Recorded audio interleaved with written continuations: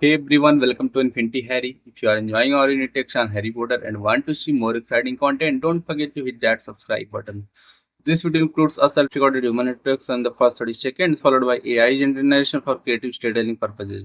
So today we're gonna see what if Harry Potter uncovered the darkest secret of his seventh year. But before we start, if you want more stuff like this, then be sure to subscribe this channel and share with your friends. Now let's start the video. Here is short summary. During his final year at Hogwarts, Harry uncovers a secret darker than any Horcrux, one that could shatter everything he thought he knew about the war, his friends, and himself. But before we start, if you want more stuffs like this, then please support to subscribe this channel and share with your friends. Let's start the video. It was a cloudy and overcast morning in mid-July when two lone, cloaked figures apparated into view. One stood tall, his face hidden from view by a heavy black hood, revealing naught but a hooked, eagle-like nose which protruded from his face sharply. Beside him stood a slightly shorter, lithe figure of a slender boy adorned in rumpled black robes with a single crest upon his east, a silver serpent emblazoned upon an emerald background. His pale blonde hair hung limply over his head in the stifling humidity of the heavy July air, and his pale skin was rubbed red and raw from rough journeying.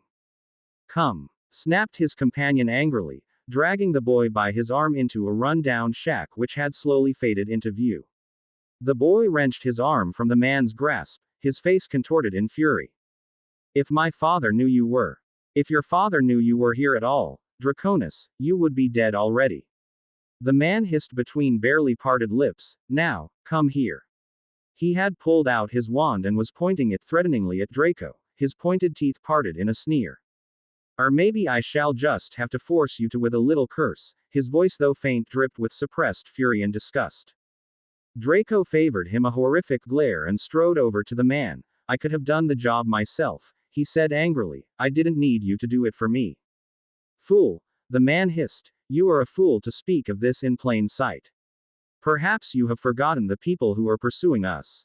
He gave an irritable rap upon the old wooden door with his wand, silver and black sparks flying from the tip as he rapped upon each of the four corners in turn. "Severus Snape," he murmured quietly. The creaking hinges of the ancient door swung open and the two were greeted by a long, dank hall scented heavily with the dust and rot accumulated over a century. Without a word, Snape stepped into the hall, dragging Draco after him. The door swung shut with an eerie creak, the rusty hinges protesting even this small task they were set to. Snape raised his wand high into the air as they were engulfed in a smothering inky darkness. "Lumos," he muttered. A silvery orb of light appeared at the tip of his wand, illuminating his still-covered pale face and Draco's flushed one. "We will have to search the house," he announced loudly, "to make sure that there is no one untrustworthy hiding here." Draco grunted but otherwise made no reply. He sank into an ancient, threadbare couch with the stuffing falling out of it and sneezed as a particularly large dust cloud erupted into the air. "Well, make yourself useful," Snape snapped. "Check upstairs for boggarts or ghouls." Draco's face paled and he remained seated. "Don't you have a house elf for that?" Snape's lip curled up and his pale face flushed slightly. "Oh yes," Draco said in mock forgetfulness, "you're a half-blood, haven't got a house elf, do you?" Snape rounded on him forcefully. "You forget your place, Draco." His voice was surprisingly cool despite the rage he was in. "If it wasn't for me, you would be dead right now, and I'd be better off for it." "After all," Snape hissed softly, "I succeeded where neither you nor he, who must not be named, did. The old fool is dead." Draco sullenly made for the ancient stairway leading to the second floor of the run-down house, the floorboards creaking behind him loudly in the wake of his footsteps. Snape watched him go, distaste etched onto his every line of his haggard and pale face. Pushing the hood from his head and allowing his unkempt, oily hair to slide down his neck, he walked across to the other end of the dirty hall where there stood an old, cracked archway of rotting wood chewed through in several places by insects. The cracking gray plaster crumbled onto his raven hair as he walked underneath the arch, leaving small specks of dust and plaster in his hair. Lighting one of the ancient dust and cobweb-encrusted torches with a flick of his wand, he moved to shut the windows that let in small patches of golden sunlight as it peeked in through the heavy clouds. The room was completely dark save for the light of the flickering torch now.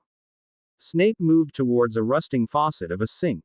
Giving it a slight tap with his wand, it sprang to life, the bowl of the sink opening up to reveal a large, stone bowl filled with a swirling, silvery substance. Snape's pensieve. Raising the tip of his wand to his head, he withdrew a shining, silvery thought and dropped it into the pensieve. It appeared in the basin as clearly as if it was just then replaying itself in front of Snape's dark, beady eyes. Severus, Dumbledore was saying a calm, but serious tone, I am telling you this because it is vital you know of it. Harry and I have been hunting down Voldemort's Horcruxes, as you well know. Snape winced at the name but nodded slowly. Yes, I know of this. And I have already destroyed one. This ring. Dumbledore gestured towards the man's ring upon the table littered with his spindly instruments. Snape looked from Dumbledore to the ring without interest. He would know of this lost Horcrux, of course, the moment you destroyed it. I am not so sure. Dumbledore sighed and sank into his chair, watching Snape closely out of his blue eyes. I believe it is possible Voldemort would not realize his loss until he decided to check upon the Horcrux. He is, after all, quite busy at the moment, as you have informed me. Snape stood silently, not putting forth another word. Fawkes stirred slightly on his perch. I believe, Severus, that I have found another Horcrux of Voldemort's. Yes. The locket of Salazar Slytherin's line, Dumbledore replied calmly. It would be the token of Slytherin that he would use. I thought that would be the diary of Tom Riddle. Ah, but the diary never belonged to Slytherin, Dumbledore said calmly. That was just another item Voldemort saw fit to use, as he had hidden away his 16-year-old self in there by writing in it, so it would be useful to possess it again. So you are saying you have already destroyed two, Snape began quietly, and have discovered the third. Yes, Severus, Dumbledore replied calmly, watching him closely. Why are you telling me this? I think you know very well why I am, Dumbledore said evenly. A sound behind Snape made him tap the faucet hastily. The pensieve sunk from view and was replaced by the rusting basin of the sink. Draco sauntered over to him. There's nothing upstairs. Good, Snape said softly. I suppose then that I had best set you to work. Draco's pale face curled up into a heavy sneer. So I'm to be your own private South Avenue, is it? Until the time comes. Yes, Snape hissed back softly. After all, both sides are after your blood now. And yours, Draco replied snidely. Snape's eyes sharpened and he took in a quick breath. Actually, Draco, if I were to turn in a certain someone, our master would be very pleased with me indeed. You see, I am giving up far too much for your sorry hide. Snape lowered his face so that it was mere inches from Draco's, for that mother of yours. He hissed, and I wouldn't push it if I were you. Or else, he allowed a small smile to flit across his face, I could always do you in myself. Draco's pale face had gone even paler and he blanched slightly. What does this have to do with my mother? He asked, not able to hide the slight tremor in his voice. Oh, you have a weakness, do you? Snape demanded, the hideous smile on his face growing more apparent. Well, that's fascinating. Draco was shaking slightly now. Leave my mother out of this. Draco. Snape hissed again. I sense some disrespect emanating from your abnormally large ego. His pale lips twisted into a slight smile. Perhaps I might have to punish you. He allowed Draco to infer the conclusion to that sentence himself. Now, go upstairs. I do not want to see or hear of you until dinner time, when you are to report down here. Go. Draco turned angrily, his hands clenched in fists, and exited the grimy kitchen, his head nearly quivering with suppressed rage. Snape watched his retreat, his face once more mirroring the emotions churning within him. Pure hatred poured from every part of him, hatred and loathing. Draco Malfoy was responsible for everything that happened that night, Snape thought viciously, him and his mother. That same day, three figures were making their way up to the ruins of a once grand, large house. The windows were cracked and boarded up by the Muggle neighbors, the door swung back and forth eerily in the slight breeze, the only thing to make a noise in the heavy air. It was nearly noon now, and the three friends stood clumped together, all of them staring at the house, the breeze playing with their hair. The center figure, a tall boy with jet black, untidy hair, circle glasses, and a jagged-shaped scar on his forehead, was being watched anxiously by his two friends. Harry, The girl with bushy brown hair on his right said quietly, "Harry, are you all right?" "Yeah, mate," the other boy with bright red hair on Harry's left inquired. "It's fine, mate." Don't. I'm fine." The boy called Harry snapped irritably, stalking towards the house. "If anyone's worrying, it's you two." He made for the swinging door and then stopped as he reached it. He gingerly lifted a finger and touched the rusty, metal lock. His two companions gave each other uneasy looks. The boy, an extremely tall teenager with a fluttering, hooting small owl, made to follow Harry. The bushy-haired girl held him back. "No, Ron," she whispered quietly, "let him be for a while. He should be the first to go in. Give him some time." "Are you sure, Hermione?" Ron asked, watching Harry anxiously as his friend slowly reached to open the door for the first time. There could be something inside the house. A Death Eater or something. "Oh, Ronald," she rolled her eyes but couldn't keep the anxiety out of her own voice. "I highly doubt." She breathed in deeply. "I highly doubt Voldemort," Ron winced, "is going to be deploying Death Eaters in Godric's Hollow. They have more important things to do than keep an eye on a run-down house."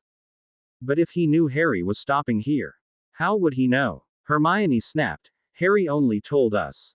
"And Ginny," Ron mumbled. Hermione rounded to look at Ron. "He did." "Yeah," Ron shrugged. "He told her after the funeral." Ron paused, bowing his head as if to remember their dead headmaster. There was a long pause before he continued. "Yeah, Ginny was in a right state if you know what I mean. She was boiling mad, wanted to know why Harry was bringing you." Hermione's calm face had contorted angrily. "She wanted to know why I was going?" Hermione demanded through gritted teeth. Ron nodded slowly, looking quite shocked at Hermione's reaction. "She has a right to know," he continued. "I mean, she was his girlfriend." Ron trailed off as Hermione grew more incensed. "Excuse me," Hermione said, her voice quivering with indignation. "I'm the one who's been with him and supported him and. She broke off. Her face flushed red. She turned from Ron. I can't believe her nerve. Eager to change the subject, Ron looked back towards the house. The walkway leading to the door was abandoned. Harry had entered. "Reckon we can go in now?" Ron asked. "Harry's no longer in sight." Hermione seemed to deflate a little at the mention of Harry. Turning her brown eyes towards the house, she nodded slowly. "All right. We can go in now. But let's go slowly," she added hastily as Ron looked ready to charge in. Ron stopped in the middle of lifting up his foot and lowered it slowly. "Oh, right. Okay then." The two of them set up the walkway, which had become overgrown with weeds and grass sprouting up through the cracked cobblestones. They reached the doorway and Ron slowly turned the handle. It creaked open ominously and the two stepped inside quietly. Ron let go of the handle. The door slammed shut loudly behind them. Before them was a large room with what looked like was once finely paneled walls now blackened with random burn marks and blasts of fire. The furniture was overturned and broken. Stuffing had fallen from the chairs, legs had been broken off of the coffee table. A piano in the side of the room was blasted and a large hole bored through it from a curse. Paintings on the walls hung askew and a stray cat was curled up underneath an overturned chair. Hermione's face paled and she quickly strode into the following room. Ron closely at her heels. The fight between Voldemort and James Potter had clearly traveled into this room as well. What looked like had been a kitchen and dining room was littered with 6 broken chairs, an overturned dining table with a leg missing, and the once regal blue paint on the walls was peeling and scarred with hex marks. To the left of the room was what looked like a sink but had been blasted so much it was hard to be sure. Twisted bits of shiny metal lay scattered on the floor from the oven and refrigerator. The wooden cabinets were rotten and chewed through by insects. The wooden floor had holes in it here and there where insects had destroyed it. On one of the few undamaged counters beside the wall was a wizarding picture. The glass of the frame had been shattered and the 5 figures inside of it were waving and smiling from the center of it. Hermione strode over to the picture and picked it up, frowning at it. Inside the picture were a James, Lily, Sirius, Lupin, and Harry just before the time of Mr. and Mrs. Potter's deaths. They were all laughing and grinning. Lily was seated on a stone bench in the center with Harry balanced on her lap. James was standing directly behind her, his hands on her shoulders, grinning proudly. Lupin stood to his left, looking much younger and not quite as shabby. Sirius was on the right of James, his hair clean for once and cut to the proper length. He was laughing and Hermione noticed James was holding bunny ears over Lily's head and Lupin's, Sirius holding up another pair of bunny ears on top of James's head. She couldn't hide a small smile herself. Ron stopped the examination of the broken furniture and room to look over at Hermione. "What's that?" he asked, coming up behind her. Hermione handed him the picture and said quietly, "It's Harry's parents and Sirius and Lupin. I imagine." A tremor appeared in her voice. "I imagine Peter was in it." At these words Ron's face clouded over with suppressed rage. Hermione continued in a broken sort of voice, "But he must have walked out of it." Ron threw the picture back onto the counter angrily. "All the people in that picture are dead, Hermione. All of them except Harry and Lupin." Hermione watched him anxiously. Ron bowed his head. "Come on, let's get out of this room and find Harry." They walked through the door and found themselves before a stairwell.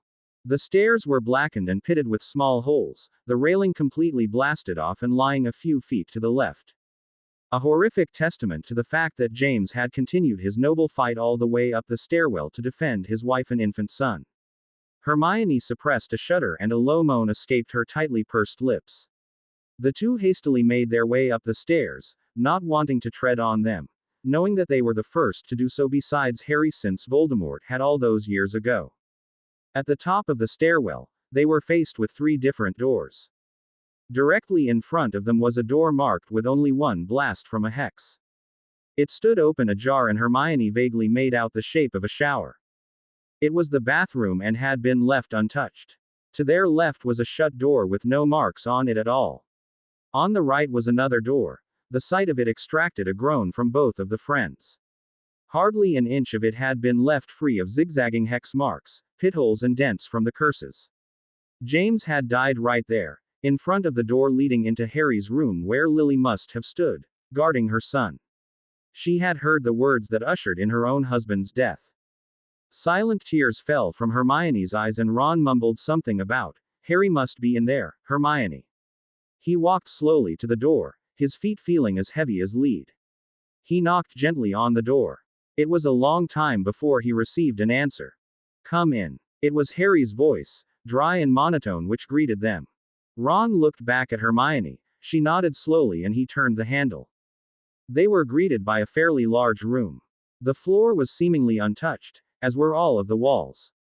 In fact, there was no hint that Lily had died there at all, that Voldemort had tried to kill a baby and that the curse had rebounded on him. Everything was orderly and neat. The baby crib was dusty and the blankets slightly wrinkled. The toys were all stacked neatly beside a small wooden box. Picture books were lined up neatly on blue shelves in their bookcase. Pictures of a baby Harry and his parents lined a low, but long blue end table.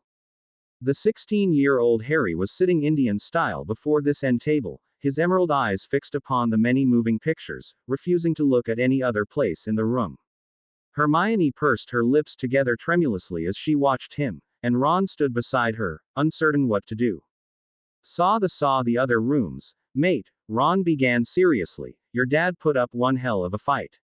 Harry didn't answer. He continued to stare at one picture in particular, one of his mother and father both attempting to feed him baby food as he sat in his high chair, throwing the Gerber baby food right back at them repeatedly. James was laughing hysterically at his wife, Lily, while she attempted to clean out her red locks, a smile plastered on her face as well. Hermione watched Harry anxiously and walked over to him slowly, touching his shoulder gently. "Harry." He looked up at her, and she saw that his green eyes were full of unshed tears. "How could he do this to them?" Harry demanded, his face ashen with fury and sorrow. "To anyone. How could he destroy people without a second thought?" Hermione sank down next to Harry, her bottom lip quivering, her own eyes slowly filling with tears. "Because he's evil, Harry, that's why." Ron slumped down on Harry's other side. "He does it because he likes it," he said in a murderously angry tone, "because he gets happy when he murders others." The 3 of them sat silently together, watching the smiling faces of the Potters with an occasional Sirius, Lupin, and even more rare, an Albus Dumbledore. After what must have been a complete hour, Harry moved. Standing jerkily to his feet, he said, "Come on. I think we've been here long enough." Ron stood up as well. "So what's the plan?" "We're going to stay here for 3 days. No more," Harry said firmly. Hermione got up too. "We'll have to clean it up then. Is that all right with you, Harry?" she asked tentatively. Harry hesitated and then slowly nodded. "Something tells me that my parents wouldn't have liked their house to be so messy." He ran a hand over his eyes, flicking away some tears and replacing his glasses, "But no one touches their room. I don't want anyone going in there." There was a tremor in his voice and he turned away from Ron and Hermione. I'm going to visit their graves." Hermione opened her mouth as if to speak but shut it quickly as Harry continued to speak. "I don't know when I'll be back. It may not be until tomorrow." He reached for the door, but Hermione's quavering voice stopped him. "Harry, how will we know that you're okay? What if someone attacks you?" Harry's voice took on a vicious note. "I can take care of myself, Hermione." Of course you can, Harry." She sounded shocked. "I didn't mean to imply that you couldn't, but it's just." She trailed off, staring at the back of his head. "I'll be fine," he replied coldly. Harry wrenched the door open and slammed it shut behind him. Hermione turned to Ron, the tears falling freely from her eyes. "What did I say wrong?" she asked, sniffling and wiping at her eyes. "Nothing." Ron sighed loudly as well. "Harry's just been touchy. It's this whole he who must not be named thing. I mean, come on. If you had he who must not be named possessing you and channeling his emotions through you after he murdered your parents and Dumbledore, you wouldn't be too happy either." "I know." Hermione snuffled and sank back down onto the floor again. "It's just." She let out a loud sob and pulled one of the pictures towards her without even looking at it. "It's just, oh, something happened last year, Ron." Another sob erupted from her and she slammed the picture back onto the table. "Harry and I used to be so close, but something happened." Ron stared at her sadly, not knowing what to do or say. He had noticed how Harry and Hermione rarely interacted the year before as well. He hadn't understood it though, and hadn't given it much thought either. He had been too shocked to find that Hermione was so jealous over him. It had never occurred to him that she might think of him as more than a rather annoying and not intelligent brother, but last year it had seemed like she was throwing herself at him. He had always assumed that if she ever liked one of them, it would be Harry. After all, Harry had everything, why shouldn't he get Hermione too? But now, as Ron stared at the vacant and almost untouched room, he realized with a shudder that Harry didn't have everything. He might have had fans and popularity, but he didn't have a family to share it with. He could have all the money in the world, but he didn't have anyone to spend it on. He might be the world's greatest hero, but there was no one to save him. And it was then that Ron realized with a shock that he had more than Harry did. He, the gangly boy with the frightfully red hair, had a loving family, enough money that he could still appreciate it and spend it on those important to him, and more importantly, he had people who cared about him that would lay down their lives for him. Ron's eyes traveled to the doorway that Harry had just vacated. He had been wrong to envy Harry all those years, and horrifically wrong in fourth year when he had thought Harry had been rubbing it in his face. Ron grimaced at the memory. If there was one thing Ron had learned that year, it was that Harry didn't want any of what he had. He didn't want the money, the popularity, or the fate that awaited him. And, Ron realized with another shock that he didn't want what Harry had anymore either.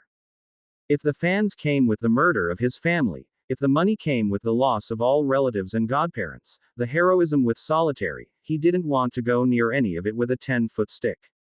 And, Ron continued to speculate, it was Harry who was jealous of him, sort of. Harry wanted a family and someone who he could love that would love him back. Harry prized these simple things that Ron had taken for granted over all the money and fame in the world, the very things that Ron had striven for all his life. The thing Harry wanted most in the world was his friends, and he prized them above everything else. So why, Ron mused, had he, Harry, and Hermione grown so apart the previous year? Harry returned to the house around midnight. The door had been locked, but he murmured, "Alohomora." And it sprung open with a low click. He shut it quietly behind him, not knowing if Ron and Hermione were still up. When he entered the living room, he was surprised to see the amount of work they had gotten done in his absence. The furniture had been righted and most of the broken legs had been magically fixed. Of course, there was no repairing the hole in the piano or the singed walls. But Hermione had sewed up the rifts in the upholstery and restuffed the furniture that needed it. Ron had even thought ahead and left a candle glowing brightly in its bronze holder on a small table that hadn't been broken. Harry smiled faintly and entered the guest bedroom on the first floor. It hadn't been damaged at all when he first entered the house, but he wanted to see if Ron or Hermione were sleeping in there. When he opened the door though, the room was completely empty of life. Frowning slightly and wondering where they were, Harry closed the door behind him and re-entered the living room. It was then that he heard voices emanating from the kitchen.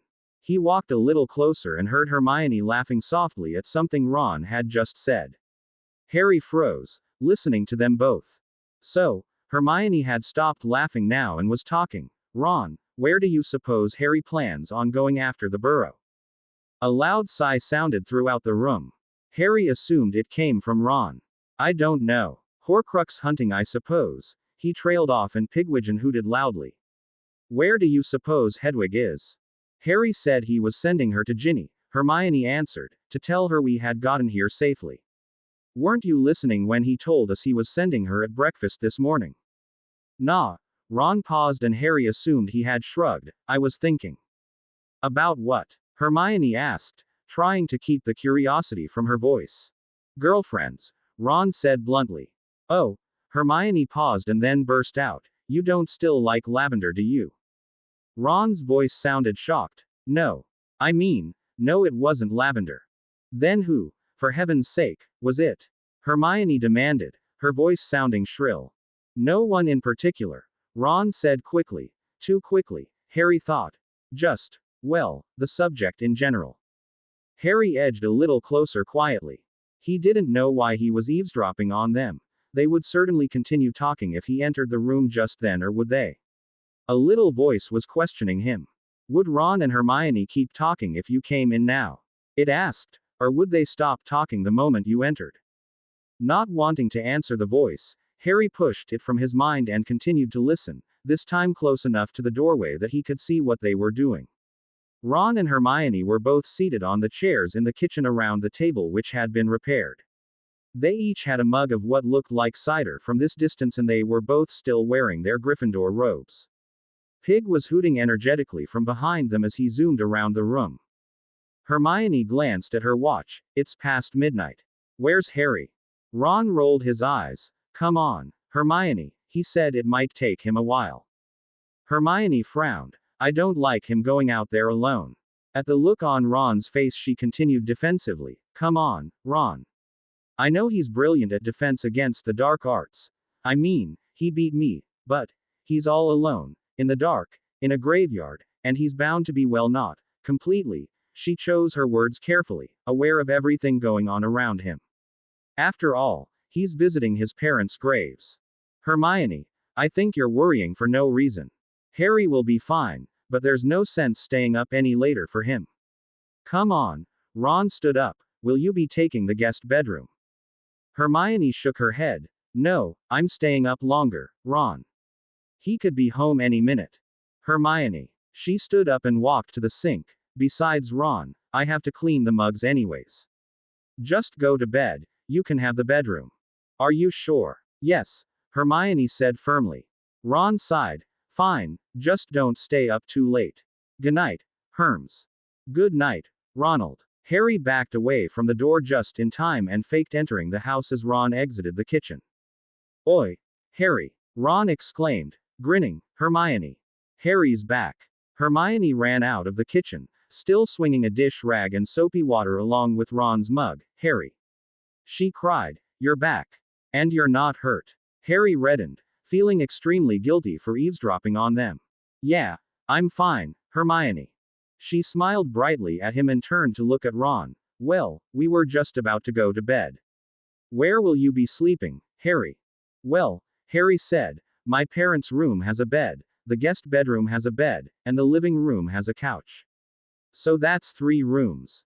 You'll be having the master bedroom, of course, Hermione cut in. Ron can have the guest bedroom. I can take the couch, Hermione, Ron argued. No, you can't, Hermione said sensibly. The couch isn't long enough for you to sleep on it properly. You're too tall. You can't argue with that, Harry said, grinning. Ron's face reddened, but he said nothing more. Harry turned to Hermione. Look, I can take the couch, he said quickly. I wouldn't mind if you slept in my parents' room, Hermione. I just didn't want either of you going in there before because I didn't want anything moved or changed when you guys were cleaning. Hermione shook her head. No, Harry, you sleep up there.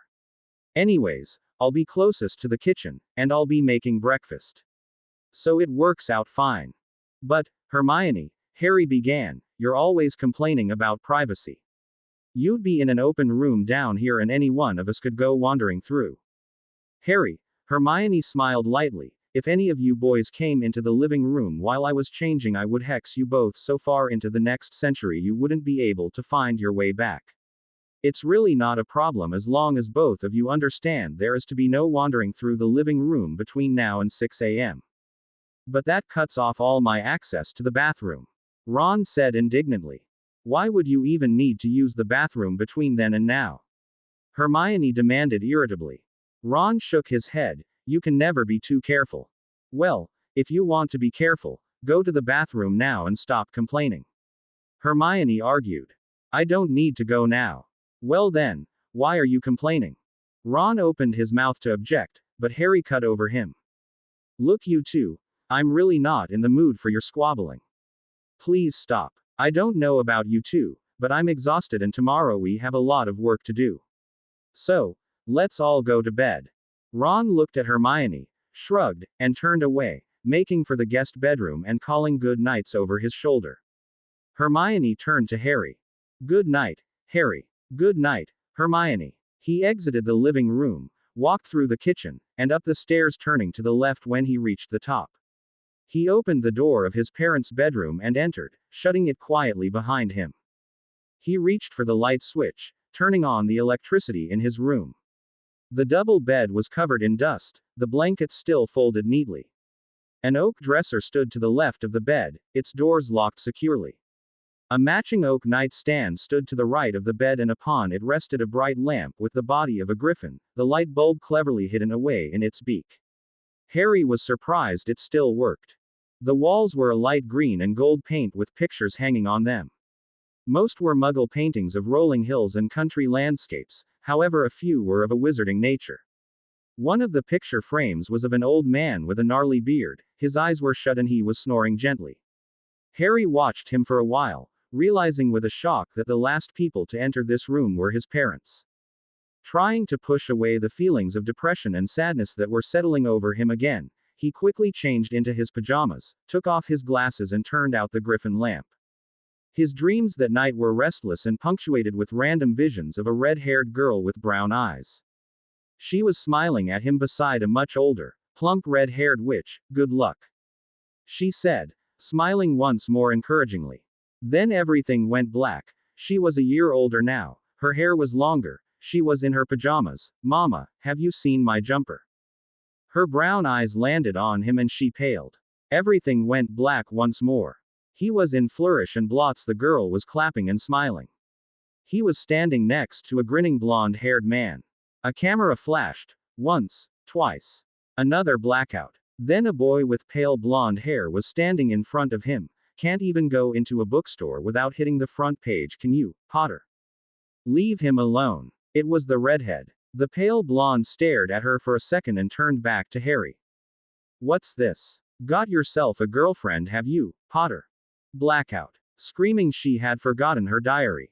Harry's scar prickled. He rolled over in his sleep. The dream went on, with even more blackouts than before. The Valentine in the hallway. The scattered books. The vanishing ink. The attack on the mudblue Hermione. Harry frowned in his sleep. Meeting Tom in the chamber. The redhead lying near death on the ground. Tom watching her, a maniac smile on his face. You see, as poor Ginny grows weaker, I grow stronger. Harry's head was aching now, beginning to throb. He groaned and rolled over again. Dumbledore's office. The sword. Looking at Fawkes. Voldemort left a bit of his soul in Ginny Weasley. He was older now. In the common room. I'm going with Neville. the redhead was saying. You see, he asked me. Everything was blurring, as if someone was hand-picking through his memories and watching them as he saw them flash before his eyes. 6th year now. Do you have any love potions? Not for our sister. Being jealous over Ginny. He. Ing Ginny. Dating Ginny. Dumping Ginny. Ginny crying. Ginny screaming angrily. Pain shot through Harry. He screamed and sat bolt upright, clutching his bleeding scar in the palm of his hand. He heard movement from downstairs. Harry couldn't see properly through the pain and the blood. The memories were still replaying themselves in his head. Do you have any love potions? Not for our sister. Being jealous over Ginny. He. Ing Ginny. Dating Ginny. Dumping Ginny. Ginny crying. Ginny screaming angrily. Harry. Hermione was screaming. Harry, your scar. Ron. Ronald. Ron. Pounding footsteps. Ron was hurtling through the doorway. Blimey. Harry. Ron gasped. Hermione. Harry, what happened? Hermione gasped, trying to pry Harry's hands from his bloody scar. Harry pushed her away, his temper rising as the pain rattled through every bone in his body and the blood seeped down his face. Harry. Ron exclaimed. Hermione was too shocked to say anything. Harry could barely see them now. He wiped the blood away from his eyes and pushed himself up from the bed. It was near dawn, a little before 6. He clutched his head, trying to think. The pain was still there, but it was slowly receding. He had a throbbing headache and his clothing was bloody. Harry turned back to face them. Hermione was pushing herself up off the floor and looking at him in shock. Ron was staring at him. Harry. Hermione began. What happened? Harry shook his head emphatically, still clutching the scar. It had stopped bleeding now at least. I don't know, I was sleeping and then. Harry frowned, trying to remember the dream. It was slipping from him even now, there was just exploding pain and I was screaming and bleeding at the same time. He trailed off, trying to grasp all the fragments of the dream before they vanish. I had been dreaming about Tom and Ginny. He shook his head again. I don't remember. Ron was looking frightened. My sister and him. Harry nodded numbly. Was he hurting her? Was he? He wasn't hurting her. Harry interrupted. I would have remembered if he was. He snapped irritably, annoyed at Ron for his fear and at himself for being so angry over nothing. It was memories of the Chamber of Secrets. Hermione looked quickly at Harry. What else did you dream of? Mostly Ginny. Hermione looked away and then back at Harry, and then at the floor. Ron took over. What about her? He demanded, also annoyed. Memories. Of what? I told you I don't remember what they were of. Harry snapped impatiently. I only know they were of Ginny and Tom. There was a long, drawn-out silence before Hermione spoke. Come here, Harry, let me look at your scar. It needs to get cleaned. Harry obeyed and walked towards her. Hermione looked up at him. He was a good 3 inches taller than her now, and pointed towards the floor. You'll have to sit. I can't see your face properly otherwise. Ron, would you fetch me a rag and some warm water? Ron exited the room. Hermione sat down opposite Harry, drawing her white bathrobe tighter around herself. Harry, does it still hurt? She asked. Harry shook his head and she leaned forward, holding out her hand. Do you mind? Hermione asked uncertainly, stopping her finger just an inch from his scar. No, it's fine, Harry muttered. She took a breath and pressed her fingers lightly against the lightning-shaped scar. Does that hurt? She asked quickly. No, Hermione, Harry smiled faintly. You would be able to tell if it did. Not necessarily, she said briskly, pulling away from him and sitting back down normally. Some of you boys are so chauvinistic you pretend not to be able to feel pain. Harry grinned at her and then just as quickly stopped. Hermione, he began. She looked at him expectantly. I'm sorry, I think I pushed you earlier. Hermione blushed and looked away. It's fine, Harry. Don't think about. No, it's not fine. Harry said harshly, surprising even himself at the fervor with which he said this. Hermione, I could have hurt you and I can't believe I did that. It was horrible. He trailed off and shook his head. Ron entered. Here, I got the rag and the water. Harry, mate, you all right? He asked, looking over at Harry anxiously as he dropped the items on the ground near Hermione. Yeah, I'm fine. Harry shrugged. Ron looked slightly reassured. Well, I think I'll start some breakfast seeing as we're all up. We can talk while we all eat. He made to turn for the door, but Hermione's voice cut through his progress. Don't try cooking anything, Ronald. She commanded sternly. Ron turned back to look at her, a pleading look on his face. Come on, Hermione, that was 2 years ago. I've become a better cook since then. Hermione raised an eyebrow skeptically, and I don't believe you. Ronald looked plastered across every inch of her countenance. Honest, he said in a pleading voice, I was just distracted when I tried cooking those pancakes. You would have been too if you'd had Mad Eye boring a hole into your head because he thought you were trying to poison his breakfast. Harry couldn't help but grin at this. When did that happen? He asked, looking from Ron to Hermione and back again. Back in 5th year when we were at Grim. Ron broke off, looking uncertainly at his surroundings as if expecting a Death Eater to jump from the ceiling. Well, you know where. Mum asked me to help with breakfast. The point is, Ronald, Hermione cut in sternly, is that you are not to be alone and unsupervised in the kitchen. You are not allowed to bake or cook anything at all. Is that understood? Ron nodded glumly and made for the stairwell. Harry looked at Hermione, still grinning. How bad was it? I mean, if it's just some burnt pancakes. He trailed off at the look on Hermione's face. She was muttering darkly under her breath and shaking her head angrily. Trust me, Harry, it was not just a minor burnt food situation. How bad was it? We'll put it this way. Moody was right to worry about poison. I think everyone suffered from air pollution from all the smoke. Ron set the kitchen afire. Kreacher refused to vacate the house for fear that the mistress house would be destroyed. Sirius got a much-needed break from the indoors. He jumped out the window in dog form, and some of Buckbeak's feathers caught fire. That's putting it lightly. You should have heard Mrs. Weasley afterwards.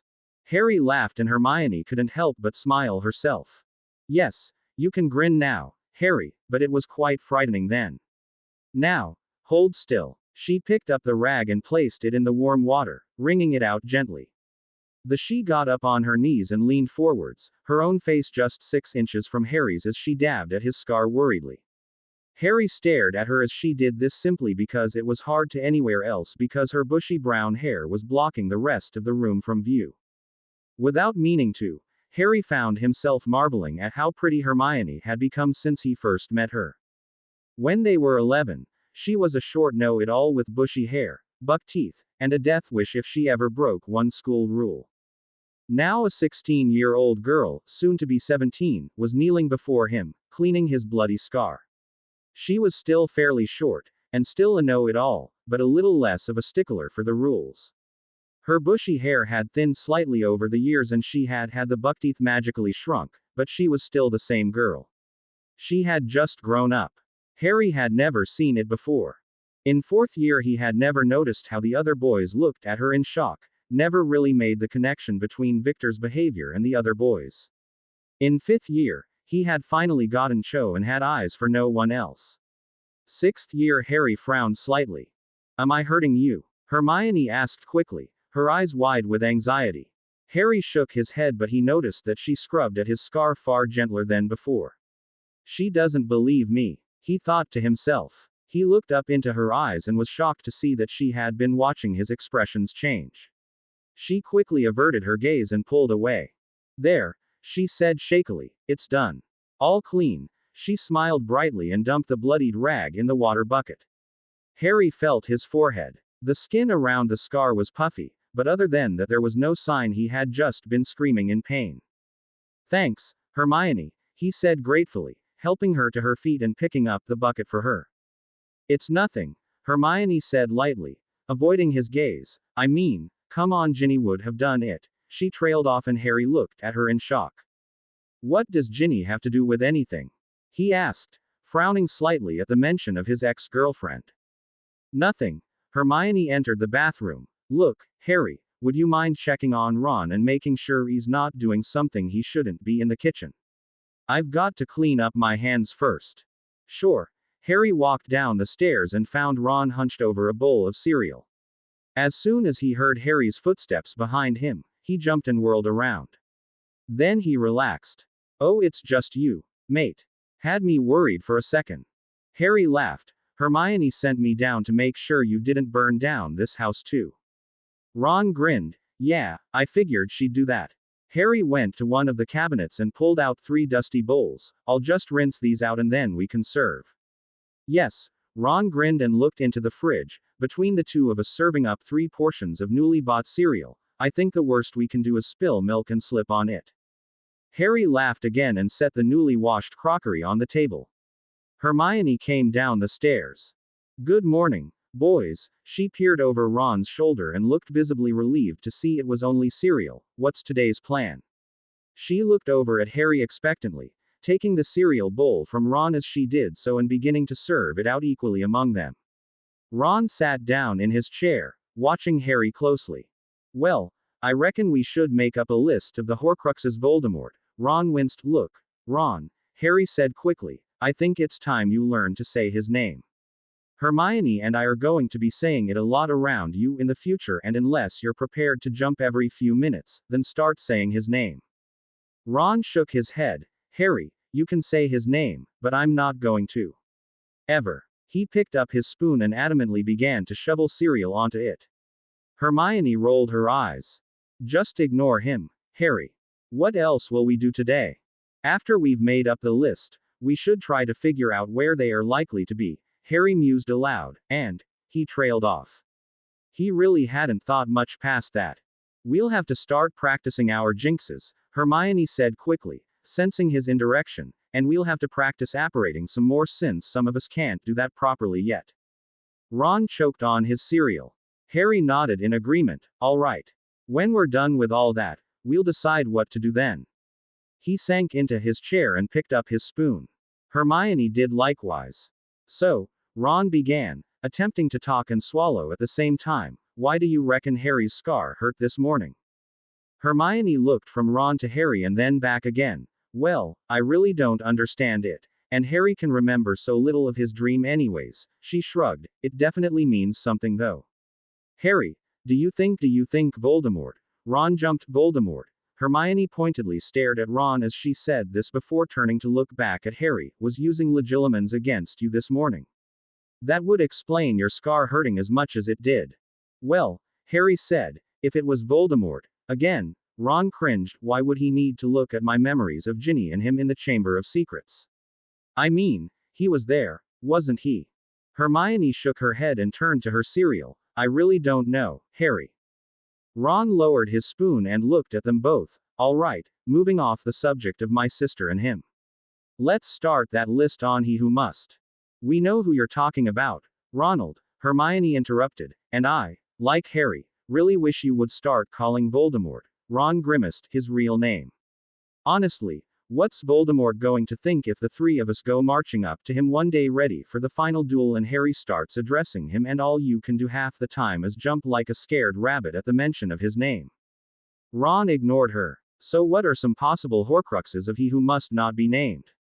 Hermione looked ready to start up an argument with Ron over the usage of Voldemort's name, but Harry, eager to stop another fight, spoke quickly. Well, Dumbledore believed Voldemort had 7. The first would have been the diary which I destroyed in 2nd year. Dumbledore had destroyed a ring which was also a Horcrux. Harry began to count on his fingers. Voldemort himself counts as a Horcrux, because he's part of his soul, so that's a 3rd Horcrux. Then, Harry paused. There was the locket which turned out to be useless.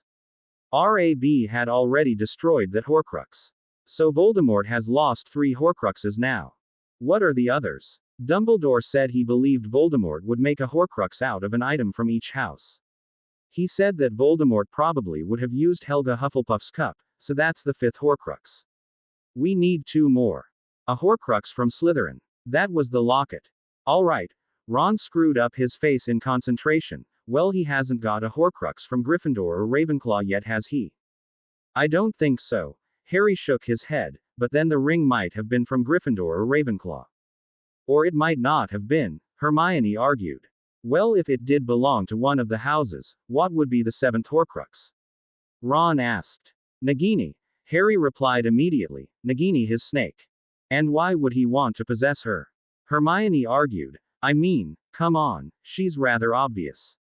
And after he died, she would be the first people killed. Harry groaned. All the thinking was bad enough without the headache from his scar as well. Well, we know that so far Voldemort has lost 3 Horcruxes. The other 4 we can't be positive of yet, but I think it's definite Voldemort wants a Horcrux from each house. We've taken care of the Slytherin and Hufflepuff houses, so now we need to think of what he could possibly take from Ravenclaw and Gryffindor.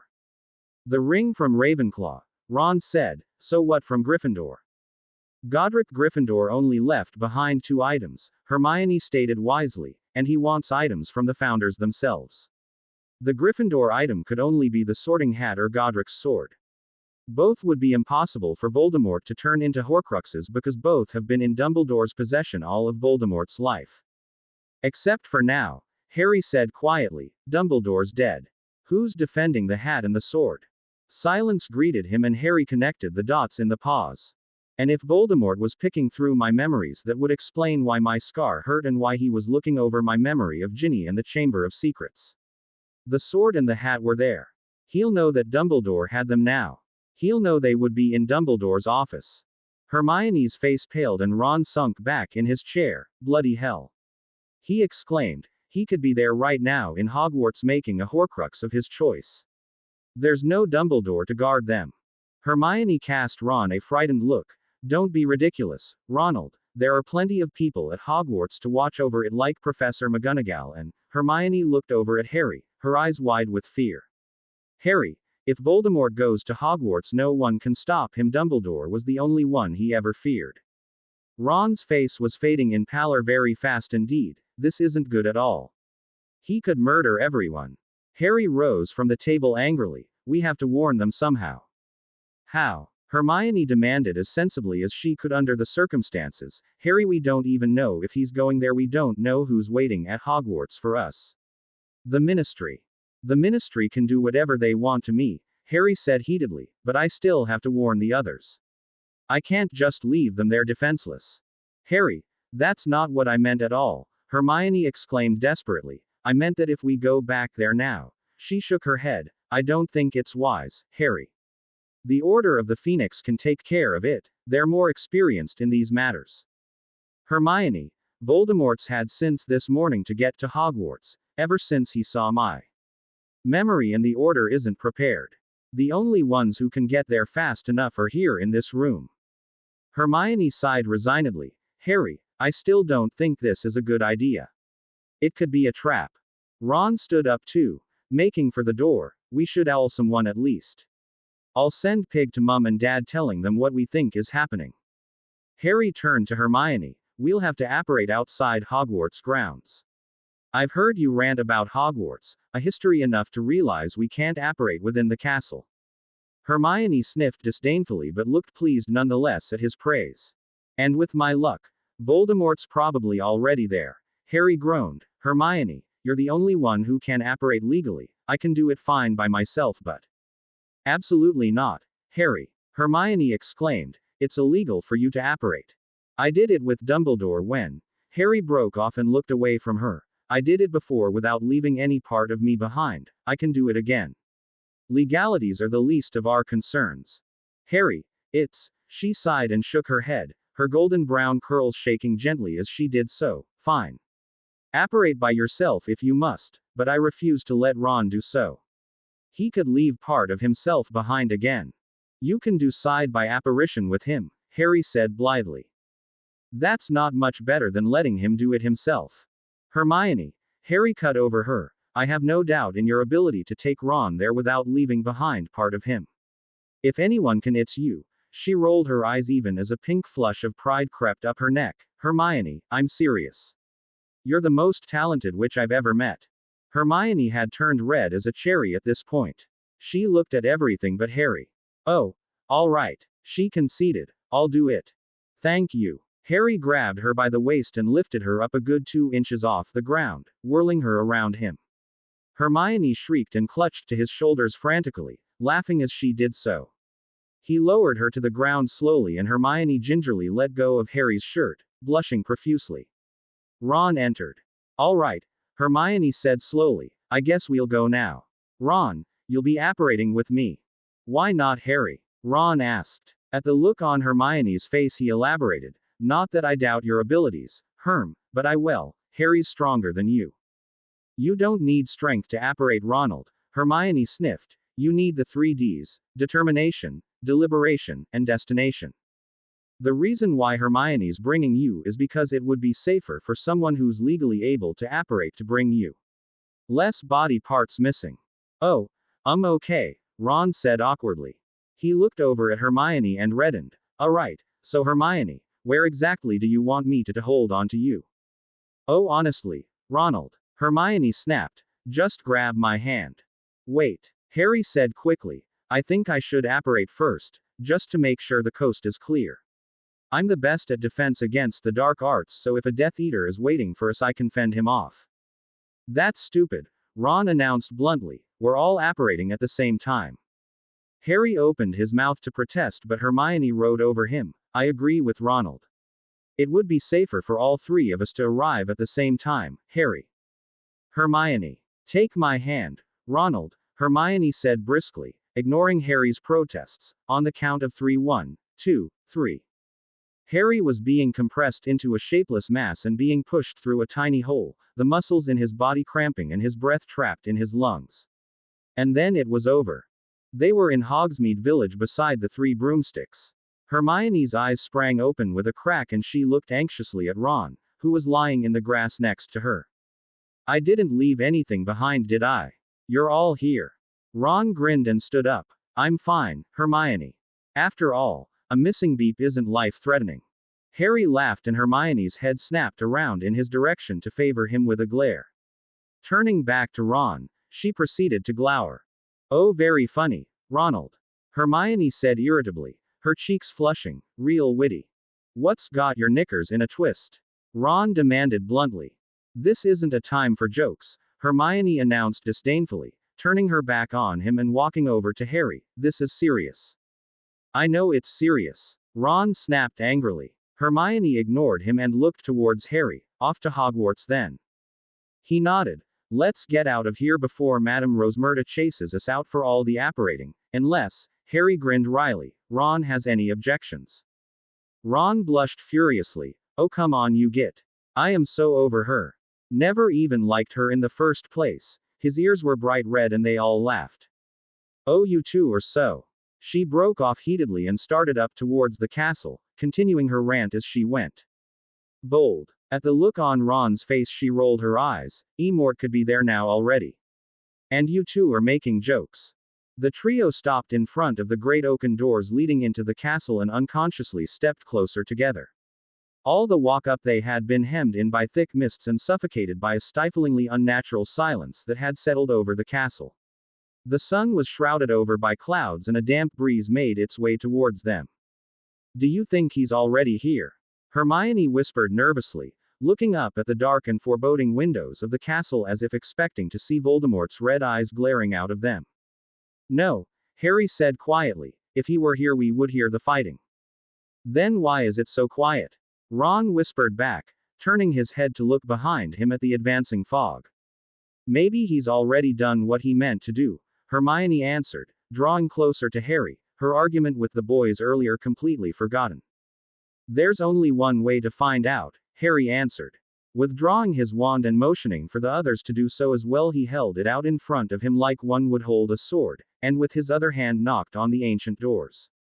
A hollow echo sounded through the castle and pounded in their ears, mocking their anxiety. Without realizing it, the trio had stopped breathing and all 3 of them were frozen as if statues, as solemn footsteps made their way towards the doors as if from a far place. Without a word passed between them, the trio took on their defensive stance, with Harry in the center and most prominent, Ron to his right, a few feet behind Harry, and Hermione to Harry's left, all 3 of their wands held steady and pointed at the doors. The footsteps grew louder and faster, until in just a few seconds they were at the doors and bolts were being withdrawn.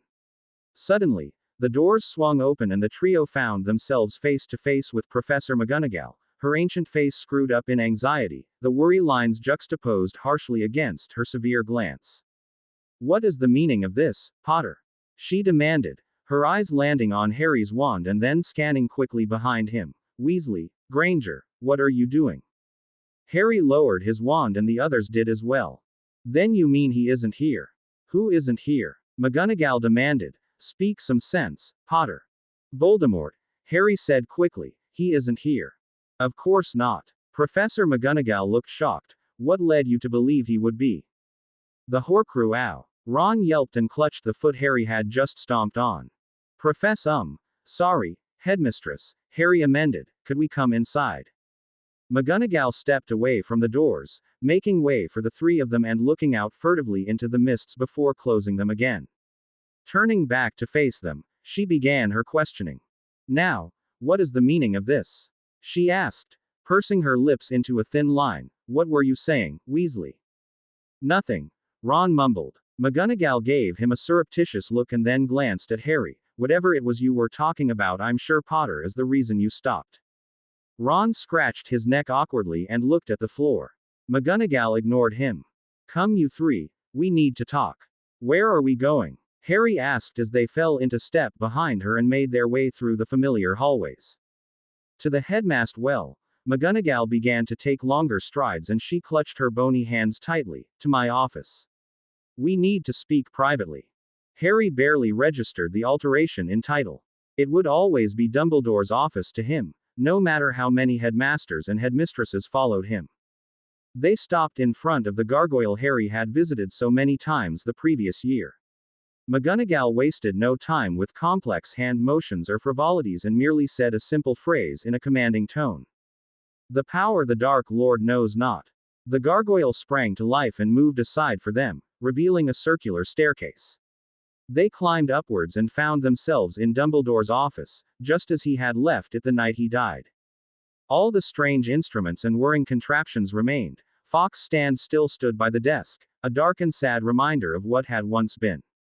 Upon the circular walls were the portraits of past headmasters, the last of which was Dumbledore himself, sitting contentedly in a chintz chair, a bright purple turban balanced on his gray head, his bright blue eyes twinkling behind his half-moon spectacles. Hello, Harry, he said brightly. Miss Granger, Mr. Weasley, Minerva. Hello, Professor, Harry said quietly. Behind him Hermione blinked back tears and Ron stared uncomfortably at the floor, his face flushing.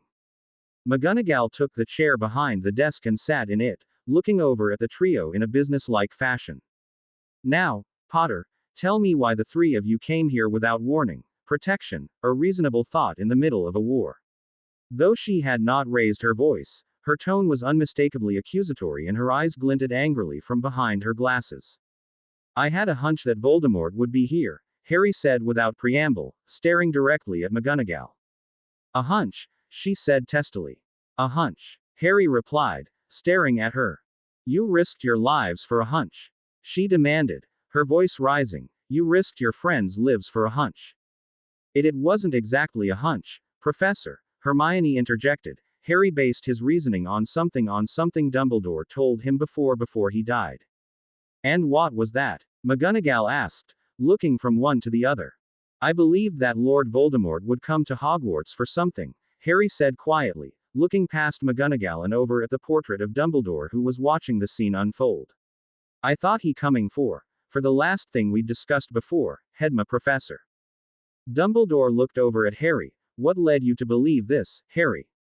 I had a dream, sir, and he saw that those items from my memory, Harry said quietly. I thought that was why he was invading my mind so he could find out where they were. I thought he would come here. McGonagall whirled around to look at Dumbledore's portrait. Albus, what is he talking about? Not now, Minerva, Dumbledore said quietly. It is not wise to tell you just yet. Potter is doing the right thing in not telling anyone but his closest friends. But Albus. Minerva, please, Dumbledore said calmly, holding up his hand. I need to speak to Harry and find out what he needs to say. He looked back over at Harry. Please continue. I was almost certain he would come for them, sir. By them, I assume you mean the sword of Gryffindor and the sorting hat Godric took off his head. Dumbledore questioned. Harry looked quickly over at McGonagall and then back at Dumbledore. Yes. Your fears were well founded, Harry, Dumbledore said gravely, but quite impossible. Defenses have been laid over both these items in case of just such an event. So, Harry sighed, so Voldemort can't ever get Gryffindor's sword or his hat. Not quite, Harry, Dumbledore said slowly, but almost there. Lord Voldemort cannot ever touch the sword of Gryffindor or the sorting hat or the item of Ravenclaw. Why not? Harry interrupted. Patience. Dumbledore smiled faintly. I am getting there. Harry, remember when I told you of the prophecy back in your 5th year? Harry nodded and Dumbledore went on. Harry, I mentioned the power the Dark Lord knows not. I told you it was love. Yes. As long as you love Harry, Voldemort cannot touch those 3 items. What do I have to do with Gryffindor? Harry demanded. Or Ravenclaw for that matter. I believe Miss Granger can answer that question, Harry. Everyone turned to look at Hermione. Harry, you aren't in Gryffindor, you are Gryffindor. You're everything the house stands for.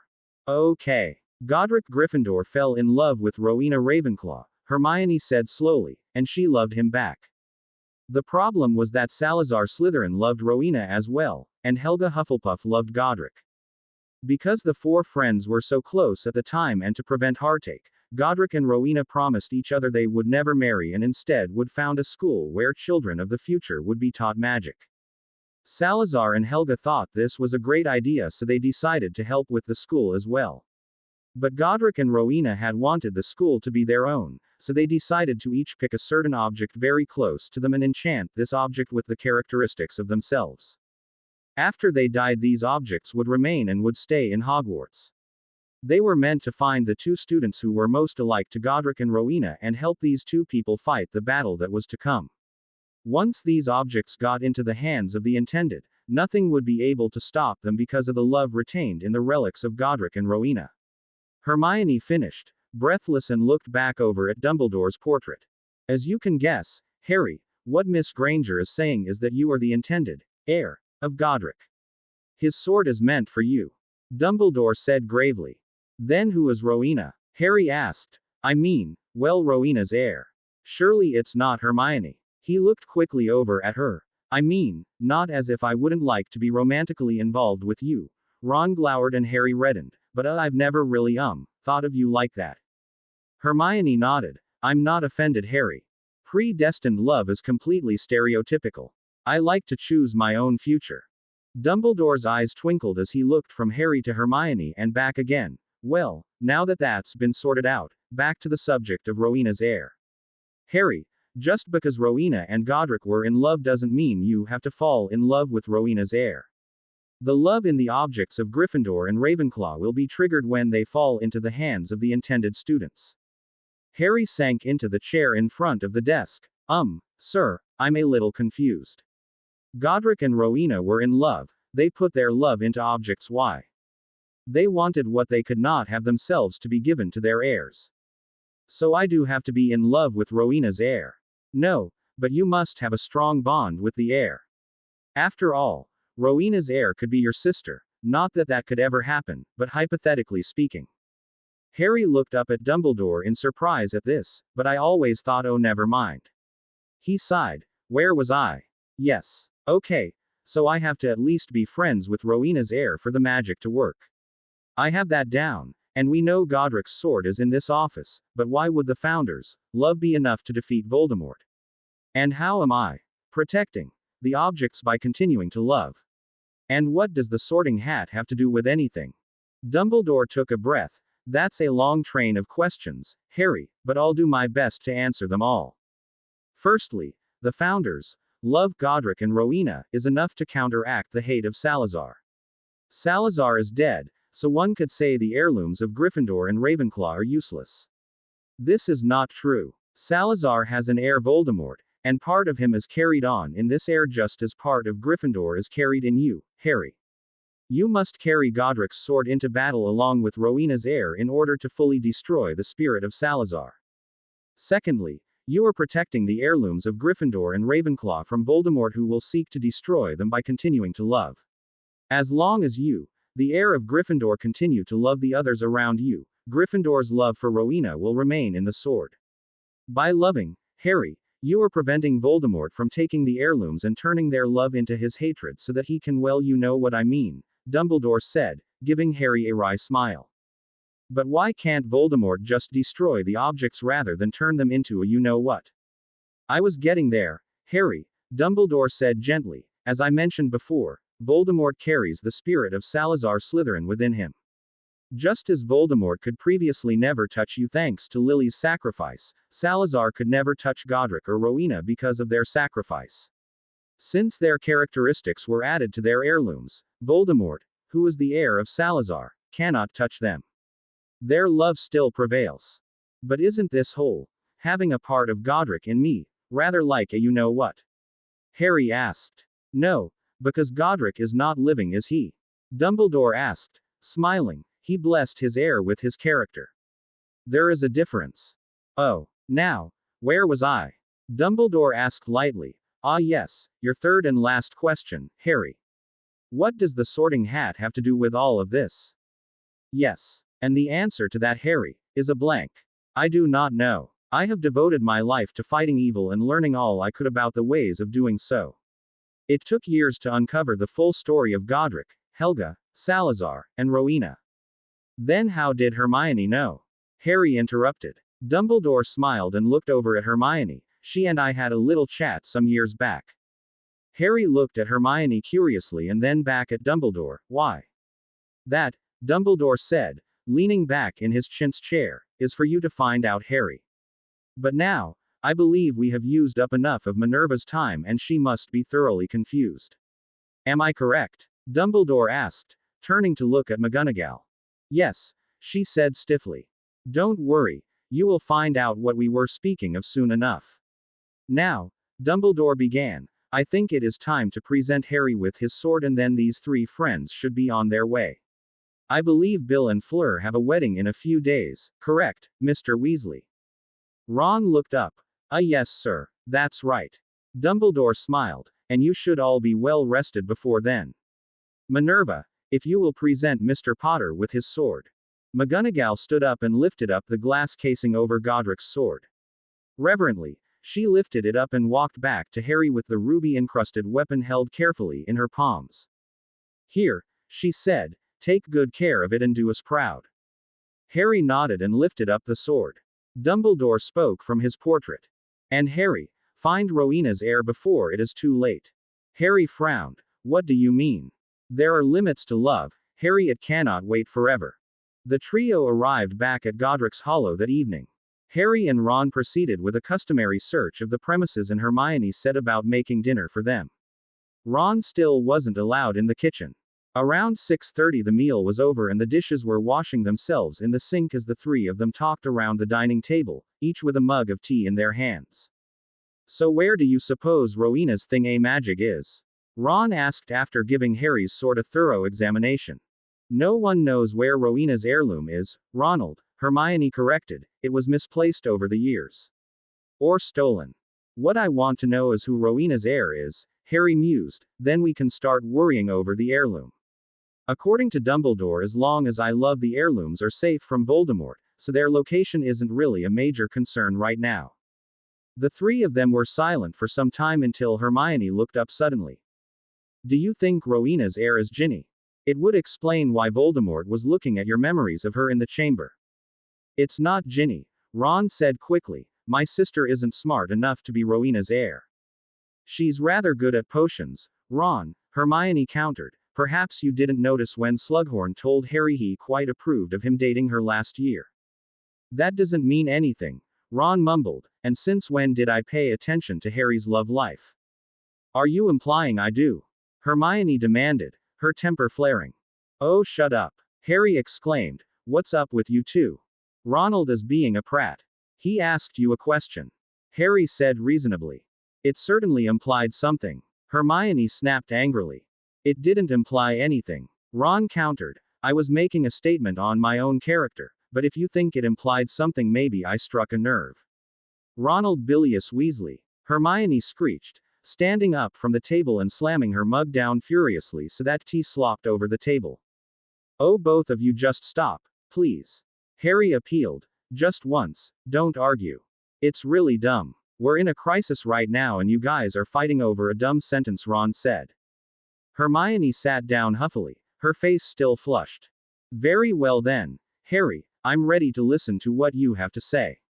She said stiffly. Harry sighed. It wasn't peace, but at least it was a truce.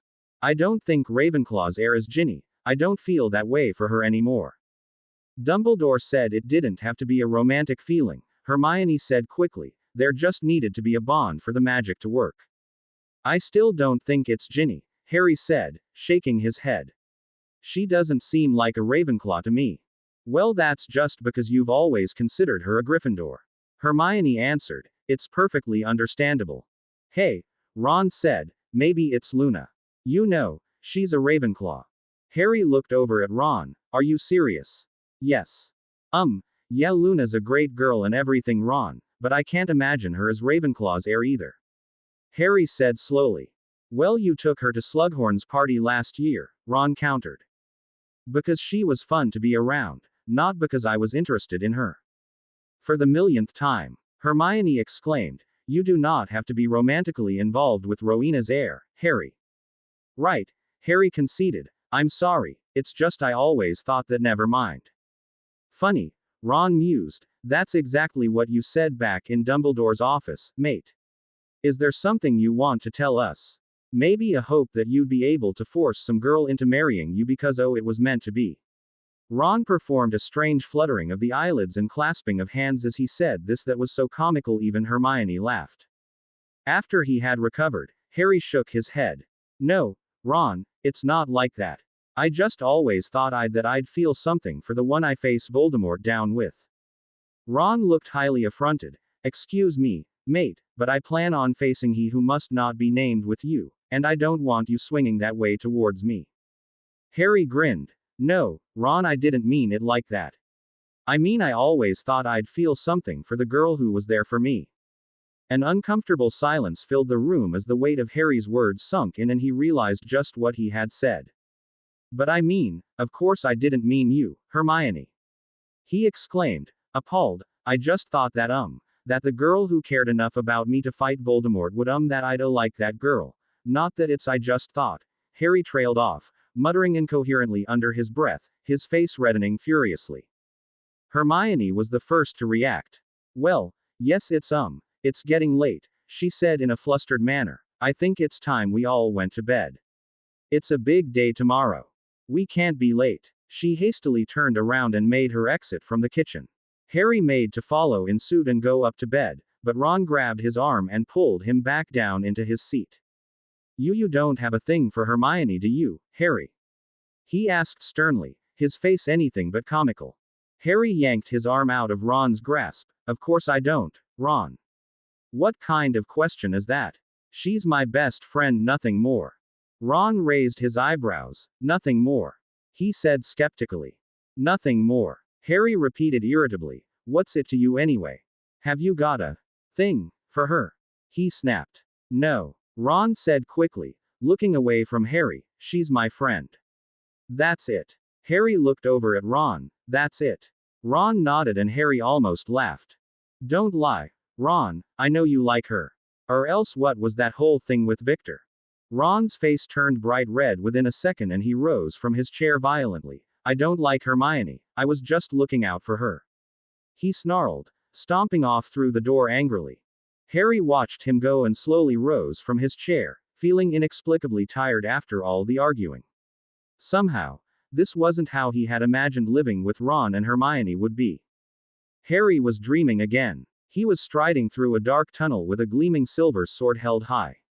Torches sputtered and flickered in his wake and a chill of the underground reached down to his marrow. His footsteps were hollow and echoed harshly against the hollowed-out stone walls, too loudly he thought. Turning around he looked back and saw the silhouette of a tall, gawky boy following closely behind him. Oi! Harry! Why have you stopped? Called the silhouette. Harry ignored him and turned back to face the direction he had been headed in, hastening his stride as an anxiety stole through him. This was it, came the thought, like an electric spark shooting through his body, the answer is down this tunnel. He rounded a corner and the echoing footsteps did as well. The air was growing fouler as he went on, and suddenly the walls were no longer hewn out of stone, instead to his right, left, and ceiling all was dirt and worms. The torches were left in the darkness behind him and he drew his wand. Lumos. He muttered quietly, knowing that stealth was of the essence. He wasn't the only one looking. Harry. The voice was quiet, it filled up his mind and engulfed him.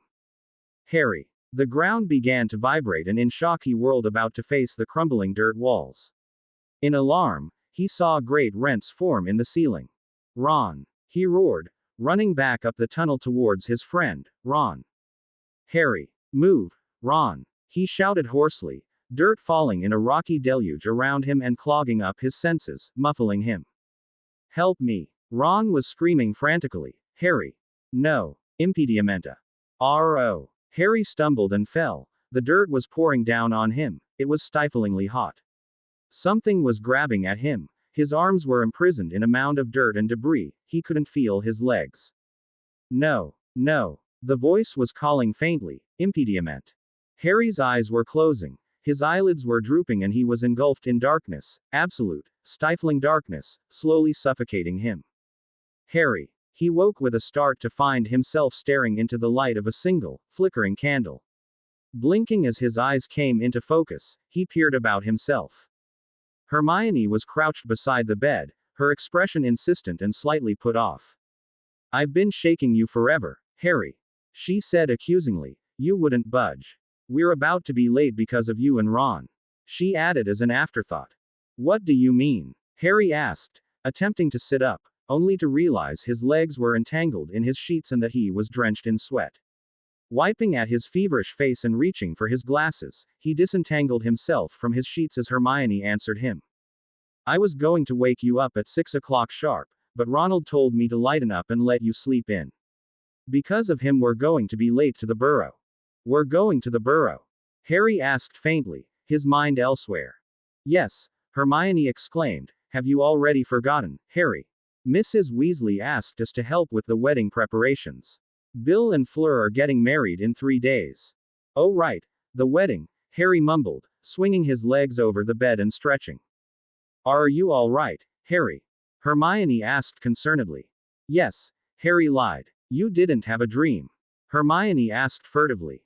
Of course I had a dream, Harry snapped bitterly.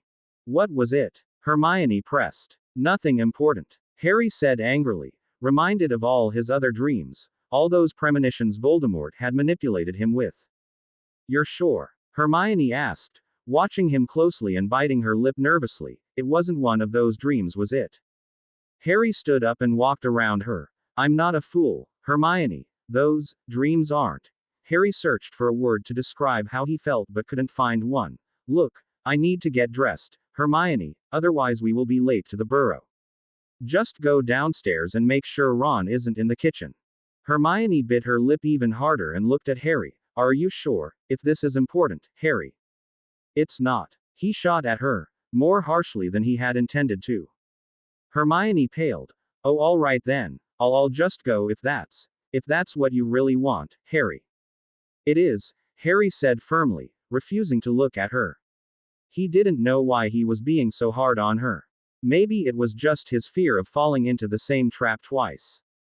He heard the door shut quietly and Hermione's steps leading down the stairs that announced her departure. Harry slumped down onto his unmade bed, bowing his head in his hands and clutching his jet black hair, racking his brain for the reasons behind his actions. He was angry because of the dream, that was it. He was embarrassed because he had put his life and his friends' lives in danger for the sake of a dream, not once, but twice in the space of 2 years. The first dream had resulted in serious death. Fortunately, the second hadn't cost any lives, but it had still reminded him how young and foolish he still was. Death seemed to be the only thing that could remind him of the danger he and his friends lived in, and he had baited it in his last venture. He wasn't going to allow this most recent dream to lead him to entice death more.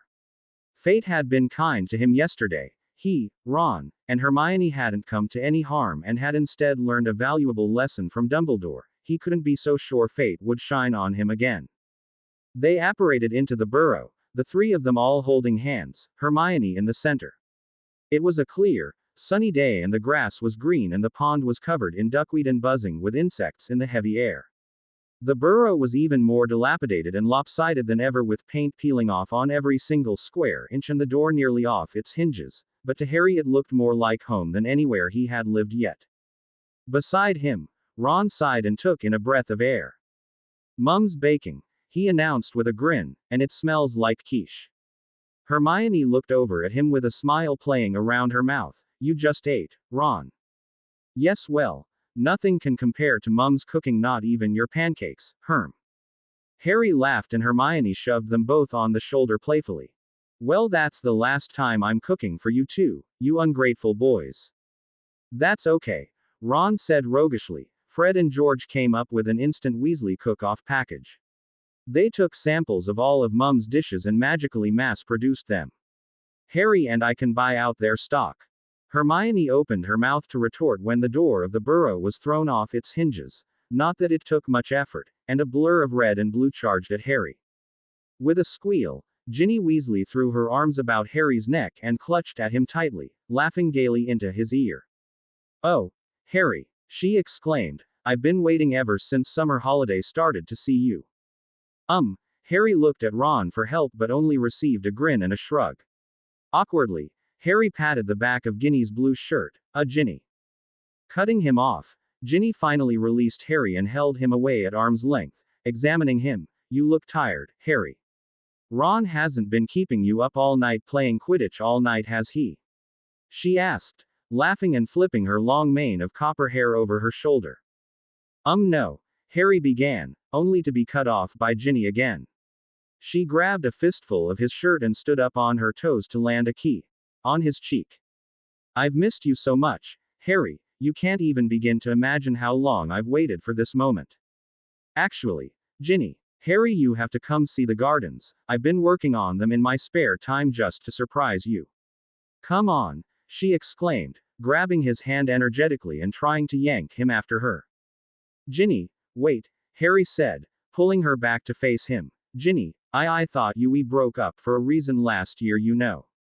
Ginny's face fell, though her smile remained fixated horribly, as if someone had come up and glued it onto her face, but surely not as if it actually belonged there. "I know," she said, her voice oddly strained and too happy, "but we still feel the same way about each other, don't we? I mean, Voldemort isn't likely to call at the burrow and see us as he." She broke into strained laughter at her weak joke and Harry looked towards his two friends for help. Hermione was looking uncomfortable and refused to meet his eyes or even look at Ginny. Ron, on the other hand, was looking angry.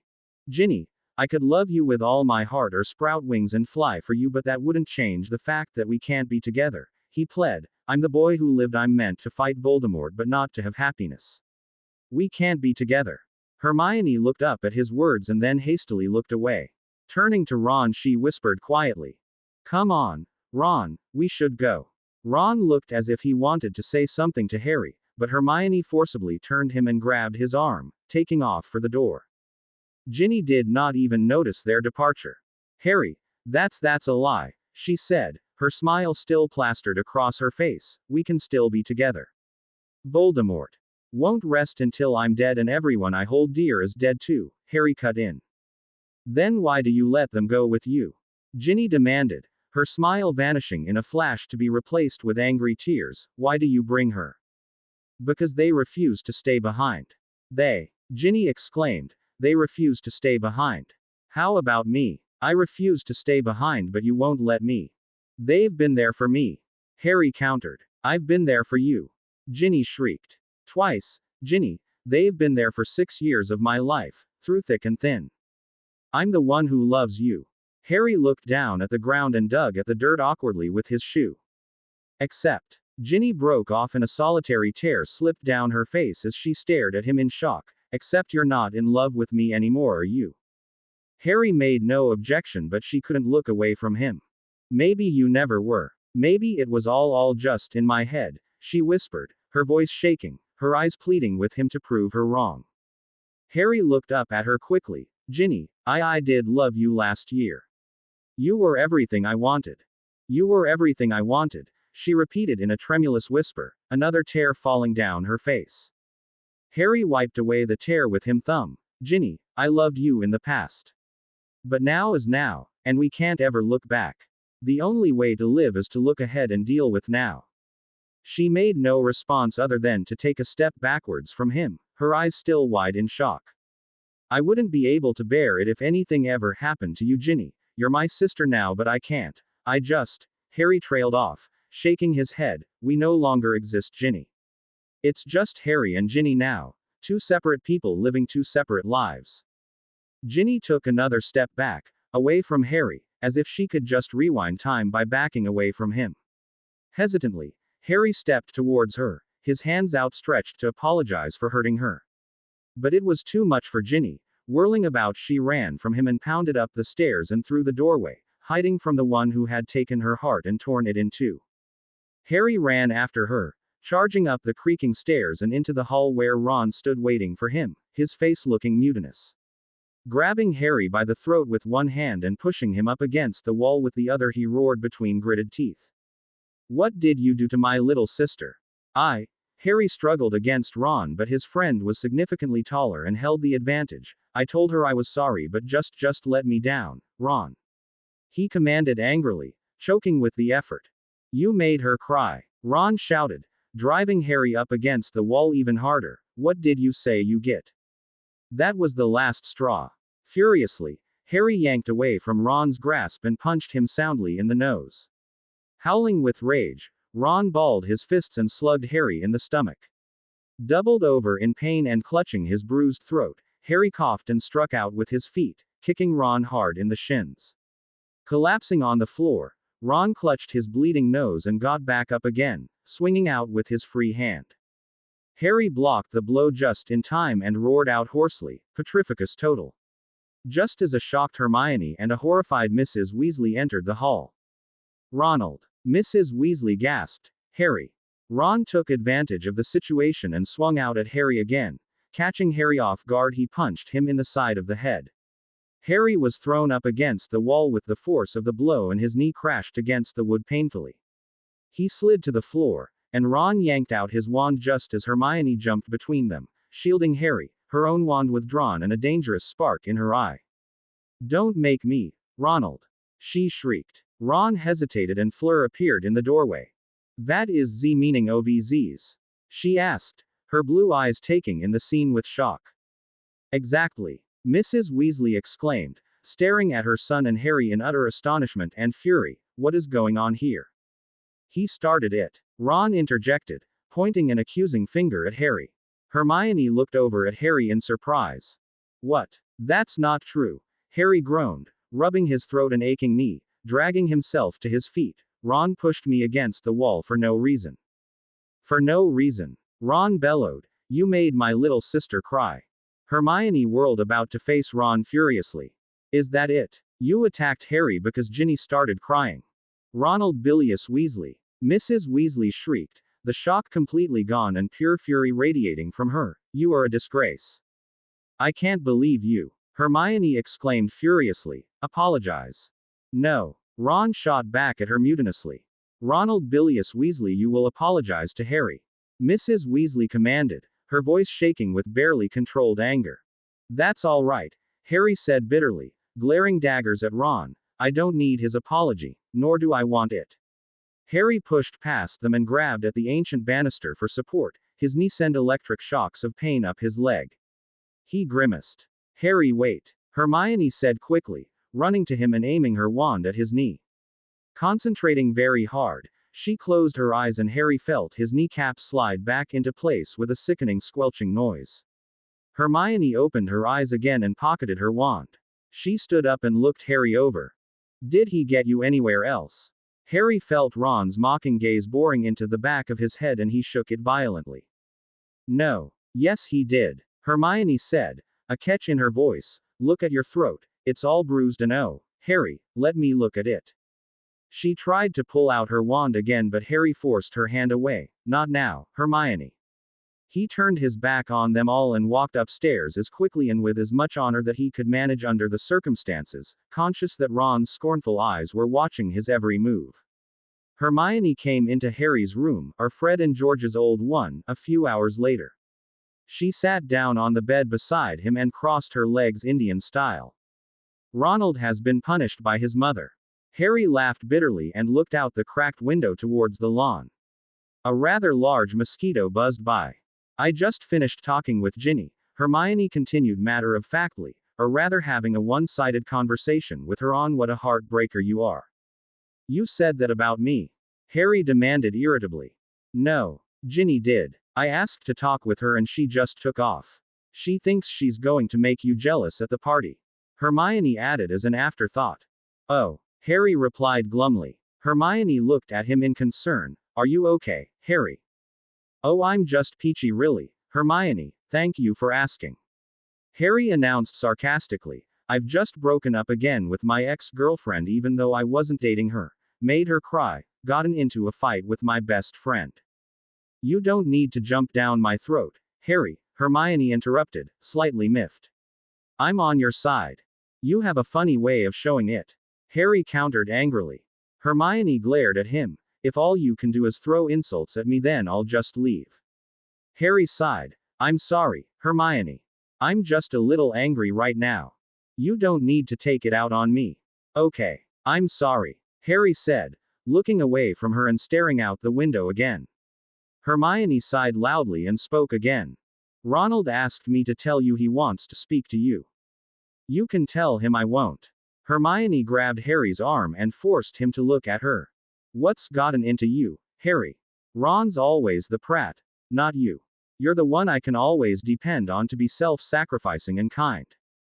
Maybe I've been pushed too far now. Harry said angrily. Maybe you're just feeling sorry for yourself.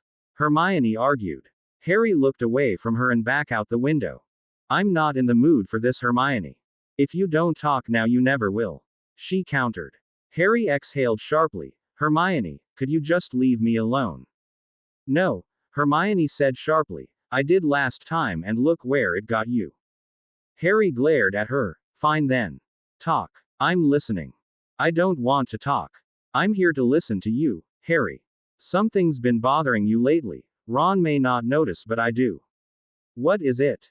It's nothing important. What bothers you is important to me, Harry. It's nothing important.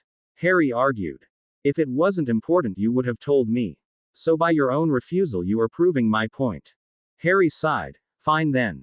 I give up. I had another dream last night. So I was right. It wasn't an important dream though. What makes you say that? Hermione asked. Because there was no meaning to it, Harry continued slowly. Not like the one I had about Sirius or Ginny in the chamber, this one was just me and Ron.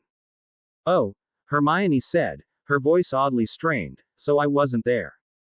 Harry frowned. No, you weren't. I wonder why not.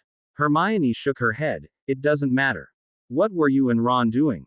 We were climbing down a tunnel and then there was an avalanche.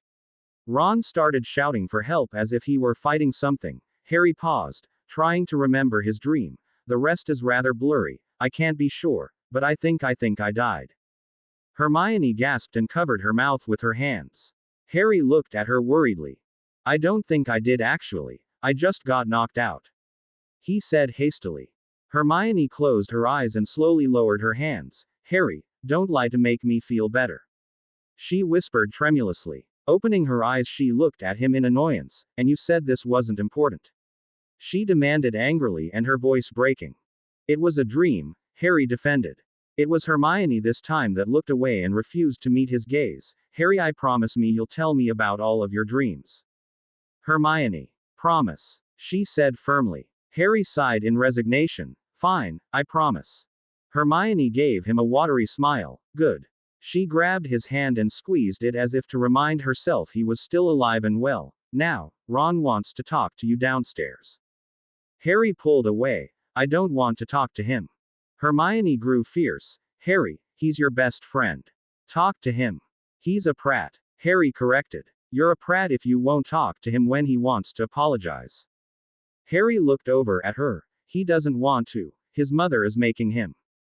Hermione shook her head. No, he wants to. Not even his mother could make him apologize if he set himself against it. He's stubborn like that. Harry looked away. I still don't want to see him. Hermione glared at Harry. You should give him a chance. He was only defending Ginny after all. He should know that I would never hurt her on purpose. Ron tends to think with his emotions rather than his head. He saw her charge in bawling and immediately jumped to conclusions. He'd jump off a cliff and decide it was a mistake while he was falling. Harry, you know that. Harry sighed. Fine. I'll talk to him. Hermione smiled. Thank you. He's down in the kitchen. All right. Harry made his way downstairs and walked into the kitchen where he found Ron sitting in a chair. When he saw Harry, he got up and walked over with his head down. I'm sorry, mate, he said slowly. I didn't think. Harry looked at him seriously. I gathered as much. Ron reddened. Ginny's always been rather emotional. I should have known better. I should have known she was too and just avoided her, Harry conceded. Nah, Ron sighed. She would have just clung on to you. Literally, your entire stay here. They both laughed and the old camaraderie came back, the argument forgotten. Friends? Harry asked. Friends. Ron agreed, grinning. I never knew you could hit that hard, mate. I never knew you could either. Harry agreed, rubbing his head. It still hurts. Mum couldn't get my nose to stop bleeding even with magic for an hour. Fleur made it worse when she tried a healing spell because her English isn't that good. They both laughed and Ron clapped Harry on the back. It's good to be friends again, mate. Tell me about it, Harry agreed. Fighting with you isn't easy. I reckon I'll have permanent voice problems. I'll never be able to walk properly again. They were still laughing and cracking jokes even as Mrs. Weasley, Fleur, and Hermione entered the kitchen to start dinner. It is good to see them laughing so happily, Fleur said, smiling as she looked at Ron and Harry. Mrs. Weasley nodded. Made up have you, boys? Harry nodded. Yes, and Mrs. Weasley, I'm sorry I fought in your house and Fleur, he said turning to look at her. I'm sorry for disrupting your happiness. This is supposed to be your week. Fleur smiled. Oh, Ari, et is fine. All boys fight etc, ealthy for them. Hermione on the other hand was shaking her head and smiling. She walked over to them both quickly and grabbed their hands. Promise me you two won't ever fight again. It was hard enough fourth year, I don't want to go through that again. We promise, Harry said quickly. She squeezed his hand gratefully and looked over at Ron. Ronald. Ron reddened and mumbled something about, whatever you want, Hermione. What was that? Hermione asked. He agrees, Harry said, laughing at Ron's predicament. Oh yes, Ron definitely has a thing for Hermione, Harry thought. Hermione smiled. All right then, both of you, out. We're trying to cook in here. Harry and Ron rolled their eyes and made for the door only to be stopped by Mrs. Weasley as she bustled about the kitchen tying her apron strings. Actually, Ron, you can set the table for 11 and Harry can go get washed. Arthur will be home in an hour and the older boys will be back half an hour after him. Ron groaned. Can't Ginny set the table, Mum? No, Ginny is going to be helping to make dinner. Be sure to remind her of that after you've set the table, dear. Like I want to be the one to tell a hysterical Ginny she has to work, Ron muttered darkly under his breath as he turned to go get the dishes. Harry left to go wash up in the bathroom while the others worked in the kitchen. After he was done, he re-entered the room and offered to help with the cooking. Mrs. Weasley turned him down. Oh no, dear, you're our guest. But I don't mind, Harry protested. Well, Mrs. Weasley pursed her lips. Ginny's going to be helping and given her state, she trailed off and left Harry to infer the rest. I can go apologize. No, Ari, Fleur interrupted. That girl needs to learn a lesson. Let Zitu I say. Mrs. Weasley sighed. Fleur is right, Harry. Ginny needs seclusion right now. She patted Harry on the cheek. You did the right thing, dear, don't worry. It didn't come out the way I had expected, Harry said guiltily. I didn't expect anything to come up at all, actually. Hermione dropped the potato she had been peeling into the boiling water with a loud splash. Blushing furiously, Hermione pulled out her wand. Wingardium Leviosa, she commanded. The half-peeled potato floated upwards and she continued with the peeling. Harry watched her for a few seconds in puzzlement before turning back to Mrs. Weasley. I didn't mean to make her cry. Don't worry, Harry dear. Mrs. Weasley said kindly. Just run along now. You and Ron can practice Quidditch. Yes, that's it. Go play Quidditch. All right, but it's rather hard to play with only two people. Oh, you'll manage. Just go have fun, you two. Dinner will be ready soon, and oh. She glanced at the clock and smiled as Arthur Weasley's hand moved from traveling to home.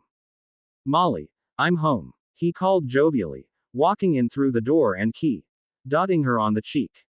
She blushed and he turned to Fleur. And of course, he said cheerfully, holding out his arms, the bride. Not juiced yet, Mr. Weasley, Fleur said, smiling at the reminder.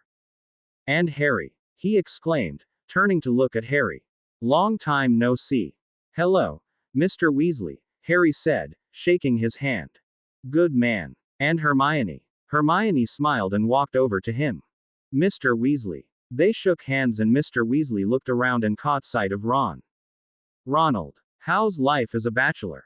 Great, Dad. Ron said, grinning. Hermione won't let me near the kitchen. Mr. Weasley laughed. Ah yes, that's my son, always getting banned from the food at some point or another. Where's Ginny? There was an awkward silence and then Mrs. Weasley answered him. She and Harry had a misunderstanding earlier today. Oh, Ginny, she sort of thought we were still dating, sir, Harry said uncomfortably. Which was completely unfair of her, Hermione said quickly. We were all there when they broke up. Mr. Weasley looked confused. You and Ginny were going out? He asked. Yes, Harry said slowly, and we broke up at the funeral. Ginny never told us that, Mr. Weasley said, she never mentioned it at all. Did she tell you, Molly? I knew they were dating but, Mrs. Weasley paused, I thought you and Ginny just broke up this morning, Harry. We broke up at the funeral, Mrs. Weasley. Oh. Mrs. Weasley turned back to her baking and began to stir the soup violently. That little girl has a lot to answer for, Fleur announced condescendingly. Mr. Weasley stood up. Maybe she just didn't consider it very important after his death. That could be, Fleur said, nodding. But either way, I think I need to have a talk with my daughter. Mr. Weasley exited the room and made his way upstairs. Harry looked over at Ron. Come on, he muttered. Want to play some Quidditch? Ron shrugged. Fine by me. They played against each other for the next 40 minutes regardless of Mrs. Weasley's dinner calls until she came out and started chasing them inside with their brooms. Dinner was loud and raucous with 7 Weasleys, Harry, Hermione, and Fleur crammed in at the table. Mrs. Weasley's cooking was as usual wonderful and everyone had a fun time, excluding Ginny who refused to say a word or even touch her food. Everyone went to bed late that night, and Harry, Ron, Fred, and George stayed up even later talking about everything from Voldemort to girls. Honestly, Ron, Fred was saying, we all know you have a thing for Hermione. Just go for it. Exactly, or else I might sweep her off her feet before you even admit you like her, George concluded. Ron laughed uncomfortably. It's not that easy for me, you know. You two have had it so easy with girls. Hermione's different. No, you're different, ickle Ronnie. Come on, Harry said in his friend's defense, I had it tough with Cho too. But in that case it was Cho who was different, not you, Harry. Fred said, from what I've heard all she ever did was cry. Harry shrugged in the darkness. Yeah, but it was still difficult to ask her out. Ron's right, you two don't really care if a girl turns you down. I am offended, George said in mock pain. He thinks we're heartless and don't care if our love is snatched from under our noses. The nerve of him, especially after what we did for love in 3rd year. You guys were in love when you were 13. Harry asked skeptically. You guys liked someone, Ron demanded. The same person, George corrected, one of the few times Fred and I ever fought. It was Crystalia Jones, Fred continued, we did all sorts of things to each other. And then she went and got herself a boyfriend. Samuel Clemens. Poor Samuel. We weren't exactly kind. So you guys are telling us you actually liked someone in 3rd year and fought over her? Ron asked in shock. Ah, it was only for a week or 2 at the beginning of the year. Then we discovered she liked us back. And of course there's no fun when the girl likes you. George whined. She demands you write sonnets. And take her to the dance. Or buy her flowers. And take her on dates. The only fun is when they hate you. Then things are interesting. Maybe you should go find yourself a Death Eater then, Ron suggested, those girls are sure to hate you. Everyone laughed, and after another 50 minutes of teasing Ron and Harry at their lack of tact when it came to girls, the boys all fell asleep around 1 in the morning. The day before the wedding was a blur of last-minute decorations being set up, trying on old dress robes, Mrs. Weasley screaming at everyone because of her nerves, Fleur's horrible accent, a new cold Ginny, and denaming the garden. All of the men, including Fred and George, went into London for Bill's bachelor party, and all of the women went to a bachelorette party for Fleur. So it was that Harry, Ron, Hermione, and Ginny were the only ones left in the burrow at the end of the day. All 4 of them were sitting in the crammed family room. Ginny and Harry were at opposite ends of the couch. So, what do you guys want to do? Ron asked awkwardly.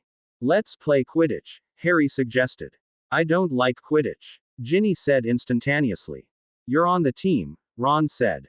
Let me elaborate then. I don't like Quidditch when Harry plays, Ginny said coldly. A long pause followed, and then Hermione shot back. Well, you don't have to play. The 3 of us can. We can't exclude Ginny, Harry said fairly. Yes, we can, Ron said bluntly. I mean, come on, she's got enough guy friends, she can just send them mail all night long.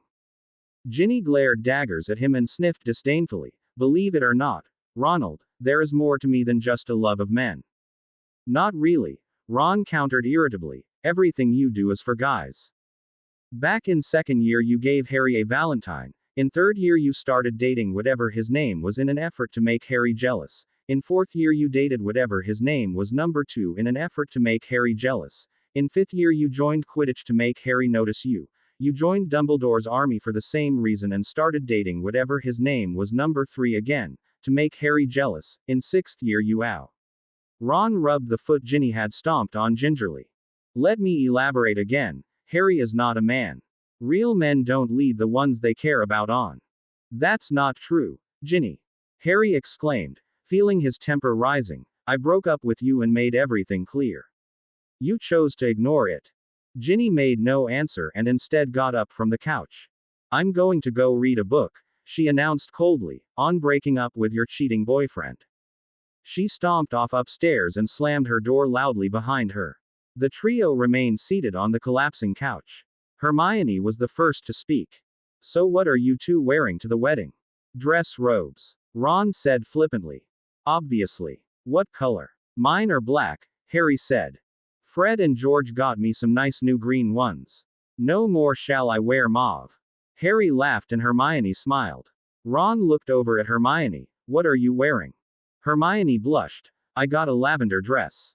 Nice, Ron said. It doesn't clash with red hair. What? Hermione asked, looking over at Ron in puzzlement. Harry sniggered and Ron blushed. Just didn't want it to clash with Bill's hair. You know, it would be really awkward if the guests' dresses clashed with the groom's hair. All right, whatever you say, Ron, but lavender does clash with red hair. She looked away and turned to Harry. Do you know what color Ginny is wearing? No, and I personally don't really care, Harry said gloomily. He looked at Ron. Who's coming to the wedding? Ron scratched his head and began to count out on his fingers. All of us Weasleys except Percy, you, Hermione, Lupin, Tonks, McGonagall, Hagrid, all of the Order actually, and Mum invited the Lovegoods cause they live so close by. The Lovegoods? Hermione asked, as in Luna Lovegood and her father. Yes, Harry smiled. Well, with Luna and the twins there won't be a dull moment at the wedding. No, Ron grinned, there won't. I wonder what she'll come in. Be funny if she wore crocodile skins or something. Maybe, he laughed, maybe she'll wear a crumple-horned snarkack. Harry grinned. Believe it or not, Ron, she actually wore a semi-normal outfit last year when I brought her to Slughorn's party. Ron sobered. Oh, right. You and Luna. I gotcha. What? No. Harry started. No, I don't like Luna that way, Ron. If he did, he would have told me, Hermione said, because Harry wouldn't have forgotten to mention that, would he? She said, emphasizing the last phrase and looking at Harry severely. Of course I don't like her, Harry said emphatically. Gosh, I already told you two that. Do I have to say everything twice before you finally get it? Some of us do, Ron muttered. Hermione turned to him. What was that? Nothing. Harry groaned. Oh, come on, Ron. Just ask her and save us all a lot of suffering. Ask me what? Hermione demanded, looking from one boy to the other. Ron blushed furiously and stared at his feet. Shut up, Harry. Shut up about what? Hermione demanded angrily. Tell me, Harry. He knows nothing and will say nothing unless he wants to get socked again. Ron said between gritted teeth. Ron knows everything and will say everything unless he wants to get socked again. Harry said between laughter. Hermione glared at them both. You both know something and will say something unless you both want to get socked again. That shut up the two boys, who proceeded to look at anything but their companions. Hermione pulled out her wand. All right, Ron exclaimed. I'll tell you tomorrow night, Hermione. I promise. Just don't resort to magic. You know neither of us can defend ourselves against you. We'd never hurt you. Hermione lowered her wand. Fine. I'll wait. But you'd better tell me. If you don't, I will hex you. Agreed. And Harry, she rounded on him, I'll hex you next time you keep another secret from me in general, understood? Yes, ma'am, Harry said, laughing. Hermione rolled her eyes. Boys. She sniffed disdainfully and proceeded to straighten out the room with her wand. Don't you ever help your poor mother out, Ronald. This room is a horrible mess. She has Fleur to do that. Ginny, he exclaimed, sounding appalled at the idea of cleaning. That is a horribly say. East comment, Hermione said prissily, take it back. No, Ron said bluntly, I meant it. Can you imagine me running around cleaning while Ginny plays Quidditch or vice versa? It makes more sense my way, Herm. He has a point, Harry said. Hermione glared and took care to, accidentally, let her wand slip and smack both Ron and Harry across their heads with a rather heavy book on Pruitt genealogy. Ron and Harry took matters into their own hands at that point and proceeded to tickle Hermione to death until she had shrieked herself hoarse and proceeded to make a mess of the room she had just finished cleaning. And that was how the evening before Bill and Fleur's wedding was spent, in laughter and jokes between three friends. Harry and Ron crammed themselves into Ron's garish orange room that night, both staring at the ceiling. Harry turned over on his side so that he faced the window and could feel the summer breeze on his face as he looked over the grounds of the Burrow. Ron, on the other hand, couldn't stay still. He was constantly tossing and turning and sighing emphatically. Finally, he couldn't contain what was bothering him any longer. Harry, he whispered urgently, Harry, are you still awake? Harry rolled over to look at Ron's silhouette. Yeah. Good. Ron took a breath. Mate, what if she says no? Who? Harry asked, frowning slightly. Hermione. To dance. Harry said, hiding a smile. Ron, she's not going to say no to either of us, you know that. Not to the dance, Ron snapped irritably. I'm going to ask her to be my girlfriend. Harry's smile froze. What? I'm going to ask her out, Ron repeated in a loud whisper, tomorrow, at the wedding. What did you think I was going to ask her? For a dance, Harry said blankly, not able to comprehend why this was affecting him so. I thought you were going to ask her to dance with you. How could you think that? Ron asked, his tone revealing the humor he saw in Harry's statement. You and the twins couldn't stop telling me to ask her all last night. I thought we were talking about you asking her on a dance. Harry snapped irritably, turning over on his side so that his back was facing Ron. There was an odd silence and then Ron said in an odd, strained voice. Do you have a problem with that, Harry? 'Cause I really don't see any difference between me asking Hermione to be my girlfriend and me asking her on a dance. They both involve romantic feelings. Not necessarily, Harry argued. You could go to a dance with a friend. But you know I like her. Harry didn't answer. Ron sighed. Do you not want us to be dating then? Harry shrugged. Of course I want you dating. You've liked her for years. Ron's voice brightened. So you don't have a problem with it? No. Harry shrugged again. No, I don't have a problem with it. Why would I? She's just Hermione after all. I don't like Hermione. She's my friend. Nothing more. So there's no problem. Ron whispered optimistically. No. Harry agreed, staring fixedly at the pond. Good. Ron half chuckled. 'Cause I don't know what I'd have done if you'd liked her, mate. Silence reigned again throughout the room and a frog croaked loudly in the pond below Harry's window. Ron turned over again. But, Harry, what if Hermione says no? What if she doesn't want to be my girlfriend? What if she hates me for asking? Hermione won't hate you for asking. If she says no, Ron asked skeptically. Well, if she says no, that means she's not interested, doesn't it? Harry snarled, more viciously than he had intended. He sighed loudly and ran his hands through his hair. What was wrong with him? What I meant to say is, he said more quietly, if she says no, maybe she's just not ready to be dating yet. She dated Krum. Ron said stubbornly. Things are different now. Harry replied, we're not going to school again, Ron, we won't have that protection. We have no plans for the near future outside of Bill's wedding. We have no idea what or where Voldemort's Horcruxes are. You haven't even told your mother that you're dropping out of school yet. Telling Mum I'm dropping out is worse than it sounds, Ron defended, and telling her seems scary enough. Harry didn't answer for a long time. Finally, he turned away from the pond and looked over at Ron's darkened silhouette. Ron, I don't think this is the best time to talk about you dating Hermione. Why not? Because. Harry looked down at the floor. I don't even know. Good night. Harry flopped down on his bed again and stared at the ceiling, his thoughts lost in a dark, never-ending tunnel of confusion and incomprehension. Everyone woke up at 6 a.m. sharp due to Mrs. Weasley's pounding up the stairs and thwacking all of their doors with broomsticks. It was only the women and Harry and Ron that morning for breakfast. The guys were still out in London recovering from their hangovers the night before. And besides, Mrs. Weasley sniffed, handing the porridge to Harry after Ginny had questioned her on the subject of the party. It's bad luck for the groom to see the bride before the wedding. Exactly, said Ron, so why wasn't Bill thrown out of the house yesterday when he saw Fleur? Because the day before say wedding doesn't count, Fleur announced upon entering the kitchen, clutching her blonde head in her hands. Molly, do you avenue that hangover potion? I am a mess. Mrs. Weasley pursed her lips together. I warned you, Fleur, I said, now don't. Oh, just get the potion.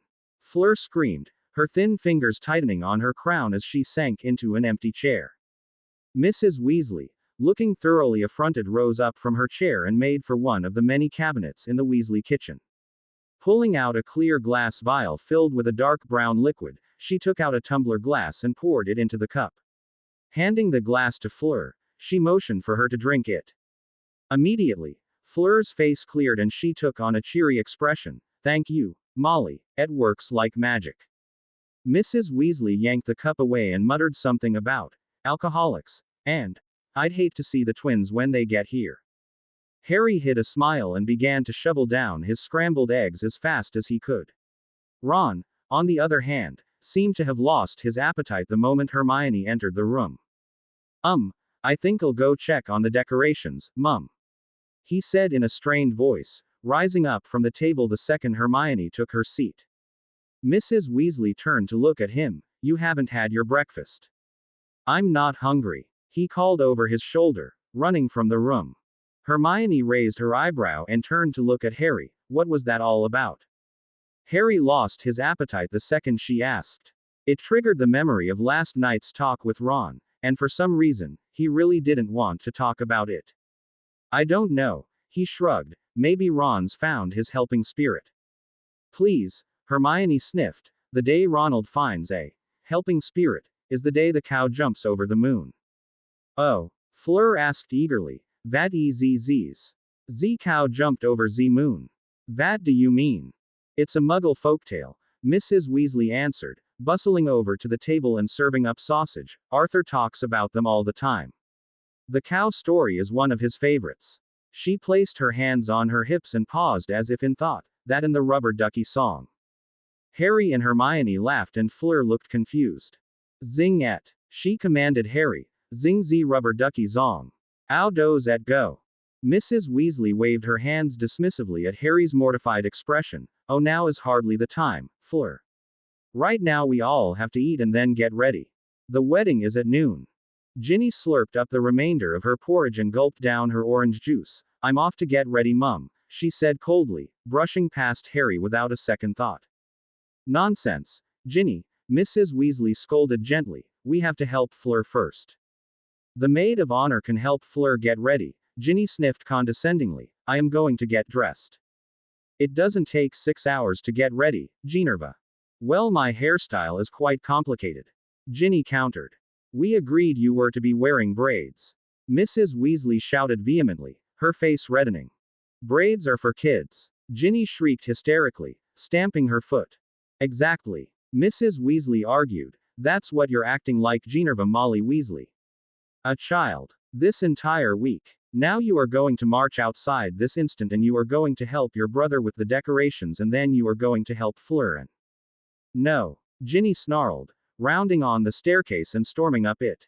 Ginevra Molly Weasley. It's all right. Fleur shrugged. Gabriel is going to help me anyways. She should be getting air in 3 hours. Mrs. Weasley rounded on Fleur. Absolutely not. Ginny is going to help you and Gabriel and Ginny is going to get downstairs this instant and Ginny is going to help Ronald and Ginny is going to wear braids in pink. Harry looked up from his half-eaten meal. Maybe I should go talk to Ginny, Mrs. Weasley. It's because of me that she's mad, after all. No. Ginny is going to learn obedience. Mrs. Weasley said furiously. She turned to Fleur. Now, you are going to go upstairs and start getting ready for your wedding, which is going to be perfect. Hermione, you're going to help me here in the kitchen with the baking. Harry, you will too since Ginny and Ron are going to be doing decorations. The recipe book is over there. I need a triple layer vanilla cake with blue frosting in 4 hours. Now, she took a breath, I'm going to talk to Ginevra. Mrs. Weasley and Fleur both left the kitchen, leaving Harry and Hermione by themselves with a foot-thick baking book. Harry took a breath and Hermione smiled. Don't worry, she said, patting his arm. I know a thing or two about baking. Harry breathed in relief. Thanks, because I haven't cooked anything in over a year. Hermione smiled and picked up the heavy book, flipping through the book. All right, Harry, we need 10 eggs. Okay. Harry was about to go towards the refrigerator when he realized there wasn't one. Where do the Weasleys keep their food? The icebox. They magically refrigerate everything in it. Hermione pointed over to a large wooden chest near the stairs. Should be somewhere in there. We'll need 10 cups of milk and 20 cups of pastry flour, Hermione called over her shoulder as Harry battled to hold up the lid as he grabbed the eggs. Hermione laughed and ran over. Here, Harry, I'll hold it. Harry smiled and looked at her. Thanks. He leaned over and grabbed 10 eggs and placed them in a wicker basket Ginny had left on the floor. You know, for the most dangerous 17-year-old wizard of the age, you're pretty hopeless when it comes to baking, she said sarcastically. Well, at least I'm not as bad as Ron, he retorted teasingly. That remains to be seen. Harry pulled out a measuring cup to pick up the flour. Hermione, could you go get a bowl for me to put this in? Kay. She paused. Can you manage to hold it while I get the bowl? Just. Accio. It, Harry said. Oh, right. Hermione sounded flustered as she pulled out her wand. Accio bowl. It zoomed over and she grabbed it. Harry scooped out a cup of flour. All right. Here, put it in. Hermione turned around to face Harry with the bowl at the exact same time as Harry turned around to pour in the flour. They smashed into each other and fell onto the floor, covered in flour, laughing. Well, Hermione said between fits of laughter, slowly getting off the floor and brushing the flour off of herself, I guess that proves She coughed up a mouthful of flour that Harry had just hurled at her. Harry. He laughed and grabbed the flour bowl, throwing another fistful at her and running around to the opposite end of the table. Harry James Potter. Hermione exclaimed, running after him, flour floating off of her in a white stream. Hermione dipped both hands into the flour bag and returned with brimming fistfuls of the lethal white substance. Harry's eyes widened, and he ducked to hide beneath the table. Just in time too, because Hermione hurled both fistfuls at Harry seconds earlier. You're going to pay for that one, Granger. Harry exclaimed. Hermione, momentarily confused by the cloud of dust resulting from her flour launch, did not see Harry sneak up underneath the table and grab the hem of her robes and yank so hard she slipped on the flour-coated floor. In the split second Hermione took to fall, Harry rolled out from under the table and righted himself on the left side, and grabbed the entire bag of unsuspecting flour off the table. Hermione had just managed to brush all of the flour from her hair and eyes, only to be met with the sight of Harry Potter standing directly over her, holding a fairly full bag of flour. Her brain reeled with ways to get Harry not to drop that bag on her, but she only had a few seconds, so she did the first semi-logical thing that came to her mind. Defendo. Then, many things happened in a short period of time. First, when Hermione raised her wand to aim it at the bag, Harry dropped the bag, rather than be hit by whatever she had in mind. Second, Hermione's spell hit the falling bag head-on, and it split into scraps, which fluttered separately to the ground, whereas the flour exploded like a miniature firework. Everywhere. Lastly, a cloud of dusty flour enveloped both Gryffindors and coated Harry's glasses rather thickly, due to the humid weather they'd been having of late. Hermione's hair, already incredibly bushy for a normal day, absorbed inordinate amounts of the powdery substance. Hermione, in her exasperation, attempted to stand up and shake all the flour from her hair, but in doing so, she rammed into a blinded Harry. Both students fell to the floor again with curses, tangled limbs and very messy hair. "Harry Potter, what did you think you were doing?" Hermione exclaimed. "Hermione, why'd you do that? Now it's everywhere," Harry shouted at the same time. Then, the front door opened, and two very hungover red-headed twins traipsed through the door. At the same instant, Ron walked through the other kitchen door. For once, the twins were too aghast at the sight that met them to utter a single word. It might have helped that they were hungover. Ron, however, was quite the opposite. "Harry, what in the bloody F.K. did you think you were doing with my friend?" Ron bellowed. Harry and Hermione looked in the direction of Ron's voice, being far too blinded to actually see him. "Looks like Ickle Harrikins has beat you to the punch, baby Bonald," the twins chorused. Ron's face flushed 6 shades of red before settling on the shade of puce that Harry previously thought only Uncle Vernon could reach. "Now wait a minute," Hermione began. "Harry and this isn't what it looks like." Hermione tried to explain desperately. A thunderous crack reverberated in the kitchen, a sound that any Weasley offspring feared above all else because it meant Mrs. Weasley. "Fred. George. What is the meaning of this, you idiots? What the bloody hell?" the twins chorused. "We didn't do that. That's what you always say," Mrs. Weasley roared. "This is Bill and Fleur's wedding and you're playing with flour." "We didn't do this," Fred screamed, clutching his pounding head while George proceeded to scream at intervals. "This wasn't us. That was supposed to be the cake, you dolts," Mrs. Weasley ranted. "The cake. What were you thinking?" Fred and George both paused in their screaming and looked over at each other. Their eyes caught. They smiled, and they both turned to Mrs. Weasley. "You're right, Mum," Fred said quietly. "What were we thinking?" "I know," George agreed, smiling all the while. "This is our brother's big day and we're destroying it by attacking our two good friends with his wedding cake, tisk tisk tisk." He shook his head sadly. Mrs. Weasley paused too, and Harry and Hermione took the opportunity to intervene. "Wait, Mrs. Weasley," Harry started. The twins cut him off by loudly interrupting. "I suppose you're wondering, Mum, how we managed to get a hold of the flour and steal it under the noses of such dutiful cooks," George said coolly. "Let me tell you, it took much great pain to do so. We had to levitate ourselves so that we could float up behind them without being heard. Then, I turned into my animagi form of a spider and, oops, did I let that slip?" Fred pretended to look mortified. Mrs. Weasley turned an even deeper shade of red. Ron turned white. "You're what, Frederick Castor Weasley?" And, George went on, ignoring his mother, "We made a spider thread and had to attach it to the flour bag and yank it up when neither lovebirds, cooks, were looking. And then for the matter of how we got the flour all over the entire room and not us," Fred continued. "That was the best part. We were wearing our magical non-stick robes," Fred started as George muttered under his breath. "Which we have yet to invent," he muttered, giving a pointed glare to Harry and Hermione. "And we proceeded to magically multiply the flour bags and levitate them all like this." He waved his wand and 5 flour bags burst into the air over Mrs. Weasley's head. With a splat, he dropped them. "Brilliant. No." Mrs. Weasley looked incredibly white. "And don't tell me," she hissed angrily, that this is unscorgifiable flour. Fred clapped his hands eagerly and George announced, grinning. Oh yes, mother, it is. Accio hangover potion. The bottle flew into his outstretched hand. Chow. They both chorused, and with a loud crack they had both disappeared. Mrs. Weasley sighed. There's no telling where they've gone. Mrs. Weasley tore off upstairs in search of the twins, leaving Harry, Ron and Hermione alone in the kitchen with each other. Harry looked over at Ron from beneath his flour-encrusted glasses and realized that Ron seemed deeply incensed and hurt.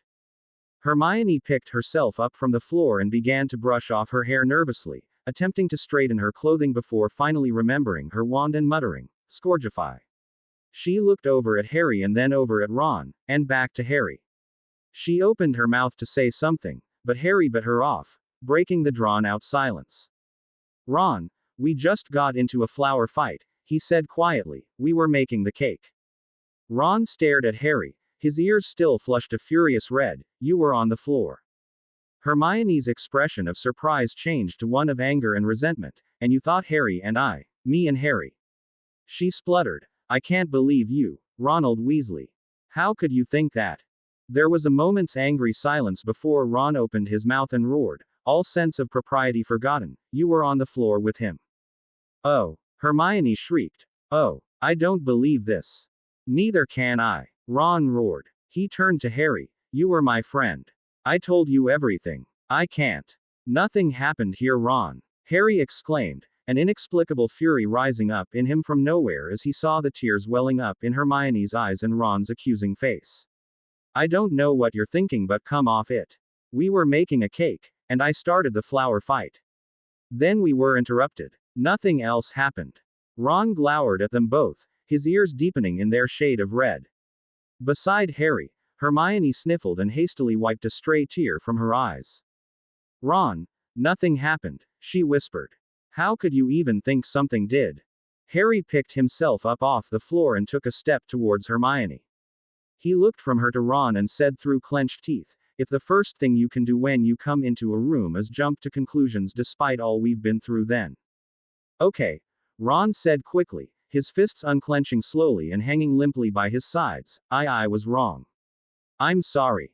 Sorry. Harry exclaimed. Ron, you accused us. Look, I just don't think okay. I jumped to conclusions and let my emotions take over. I'm not you or Hermione. You two are. Ron stared down at his feet, his ears beginning to redden again. Harry looked over at him angrily while Hermione wiped away another tear. Me and Hermione are what?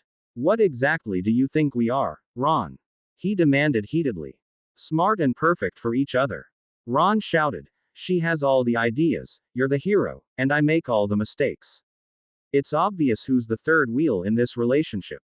So, fine, go and take her too, why don't you? You already have everything else.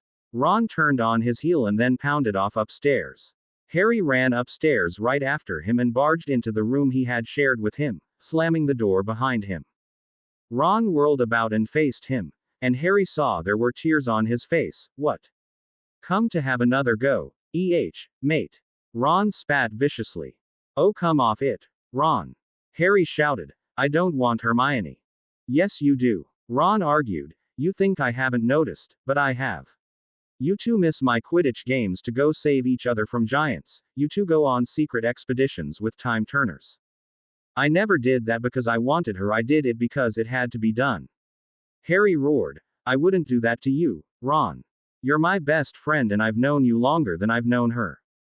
If you want her, you can have her because I bloody don't. Harry broke off, panting hard, and in the silence that followed he vaguely heard the pounding of footsteps as Fleur, Mrs. Weasley, and Ginny broke out into another argument.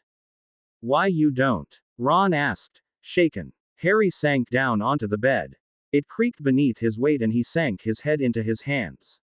No, I don't, he mumbled. I never did. Ron didn't say anything, so Harry looked up to see his reaction. Ron was looking down at where Harry was sitting, his face pale and his eyes still bloodshot. He finally managed to croak. Never. Harry hesitated for a moment, as he recalled a particular moment when Hermione had turned back and at his cheek before returning to the Muggle world and felt a blush creeping up his neck. But only for a moment. Never, he repeated, meeting Ron's gaze steadily with his own. Ron sank onto the bed opposite and stared at the garish walls, managing a wry smile. How many times can we fight before this wedding? He stared down at his hands, not really expecting an answer. Harry didn't have the heart to give him one. They sat in silence for some time as the distant shrieks of Mrs. Weasley reached their ears. Ginevra Molly Weasley, you will help Fleur prepare for her wedding this instant. I don't care if you have to get ready. This isn't your wedding, Ginny. Get here right now. I am not chasing you, Ginevra Molly Weasley. Ron, still staring at his hands, muttered, I'm sorry for everything, Harry. He looked up and over at him. There was no excuse. I know you and Hermione better than to have believed that of you. I don't know. Ron shook his head. No, I do know what I was thinking. Harry looked over at him and was shocked to see that Ron's face had a determined glow about it, as if he were finally making something clear that he had meant to say for a long time. I've always been jealous of you, Harry. You have everything I've ever wanted. Gosh, you were there with me at the mirror. You're a hero and you're popular. I'm just the sixth boy in a poor family. I have nothing special. I have no talents. Bill's a banker and he works for the Order. He's marrying Fleur. Charlie's got dragons and the twins are money-making moguls. I'm just, well, Ron. I haven't got a galleon to my name, and girls practically run away from me whereas they flock to you. What I'm trying to say is you always get everything I want. We fought once before, Harry. Do you remember why and when? Fourth year. 'Cause I was in the tournament, Harry shrugged. Yeah, that too, but mainly you got Hermione. She chose you over me, Harry. She wanted your friendship more than she wanted mine. I meant nothing to her when it came to you. Ron stared down at the bed sheets, continuing on as fast as he possibly could, as if hoping it would help him sort out his problems by spewing out random words as fast as possible. You always got her. She chose to go with you over watching my Quidditch game. She went with you and Neville in the Department of Mysteries. She loves you, Ron. Harry interrupted, not able to listen to this any longer. You've insulted her. You've hurt her. And you've acted like a prat to her, but she loves you. Ron's ears turned red at the rebuke and he continued to stare down at the bed. If she ever did, she doesn't anymore. Harry got up from his bed irritably and walked over to the window, not even fully understanding what he was doing or why he was doing it. Ron, maybe you've forgotten certain events from sixth year, but I haven't. Hermione was jealous over your girlfriend, not mine. She attacked you with birds, not me. She fought alongside you that night and cried in your arms. Now ask yourself this, Ron, how have your actions over the last years led to her loving you then and still loving you now? Was it how you insulted her in first year, accused her of killing Scabbers in third year, ruined her night in fourth year, or fought with her all those other times? No. Ron, you have something I don't. You have. Harry turned from the window and returned to sitting on the bed. You've got Hermione. She fell in love with you because of your qualities, not because of your actions or lack thereof. Ron looked over at him and mumbled, she hates me now, Harry. No. Harry sighed, running his hands through his hair. No, you've just probably made her extremely angry and you've hurt her. Rather like me and Ginny, actually. Harry looked over at Ron. Listen, if you want to fix this, you need to do something about it now. Go downstairs and apologize. Offer to help with whatever she needs. I don't care if you end up becoming the SPEW mascot. If you want her, go get her. Ron stared at him blankly, as if he wasn't sure Harry was serious. Go, Harry said, with a little more emotion than he had intended. Something he didn't quite understand was driving him to things he had never believed he would do. It was as if he wanted Ron to go out with Hermione or for him to ask her out as quickly as possible and make it as painless for Harry. But why should it be painful? It was obvious the two of them liked each other. He as their friend should be happy for them. What are you waiting for? Harry demanded. Go. Ron stood up, looked at Harry quickly and slowly made for the door, shutting it behind him quietly. Harry stared at the door for some time before finally turning away as he heard Ron's footsteps creaking on the stairs as he descended. Impatiently, Harry made for the window and stared down at the pond. It was searingly hot out and he could see the shimmering haze floating above the yellowing grass. The sky overhead was the brightest blue he had ever seen and there was not a single cloud in the sky. Aside from the heat, it was perfect for a wedding. All of the sudden, the door burst open and Ginny hurtled outside, followed closely by her mother, both extremely red in the face. "Look, Mum, I've already decorated the backyard for her stupid wedding. I'm not going to do her hair as well." Ginny snapped, the heat getting to her, or maybe it was just her temper flaring up on its own. "Everything's about Fleur now. And I'm sick of it." She stamped her foot and crossed her arms angrily, glaring at her mother. "Ginevra Molly Weasley, it is her wedding, for God's sake, not yours. This is supposed to be the best day of her life, and here you are acting like a spoiled brat. I don't know what's gotten into you these last few years, but it's going to stop now. You will go in right now and apologize, and you will not leave Fleur's room until she is the bride of Bill's dreams. Now go." Mrs. Weasley pointed commandingly towards the burrow, to which Ginny replied by sticking out her tongue and stomping back inside. Harry turned from the window as he heard Ginny storming up the stairs and making for Fleur's room. He slowly made for the door and waited for her footsteps to fade away before leaving the room and heading down to the kitchen where Ron was apologizing to Hermione. He met Mrs. Weasley on the stairs and was surprised to see her purse her lips at him and point commandingly back up the stairs. "You need to get dressed. Now, Harry." Harry opened his mouth to protest, but, "Hermione, the cake." "No." Mrs. Weasley forcibly turned him around and pushed him back up. "Gabrielle should be arriving any minute now, she's already an hour late. We have 2 hours until the wedding, the guests are going to be arriving in an hour and I will not have this wedding be a minute late. It's going to be the wedding of Bill and Fleur's dreams. Now get dressed. I'll be sending Ron and Hermione up in a minute." As she had been speaking, Mrs. Weasley had successfully pushed Harry all the way upstairs to his room, and now slammed the door shut before him. He heard her footsteps heading back downstairs and her shrill voice calling, "Ronald. Hermione. Get dressed now. I'll finish the cake." As she was saying this, the doorbell rang and Mrs. Weasley shrieked, "That'll be Gabrielle. I'll get it." "No, Ron," I said, "upstairs." Harry ran to the window and looked outside quickly. The door was opening and Harry saw Mrs. Weasley grab a very pretty-looking girl with long, silvery blonde hair inside, exclaiming loudly, "Oh good.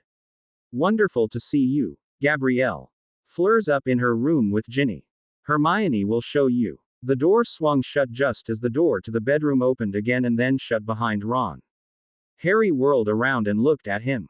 "How was it?" Ron grinned. "It'll be okay," she said. He made for the closet and started pulling out his dress robes. "She's not happy with me, but at least I'm forgiven.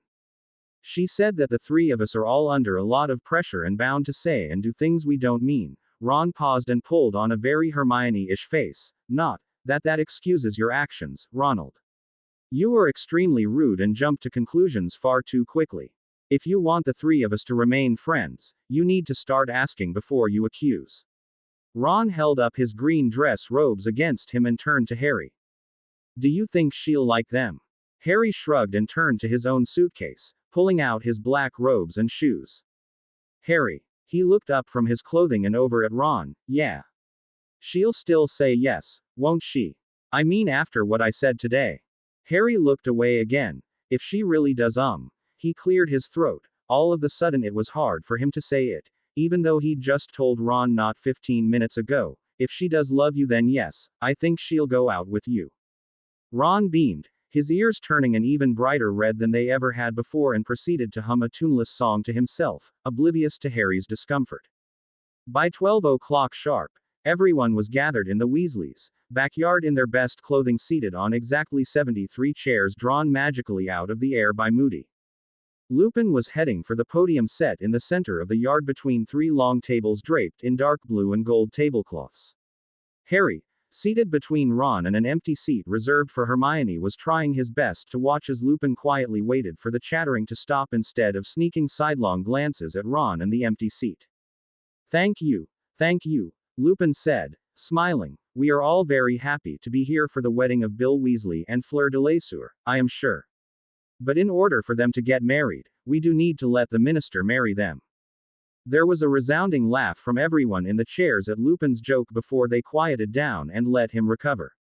That being said, Lupin gave a meaningful glance at Fred and George, who were standing beside a Muggle radio, playing with the antennae. Fred jabbed George in the ribs and George, grimacing, pushed a button on the radio. A wheezy old song crackled out of the radio and an off-key voice sang out. "So don't go, my love. Don't marry him, my love. Don't." Fred smacked the radio irritably and the station changed to the correct one. A loud orchestral symphony broke out and the back door of the burrow opened. Fleur stepped out into the hot summer day, her long silver hair braided up ornately into a bun, a thick veil obscuring her face from view. Behind her, carrying the long train of her silver dress, was the beautiful Gabrielle, who was nothing like the little girl Harry had rescued 3 years before.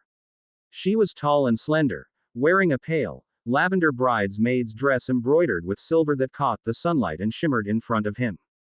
He felt that familiar swooping sensation in his stomach that had occurred whenever he saw Fleur. He felt an overpowering urge to spring up from his seat and throw himself prostrate before this beautiful, glowing angel, protesting his undying love for her. Compared to Gabrielle, Ginny, in her matching lavender dress and beautifully curled hair, looked like a pug in dress robes. Why he had ever dated her, Harry couldn't imagine. Beside him, Harry could see Ron's eyes grow round and his jaw drop as he watched Gabrielle, beaming, follow her sister carefully. Harry was just about to turn around and tell Ron to booger off, Gabrielle was his, when he was brought back to his senses by the image of Hermione in lavender, her curly brown hair caught up in an elaborate bun, smiling as she followed the wedding train. Giving Ron a quick jab in the ribs, he brought his drooling friend back to the present. Ron grunted and hastily shook his head. "Whoa, look at Hermione," he whispered in Harry's ear, "she looks even better than she did in 4th year." Harry was going to second Ron's comment when he caught sight of another blonde girl he knew right behind Hermione. Luna Lovegood, wearing nothing less than her customary dreamy smile, was bringing up the end of the line. She looked almost normal in her lavender robes. Her long gold hair hung down her back in a braid and in her hands was clasped around a large bouquet of white and purple flowers to match those of the other bridesmaids, Hermione, Ginny, and Gabrielle. The red crescent moon necklace dangling from her neck killed the look though. Beside him, Ron sniggered. "She almost managed to look average, that one." Harry nodded in assent and watched as Fleur came to a halt opposite Bill, who was staring at her as if he couldn't believe this day had actually come, and that the villa before him was actually here to marry him. His long red hair was tied back in a ponytail, and for once, he wasn't wearing any earrings. His face was still horribly scarred from the attack just a few months ago, but he was beaming at her happily, and beneath the heavy veil, Harry could see Fleur's face break into a smile as well. Lupin smiled quietly too and reached for the papers before him. "Well then, now that we're all here," he looked over at the twins again, who hit the radio once more and the music stopped. "We are gathered here today to witness the wedding of Bill Weasley and Fleur de Lesueur." Everyone in the audience clapped and Lupin continued. "A wedding is a symbol of everlasting love and commitment. It joins together two souls who are perfect for each other in every way, and binds them for eternity by the exchanging of rings. It is a symbol of how light can shine despite the darkness closing in, and how good can prevail. By the exchanging of vows, a witch and a wizard swear that they will care for each other in turn, through sickness, despair, and poverty." That being said, "Bill," Lupin turned to face Bill, who in turn looked back at Charlie, the best man. Charlie dug around in his pocket and pulled out a wad of paper which he handed to Bill with a grin. "I, Bill Weasley, do promise and swear to take this woman, my love, Fleur de Lesueur, as my wife for all eternity. I understand that by the exchanging of rings, I am giving my soul to her forevermore. From the moment she puts it on her finger, we will never be parted from each other again, save by death. I understand that by the signing of our names, we are married and joined by law, and our joint assets will become one. Whatever one earns will become ours, whatever one takes becomes the loss of both. I swear that I, Bill Weasley, do accept these terms and shall follow them with my entire being, until death do us part." Lupin smiled at Bill and then turned to Fleur, who was passed her vows by Gabrielle. Fleur began. "I, Fleur de Lesueur, do promise and Zware to take Z's man, my love, Bill Weasley as my husband fair all, eternity. I understand that by Z exchanging of rings, I am giving my soul to him forevermore. From Z moment he puts it on his finger, we will never be parted from each other again, save by death. I understand that by Z zigning of our names, we are married and joined by law and our joint assets will become one. Whatever one earns will become ours, whatever one takes will become the loss of both. I swear that I, Fleur de la Sueur, do accept they say terms and shall follow them with my entire being, until death do us part. While the two stood opposite each other, beaming, Lupin shuffled through his papers once more and gave a quiet smile to the audience as he finally found the correct one. And do you have the groom's ring, Charlie? Charlie dug into his pocket and handed a small golden ring towards Bill, who held it up for all to see the intricate engraving of vines and thistle along the golden band. This ring signifies the everlasting love we hold for each other. For me though, the exchanging of rings holds a special place in my heart. Just a few months ago, as you may recall, I was attacked and nearly killed. I've since been scarred. Bill's voice dropped an octave and began to quiver with emotion. He heaved a great sigh. I don't deserve this beautiful woman before me, I'm not worthy of her. She's shown me. He wiped at his eye and looked back at Fleur. She's shown me true love. And that's all I can say. There were a few chuckles at this and even more blowing of noses. Out of the corner of his eye, Harry saw Mrs. Weasley sobbing quietly into her hanky as she watched her scarred son. Bill reached out his hand and slowly pushed the golden ring up her finger as he finished. The ivy signifies how love can grow in the rockiest and hardest places, the thistle shows how something truly ugly can still be beautiful, and the diamond in the center signifies how our love will last into eternity. Bill raised Fleur's hand and key, edited before dropping it slowly so that Fleur could give her speech. Gabrielle handed Fleur a golden ring with tiny engravings of lions and phoenixes along the band. Through the veil, the audience could still hear the sob in Fleur's voice as she spoke in her heavy French accent. Bill, you haven't shown me so much they say last few years. I never thought I would fall for a Weasley, yet, here I am today. You showed me compassion and love, and last year you showed me bravery and courage. You are a true Gryffindor lion, and like the phoenix you haven't shown me how life can exist even in the face of death. I love you, Bill. She slipped the ring onto his finger and stared up adoringly at him through the veil. Lupin held out his wand and magically drew up a floating official document and one golden quill. With the signing of your maiden and new names, this marriage is made official in the eyes of the Ministry of Magic. But first, Bill Weasley, Lupin looked over at him. Do you swear to hold dear to this woman, Fleur de la Sueur, and remain with her for the remainder of your life as you stated in your vows, understanding that she is your soulmate and you can never leave her? Bill gazed steadily at his bride. I do. Lupin looked over at Fleur. And do you, Fleur de la Sueur, swear to hold dear this man, Bill Weasley, and remain with him for the rest of your life as you stated in your vows, understanding that he is your soulmate and you can never leave him? I do. Lupin looked back over at Bill. Will you please sign your former and new names upon this document? Bill and Fleur both bent down obligingly, Bill first, and wrote out their names. The paper soared off into the bright blue sky and Harry felt himself grinning as he watched Bill and Fleur. You may key. The bride. Amidst catcalls from Fred and George, tears from Mrs. Weasley, and clapping, Bill grabbed Fleur around the waist, lifted her veil, and gave her, as the twins would put it, a big wet one. The guests were divided among 4 tables. 3 of them for the members of the order and other assorted guests, the last for the young adults. And, to quote Mrs. Weasley, yes, Fred and George, that does include both of you. The way you've been acting lately. The 9 of them were seated all at their small circular table some yards from the dance floor. Fred, George, Gabrielle, Harry, Ron, Hermione, Luna, Ginny, and Neville. Or at least, 6 of them were. Fred and George sprang up from the table even before they sat down. Must excuse, but the duty of DJing calls, they announced, running back over towards the Muggle radio and flipping through stations. To a chorus of punk rock and Mrs. Weasley's shrieks, Harry turned to Gabrielle, who was sitting on his right, and asked, So how has Beauxbatons been going? Gabrielle smiled and flipped her long mane of silvery gold hair over her shoulder, to the delight of a drooling Ron and Neville, and laughed girlishly. Oh, Ari. You are so funny. Harry blinked and then laughed. It didn't make any sense what she was saying, but who cared? Gabrielle continued happily. Haven't you never forgotten how you saved me when even my own sister could not. Harry blushed and nodded his head vigorously, eager to agree with anything she said.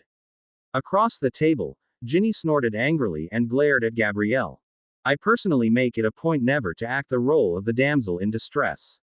It never works out in real life, just in the fairy tales. That's not true, Luna cut in, as Gabrielle turned to Ginny in irritation. There have been rumors of a sighting of Rapunzel and Prince Charming herding goats in the Himalayan mountains.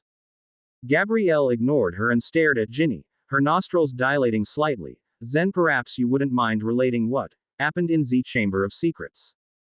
Ginny paled with either fury or embarrassment and glared daggers at Gabrielle. Well, at least I wasn't 6 years old when I developed a crush on the great Harry Potter. Oh yes you were, Ginny. Ron cut in, eager to defend Gabrielle, younger in fact. Ever since you first heard about him. Shut up, Ronald. Ginny shrieked, angry tears forming in her eyes as she looked over at Harry. Harry, out of habit by now, looked away, seeking to avoid a confrontation with his doubly ex-girlfriend, and instead looked over at Hermione for some reasoning as to what to do. To his shock, he saw that she too was glaring icily at Gabrielle, the small jewels in her elaborate hairstyle flashing dangerously in the mid-afternoon sunlight. Slowly, she removed her gaze from Fleur and looked over at Ron and Neville. Oh snap out of it you two. She's just a Vila, it's not like you haven't seen them before. Neville shook his head slowly, looked astonished to find himself goggling at Gabrielle and stared resolutely at the ham in his plate. Ron acted similarly and Harry chose to follow their examples. The majority of the meal was spoken in silence as the boys were too scared to look at the Vila again and the girls were frigidly indifferent to one another. Meanwhile, Fred and George were still flipping through stations and had finally settled upon one. A song entitled Breathe, by Michelle Branch was floating through the air towards the guests. I've been driving for an hour. Just talking to the wind. You say I've been driving crazy. Escaping your way. So just give me one good reason. Tell me why I should stay. 'Cause I don't want to waste another moment saying things we never meant to say. I hold my breath and count to 10. I've been waiting for a chance to let you in. If I just breathe and fill the space between. All know, everything is alright. Breathe. Every other face. Except me you'll see. Everything is alright. If I just breathe. Fleur and Bill were making for the dance floor and the twins quickly changed the station to one playing 100 Years, by 5 for Fighting. As the slow piano began to ring out through the audience, Bill and Fleur proceeded to slow dance closer and closer together, occasionally shedding a tear or a laugh. The chattering continued and plates were slowly cleaned as the song changed to Accidentally in Love, by Counting Crows. Mr. and Mrs. Weasley made for the floor, followed by Lupin and Tonks and other members of the Order Harry didn't recognize. By now, he had, and everyone else at the young adults table was done eating, and staring awkwardly at each other. Ginny abruptly turned to Neville. Would you care to dance? Neville gulped, dropped his fork, disappeared under the table to pick it up again, resurfaced and nodded quickly. With a glare in Harry and Gabrielle's direction, Ginny grabbed Neville by the wrist and led him out to the dance floor, purposely knocking over Gabrielle's cranberry juice and forcing the poor Vila from the table in search of the ladies' room. Hermione and Luna watched her go coolly before both turning back to their plates. You could have just scourgified it for her. Ron snapped irritably at Hermione, still overcoming the effects of Gabrielle. Hermione gave him an icy look. She should have kept her head and done it herself. Ron opened his mouth, seemed shocked at what he was about to do, closed it, and looked back down at his now empty plate of food. Luna took a sip of butterbeer and announced dreamily. I bought a new pair of dancing shoes from a leprechaun last week. Mail order of course, they're very anti-social now ever since the days when the Ministry, led by Cornelius Fudge of course, hunted them down with heliopaths for their gold. Ron snorted on his own drink and Luna smiled, watching Harry give him several hearty claps on the back. Hermione looked over at both her boys as the song changed to I Lay My Love on You by Westlife. So, which one of you is going to ask me to dance? She asked matter-of-factly. Ron choked yet again, his ears turning an even brighter shade of red than Harry had yet seen on him, and Harry himself caught his cheeks heating up. He made a point to avoid Hermione's gaze and instead stared down at the straggly mess of vegetables left on his plate. Hermione continued, oblivious of, or just choosing to ignore, their discomfort. I mean, we are at a wedding, everyone else is dancing, and we're all friends, it's not like I'm going to say no to either of you. She looked over at Ron, who was looking more and more uncomfortable as the seconds wore on, absolutely refusing to look up from the seemingly fascinating crumbs of food at all. Hermione let out a sharp sigh. Oh come on, Ron, Harry, she exclaimed, looking from one to the other in exasperation, just ask me. It's a dance, not a date. At the word date, Ron jumped in his seat and chanced to look at Hermione, which was in itself a mistake, because she caught his gaze and held it. The silence dragged on for some time before Ron finally managed to croak out. Would you dance with me, Hermione? He muttered, immediately dropping his gaze as he whispered the last word. Hermione stared for a moment in shock at Ron, as if she couldn't believe he had finally asked her. Harry lifted his gaze from his plate and looked at Hermione, wanting to see her reaction to Ron's query. He was surprised to see that it was one of mingled astonishment, happiness, and rejection. She seemed to feel his gaze on her and move her large brown eyes from Ron to Harry, as if she wanted to ask him something. Harry dropped his gaze quickly and Hermione looked back over at Ron, her own voice trembling. Of course I'll dance with you, Ron. Ron looked up, an ecstatic grin lighting up his face instantly. Really? Hermione nodded, smiling at his obvious happiness and stood up from her chair. Ron fairly jumped up from his, eagerly grabbing her thin wrist in his hand and dragging her off onto the dance floor. Harry turned in his chair to watch them go, feeling as if he had just lost something he had never really had any right to in the first place.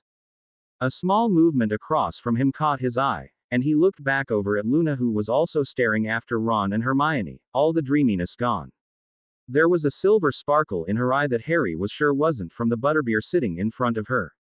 She blinked, and it vanished and she bowed her head to reach for something in her garishly orange purse. Slowly, she dropped what looked like a strange brooch of twisted rope, grass, and butterbeer caps onto the table. Harry looked up at her quizzically. She sighed, her voice odd and detached, sounding even stranger than it usually did. It's an Okanagan. It brings good luck to the wearer. I made it for Ron. She looked down at her hands and some of her dreaminess seemed to come back. You can have it if you want, Harry. Harry, slightly surprised, reached out for the Okanagan and pinned it onto his robes, a sudden compassion sweeping over him as he thought of Luna. She was always the one rejected and laughed at, and he doubted even someone as vague and strange as Luna Lovegood could manage to avoid all these thorns and jabs without being hurt by some of them. He looked back over at her with resolution. Luna, will you dance with me? She smiled vaguely at him and nodded her head, sure. They both got up from the table and made for the dance floor while the song changed yet again to Just the Girl, by the Click 5. She's cold and she's cruel. But she knows what she's doing. She pushed me in the pool. At our last school reunion. She laughs at my dreams. But I dream about her laughter. Strange as it seems, she's the one I'm after. 'Cause she's bittersweet. She knocks me off of my feet. And I can't understand why I don't want anyone else. She's a mystery. She's too much for me. But I keep coming back for more. She's just the girl I'm looking for.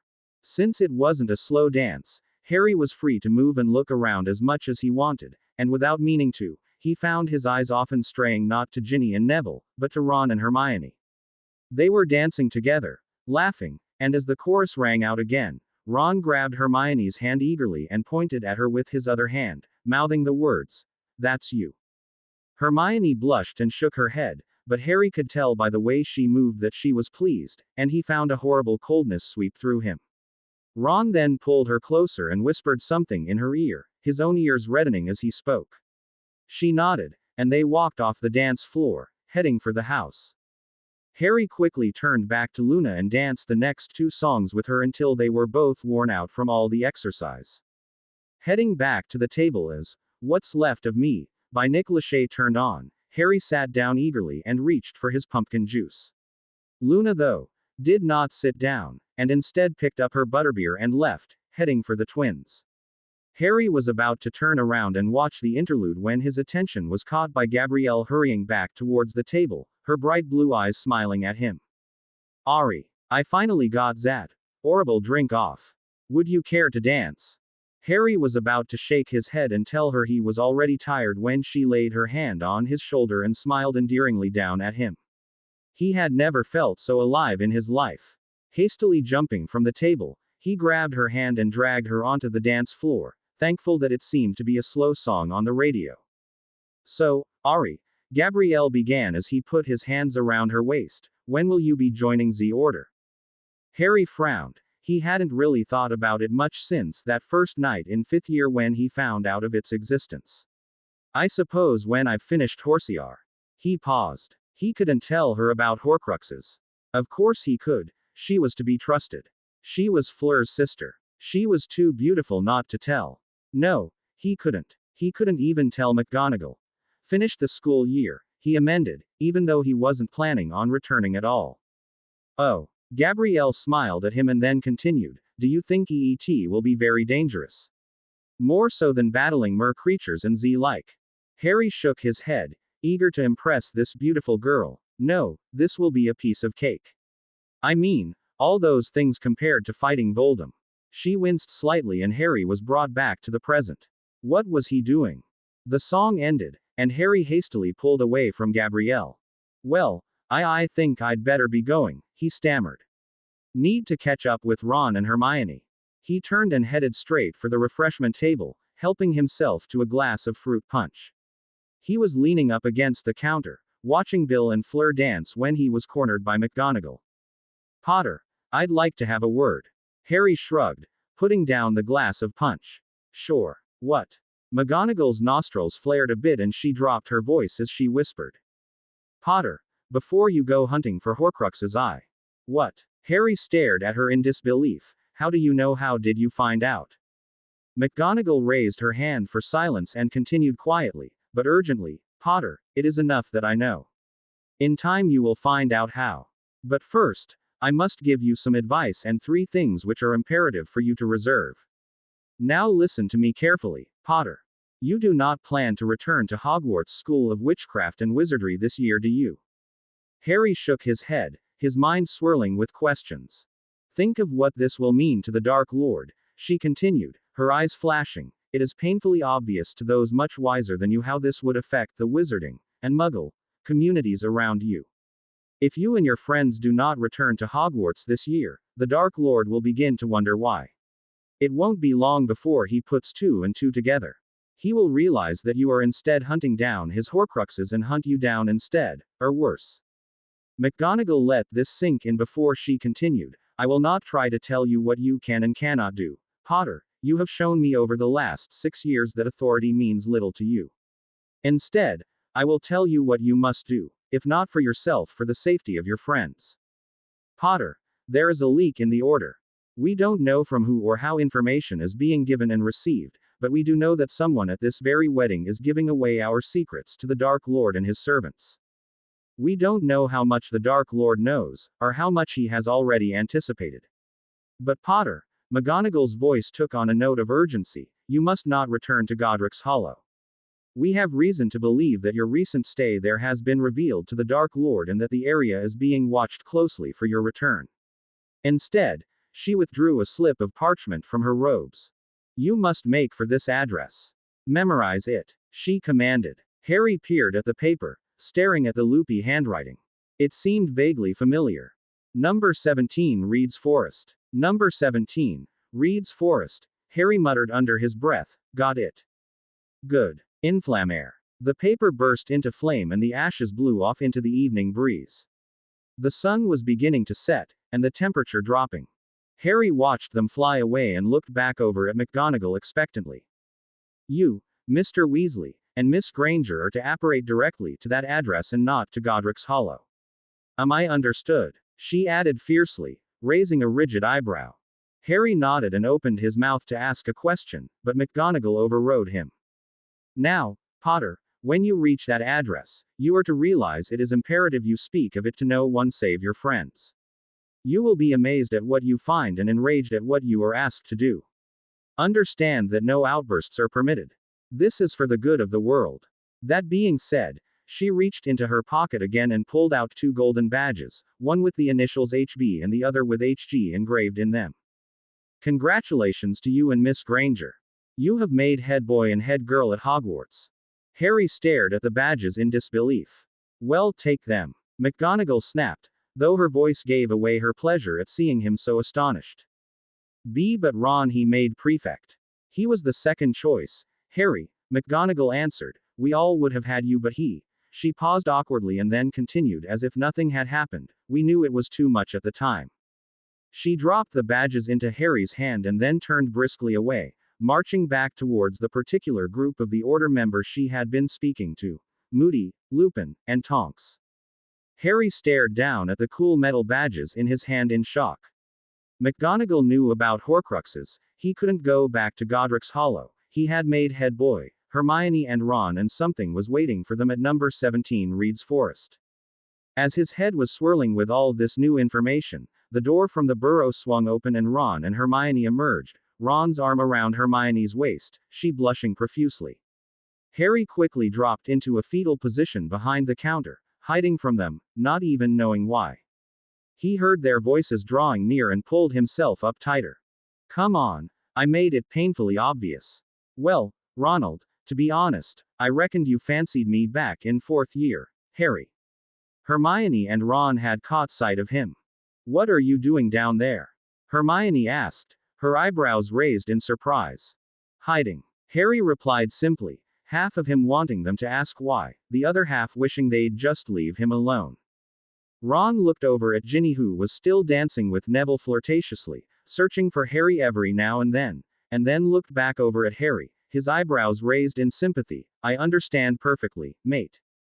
Harry looked up at him curiously and then realized Ron had no idea why. Slowly, he pulled himself up from the ground, and felt something hard in his hand. He looked down and remembered the badges. Oh, Hermione, he handed the head girl badge to her wordlessly. She stared at it in shock, her eyes widening, for a whole second before picking it up reverently and giving a girlish squeal. I don't believe it. She shrieked. Oh come on, Herms, you knew you had it coming ever since you got that 130 on your charms final, said Ron, grinning at the sight of Hermione hopping up and down happily. All of a sudden, Hermione froze, and her expression began to fade. She handed the badge back towards Harry, but we're not going back to Hogwarts this year, she murmured quietly. Harry shook his head, pushing it back towards her. No, we are going back, Hermione, see. Oi, Ron exclaimed, what's that in your other hand? Again, Harry was reminded of his own badge. Oh, yeah, he muttered, I made head boy.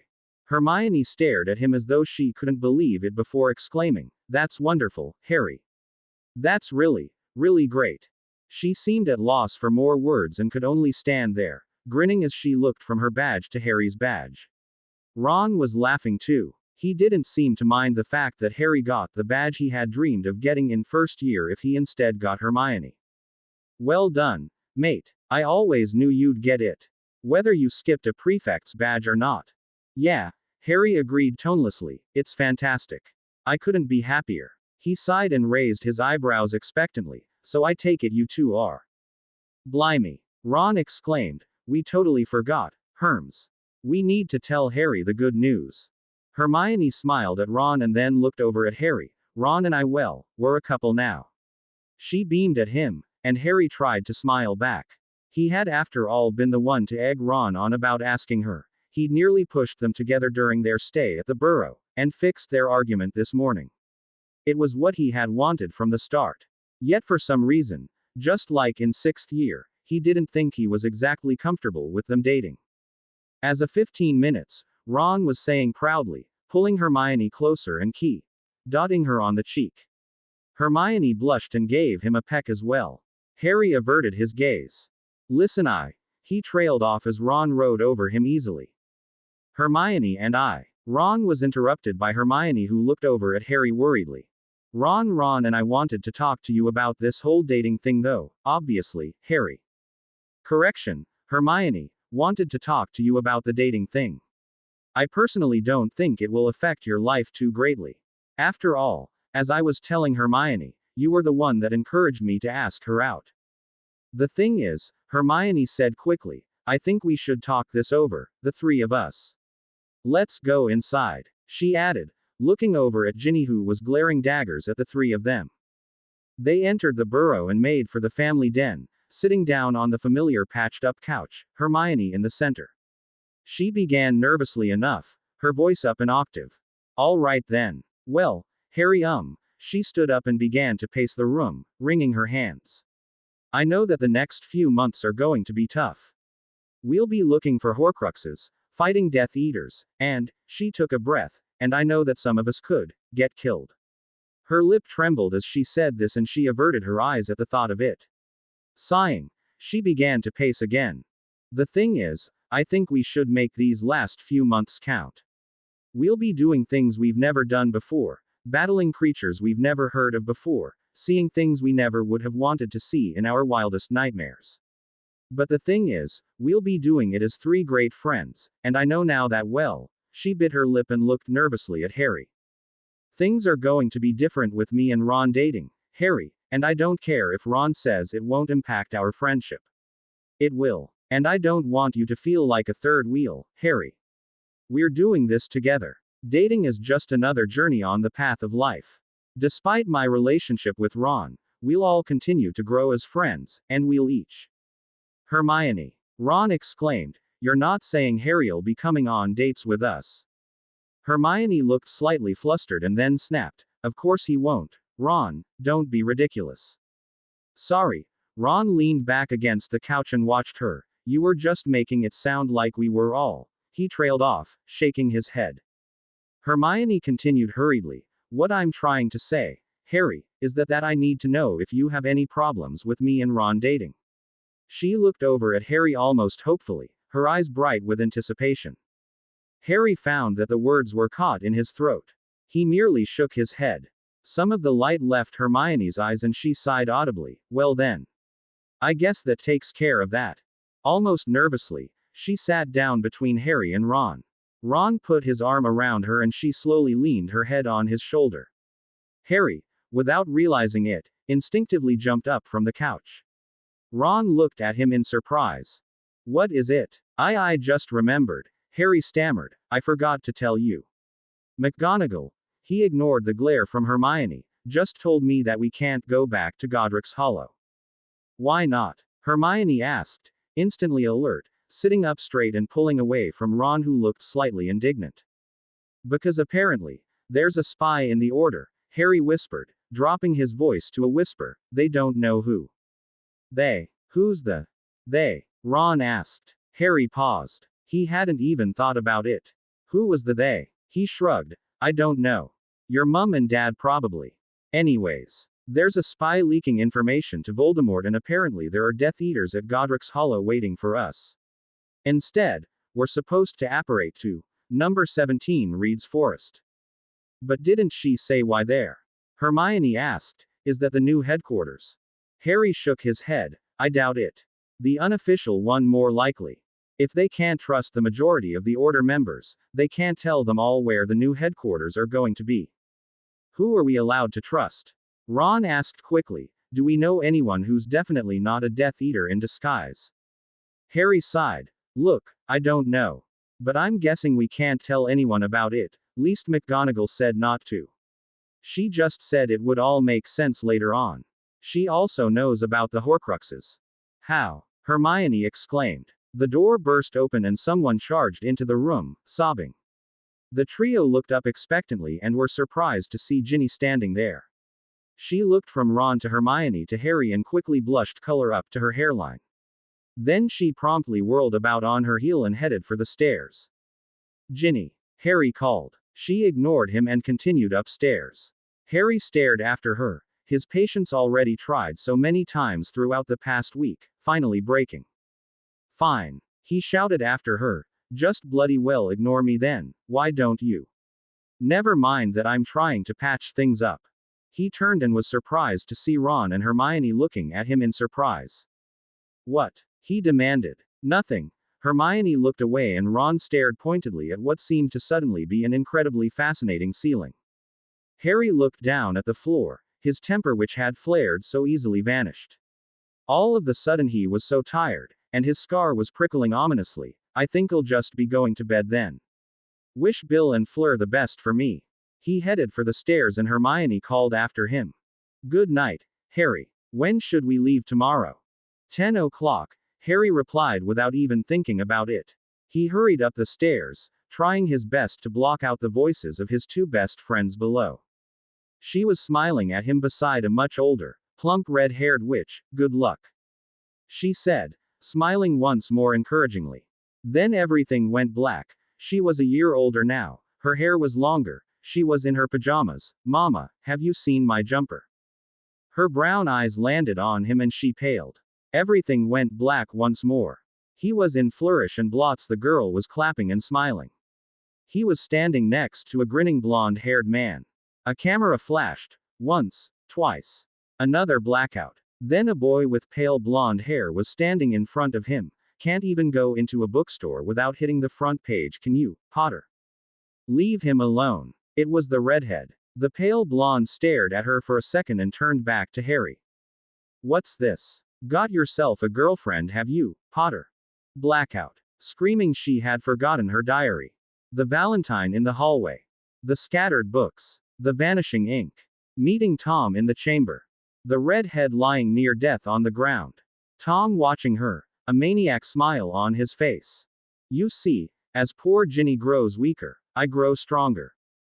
Dumbledore's office. The sword. Looking at Fawkes. Voldemort left a bit of his soul in Ginny Weasley. He was older now. In the common room. I'm going with Neville, the redhead was saying. You see, he asked me. Everything was blurring, as if someone was hand-picking through his memories and watching them as he saw them flash before his eyes. 6th year now. Do you have any love potions? Not for our sister. Being jealous over Ginny. Ing Ginny. Dating Ginny. Dumping Ginny. Ginny crying. Ginny screaming angrily. Harry sat bolt upright, his eyes screwed up in pain, his scar burning. The memories were playing through his head over and over again. I'm going with Neville, the redhead was saying. You see, he asked me.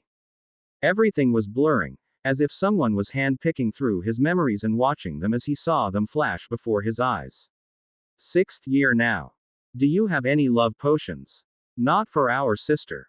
Being jealous over Ginny. Ing Ginny. Dating Ginny. Dumping Ginny. Ginny crying. Ginny screaming angrily. He pulled himself out of bed and looked out the window towards the cool, moonlit grounds below. What did it all mean? Why were his dreams suddenly full of Ginny? His scar prickled again and he rubbed it, sighing loudly as he sat back down on the bed heavily. What's up, Harry? Came Ron's groggy voice from somewhere in the shadows. Harry jumped and looked over at him. Ron's silhouette was outlined in the light from the crescent moon, his eyes half shut with drowsiness. Harry shook his head. Nothing. Just a dream. Ron lay down and fell asleep again, too tired to think of what Harry having a disturbing dream could mean. Harry watched Ron for some moments, listening to his snores begin again before he himself lay down and stared up at the ceiling. One thing was for certain, his scar wasn't hurting anywhere near as much as it had last time. But that meant nothing in terms of why he was having these dreams.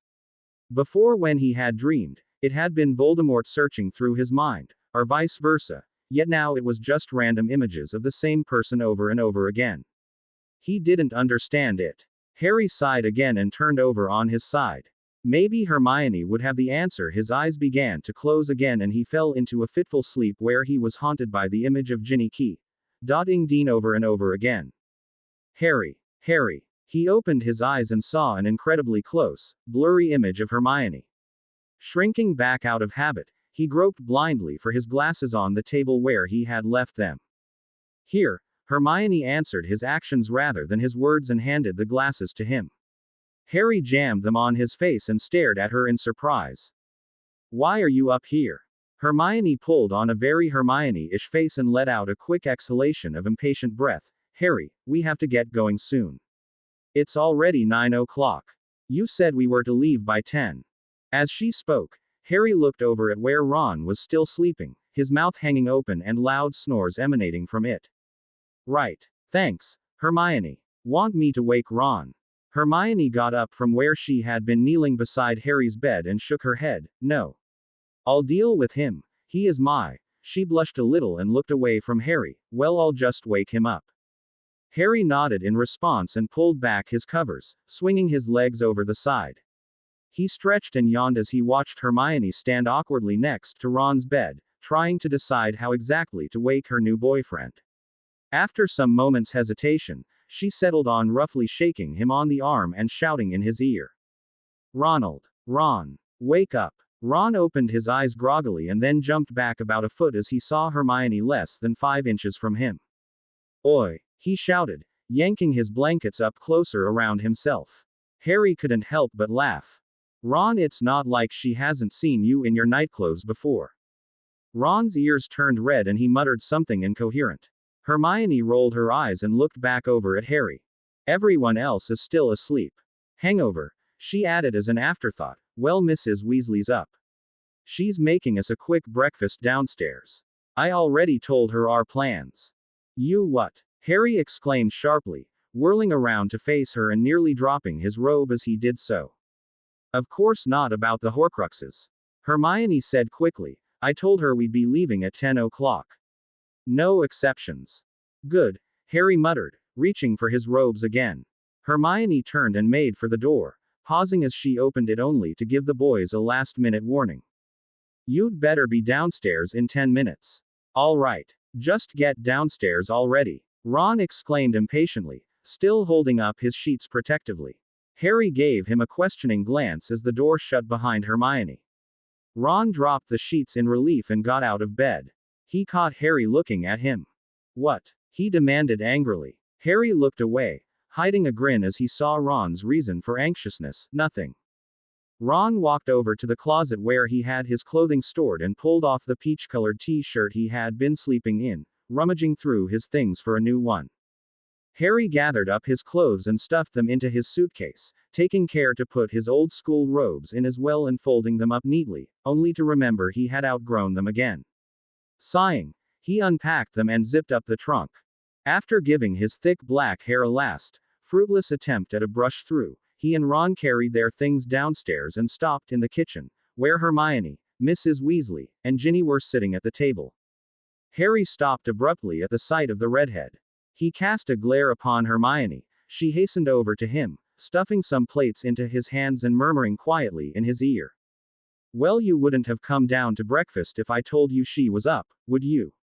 Louder. She pointed at the dishes. You can just help set the table, Harry. She looked over at Ron. You can help Ginny with the utensils, and I'll put out the cups. The boys did as they were told, Harry and Ginny pointedly ignoring each other as they did so. The 5 of them all sat down to Mrs. Weasley's fresh breakfast and were about to eat when Gabrielle entered the room, looking radiant despite the fact she was still in her bedclothes. Good morning, Ari, she called cheerily from the hallway. Mrs. Weasley. She walked over to where Harry was sitting and conjured a chair, sitting down next to him. Ginny glared at her icily and Hermione frowned slightly. Ron looked slightly put off. Morning, Gabrielle, did I? Ron began hopefully. He was cut off by Hermione's slightly brittle voice. Mrs. Weasley. Ron, and I must have forgotten to tell you. She grabbed Ron's hand from where it was sitting on the table and beamed at Mrs. Weasley. Ron and I are dating. Mrs. Weasley stared at them both, her mouth wide open before she finally exclaimed, "Oh my goodness." She sprang from the table, running around it to bestow a bone-crushing, motherly hug upon Ron and Hermione. Gabrielle giggled. Mrs. Weasley only released the 2 of them when Hermione began to turn a faint shade of purple and Ron started gagging for air. She broke away from them, holding them at arm's length and beamed. Oh my, I don't believe it, she gasped. It's been so many years since I first But I could never be sure. But now. She beamed and was about to gather them up in another crushing hug when Ron hastily sprang up from his chair. Mum, he exclaimed, his ears reddening, we're just dating.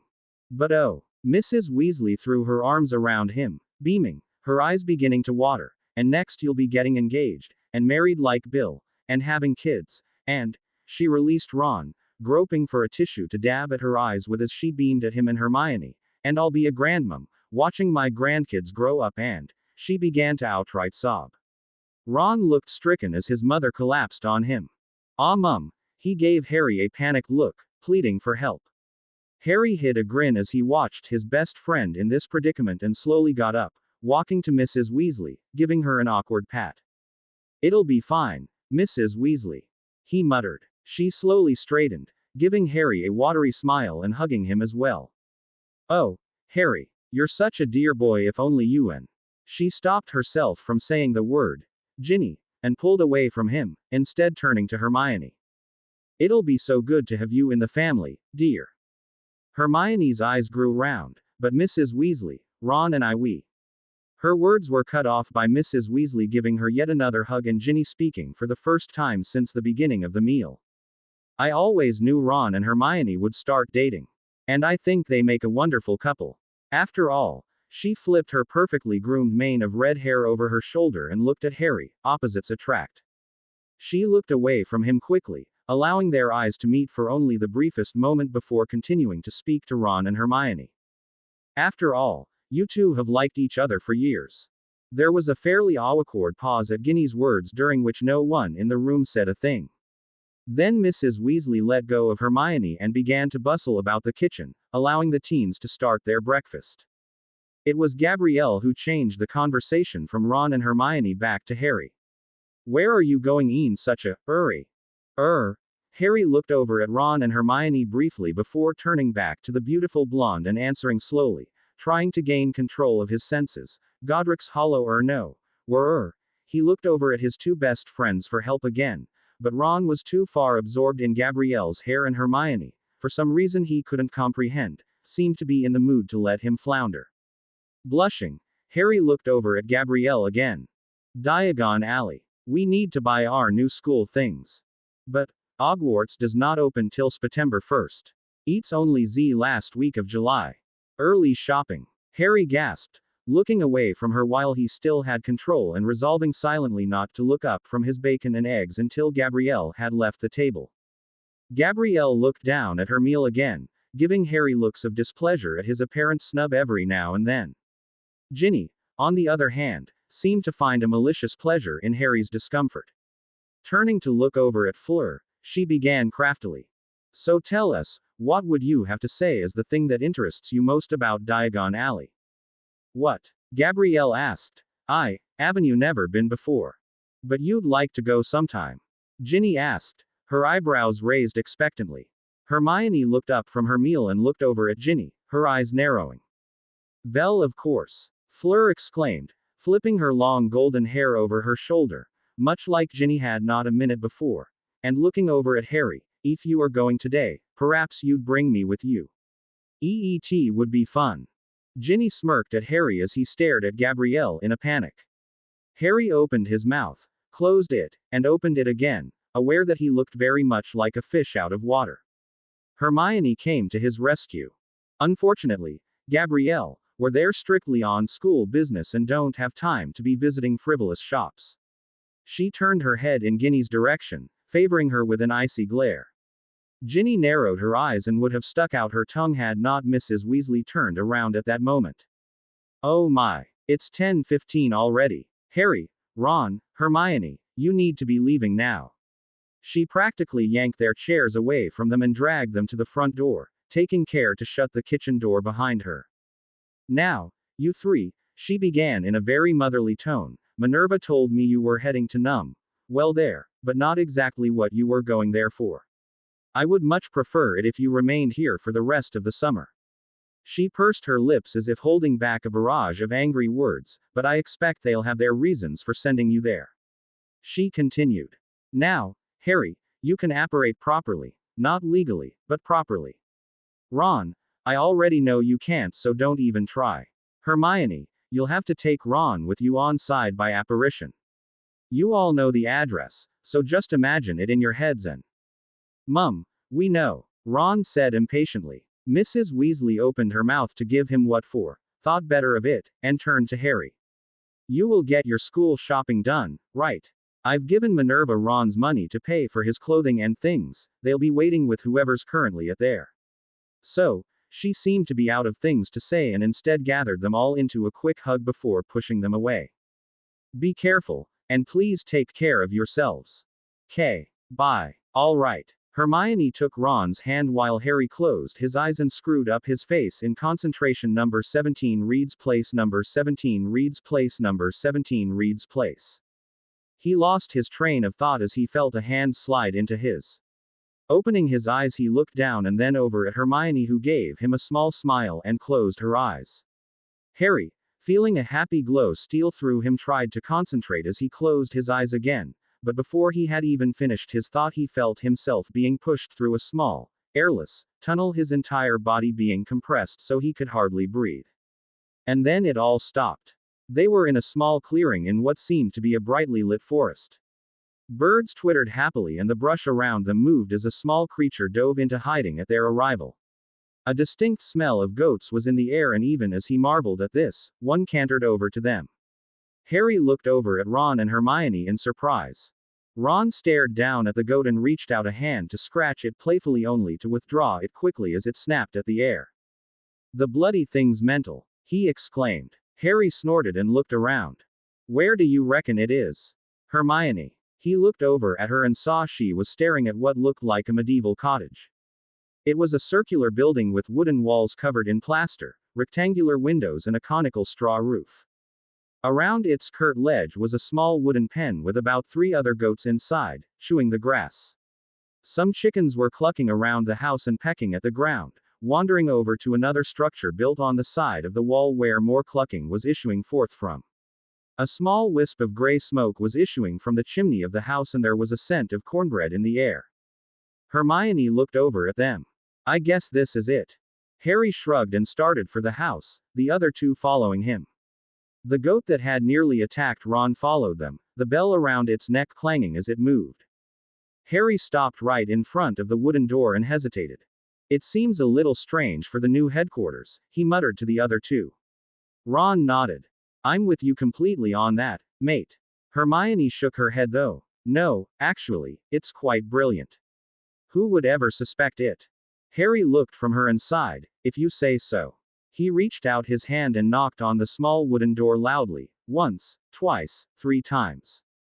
There were answering footsteps and a commanding voice Harry knew was familiar. Stay there. We don't know who it is. The footsteps stopped right before the door and the stern voice called, password. Harry looked at the other two for help and was surprised when Hermione replied quickly. The power the Dark Lord knows not. Even as Harry was staring at her in shock, the door swung open and before them, complete with his dark, billowing robes, stood Snape, a malicious sneer on his face. Well, if it isn't Potter, Weasley, and Granger. Harry pulled his wand out before he had even realized it, Petrificus Totalis. On the tip of his tongue, but Snape was too quick for him. Expelliarmus. Harry, Ron, and Hermione's wands flew from their hands with a lazy flick of Snape's wand. Harry let out a roar of anger at Snape, the knight on the tower again flashing before his eyes. Severus, please. Avada Kedavra. Harry sprang forwards to hit Snape, to break his malicious face into pieces, force the smile from his face, but Hermione grabbed his arm and held him back. Severus. Who's there? An old man's voice called from the background. Snape did not remove his gaze from Harry's as he called back, Potter and his friends. Also, my brother was right after all. A shadowy figure emerged from the darkness of the house behind Snape and his ancient features were brought into view. A slightly crooked nose, a bushy, matted graying beard and a strong smell of goats. Harry's eyes widened in shock. The bartender from the Hog's Head. He stepped up so that he stood directly next to Snape and looked pointedly at Snape's wand. With a barely concealed twitch above his lip, Snape lowered his wand and stepped back into the shadows, turning quickly on his heel and disappearing into the background. The bartender placed a comforting arm on Harry's shoulder and then slowly bent down to pick up the 3 wands, handing them back each in their turn to their owners. You must be Miss Hermione Granger, I presume, he said as he handed Hermione her wand. Hermione looked slightly shocked. Yes. How did you know? He gave her a quick wink and Harry was shocked to see he had bright blue eyes, the exact shade blue that he had only seen on one other person. You masterminded the yes Dumbledore's army. I commend you, dear girl, on your wit, but not on your chosen place of meeting. Hermione blushed and lowered her eyes. The bartender then looked over at Ron. And you're Mr. Weasley. Yes, I know your parents quite well. Why you do? Ron asked, unable to hide the surprise from his voice. The old man nodded. Yes. Quite well. But enough about me. It's best you came inside. Placing an arm around Harry's shoulder, he pushed him through the door, the others following, though Ron had to stoop his neck, and he shut the door behind them after scanning the surrounding area surreptitiously. They found themselves inside a cozy-looking country house. To their left was a cramped, but comfortable-looking study. Books and scrolls were littered over the room and on the shelves of a tall and ancient-looking bookcase, standing next to a rickety old rocking chair. A spindly table with delicate, whirring contraptions was placed against the wall and a large, faded red couch with the stuffing leaking out of it stood on an angle from a large fireplace with golden flames leaping about in it. Beside the fireplace there was a tall, golden bird stand that Harry found to be slightly familiar looking though it was deserted, and a map of England upon the wall. Directly in front of them were some rickety-looking stairs leading upwards, but behind this, they could see what appeared to be a kitchen. A wide window was flung open and sunlight was streaming in over shining wooden counters and a sink. Some fresh bread lay on one of the counters beside a pitcher of milk and a homespun rug lay on the wooden floor.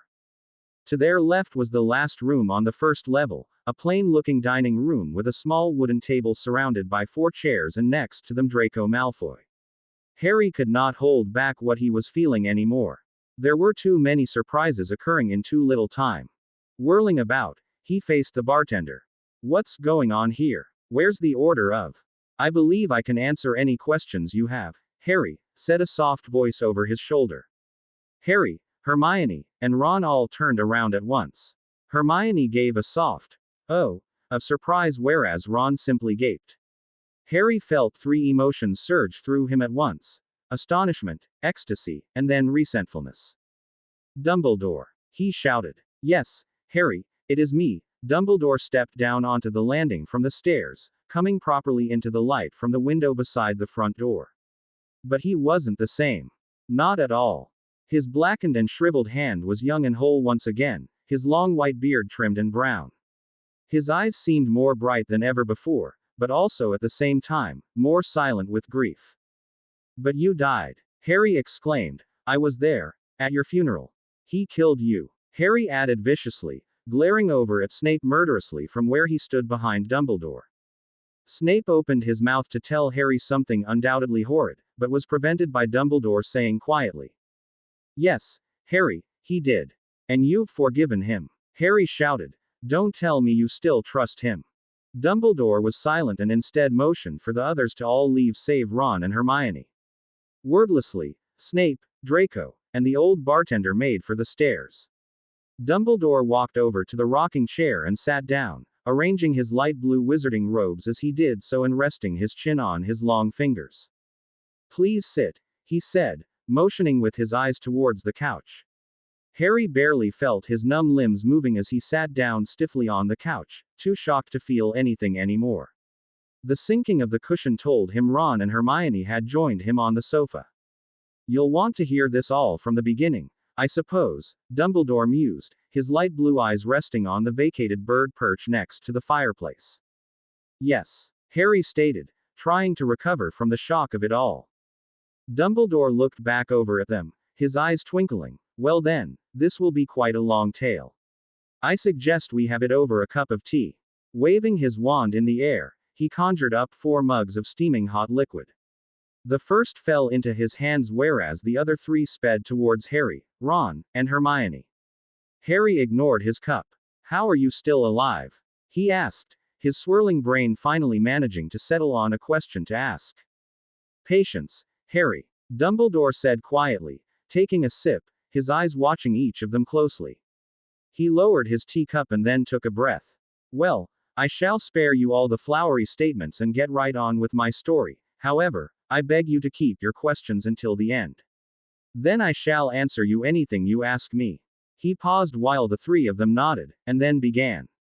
My story can be found when yours begins, he stated, looking at the three of them, in your first year at Hogwarts Witchcraft and Wizardry.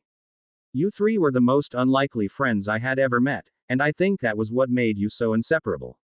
He paused and took another sip before continuing. In your first year at Hogwarts, Lord Voldemort, Ron jumped but Dumbledore appeared not to notice, was planning to return into a corporeal form. He needed something to do this though, something that was guarded by all the teachers at Hogwarts and which, ironically only Harry, an 11-year-old boy at the time, could get. The Sorcerer's Stone, Harry said simply. But what's that got to do with you? It was Miss Granger here, Dumbledore continued, giving her a small smile, that figured it out. The Sorcerer's Stone was created by one Nicholas Flamel, who was celebrating several centuries on Earth at the time, and myself. Dumbledore paused for effect. Do you see it now? He asked, looking from Harry to Ron, to Hermione, how I managed what some would call the impossible. Harry shook his head as did Ron. Hermione, on the other hand, looked as though she had been slapped in the face, her expression was so shocked. Of course. Why didn't I see it before? Dumbledore smiled at her. Yes, Miss Granger. You and Flamel. He had the stone, but why didn't anyone ever ask? She asked, her brown eyes wide with surprise. You would be surprised, Miss Granger, how many people just take something canon to be correct, and never search for a deeper meaning. What are you talking about? What's going on? Ron demanded, looking from Dumbledore to Hermione and back again. Dumbledore smiled and looked back at him and Harry, who was just as confused, and replied, my friend Nicholas Flamel was a truly brilliant wizard, and I honor his memory. He created the Sorcerer's Stone with my help and was able to live off it for centuries. I believe that people assumed I did as well. It never occurred to them to wonder how I had both worked on the stone with Flamel and yet outlived him and the stone together. Dumbledore frowned slightly and leaned back in the rocker. It creaked slightly. Harry felt something beginning to connect in his head, and he looked from Dumbledore to the Brid's perch and then at Hermione. You're Fawkes, he exclaimed at last, wonderment filling through him as he stared at this younger version of Dumbledore. Dumbledore shook his head. No, but close, Harry, very close. I am indeed a phoenix, though the true identity of Fawkes is no one less than my brother, Aberforth Dumbledore, who is coincidentally the bartender at the Hog's Head. But that's not possible, Ron scoffed, staring at Dumbledore. You're crazy. He instantly blushed right to his ear lobes as he realized what he had said. I mean, the idea's crazy. He trailed off and stared at the floor. Dumbledore chuckled softly. Yes, I know how hard it is to grasp, Mr. Weasley. But, if you need proof. He trailed off and there was a moment's pause before a flash of golden flame appeared and Aberforth appeared, the tail of a phoenix feather falling to the floor as he did so. Aberforth, if you would, please, Dumbledore said quietly. Aberforth nodded and slowly, to Harry's astonishment, morphed into Fawkes right before his eyes and flew around the room several times before morphing back next to Dumbledore. This is mental, Ron muttered in an odd voice next to Harry. No one paid attention to him. But how? Harry asked. Fawkes was in Hogwarts all the time. How can he be both the bartender and the phoenix? Aberforth spoke after a nod from Dumbledore. I was not always at Hogwarts, Harry. I was there when Dumbledore needed me, mainly when you were in trouble, Harry. The remainder of the time I was working the Hog's Head to be Albus, spy amidst those on the shady side of the law, or on missions for him. You see, Dumbledore continued, my brother found it necessary to find an animagus form after he was caught interbreeding goats illegally by the ministry. Since I already had a phoenix form, he decided to take on one as well.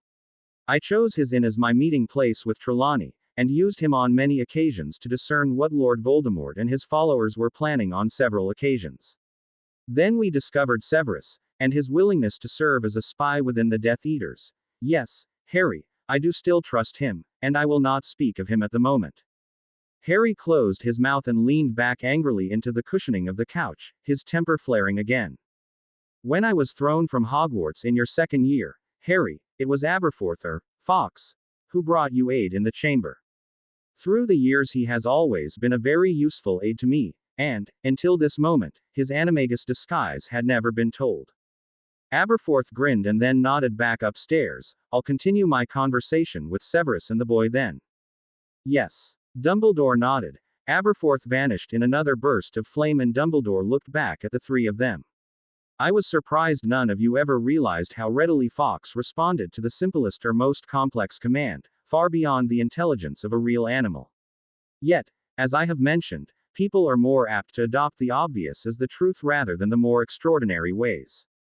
But sir, Hermione interrupted, I looked up the animaguses of our time in the records of the Ministry of Magic third year, and you weren't.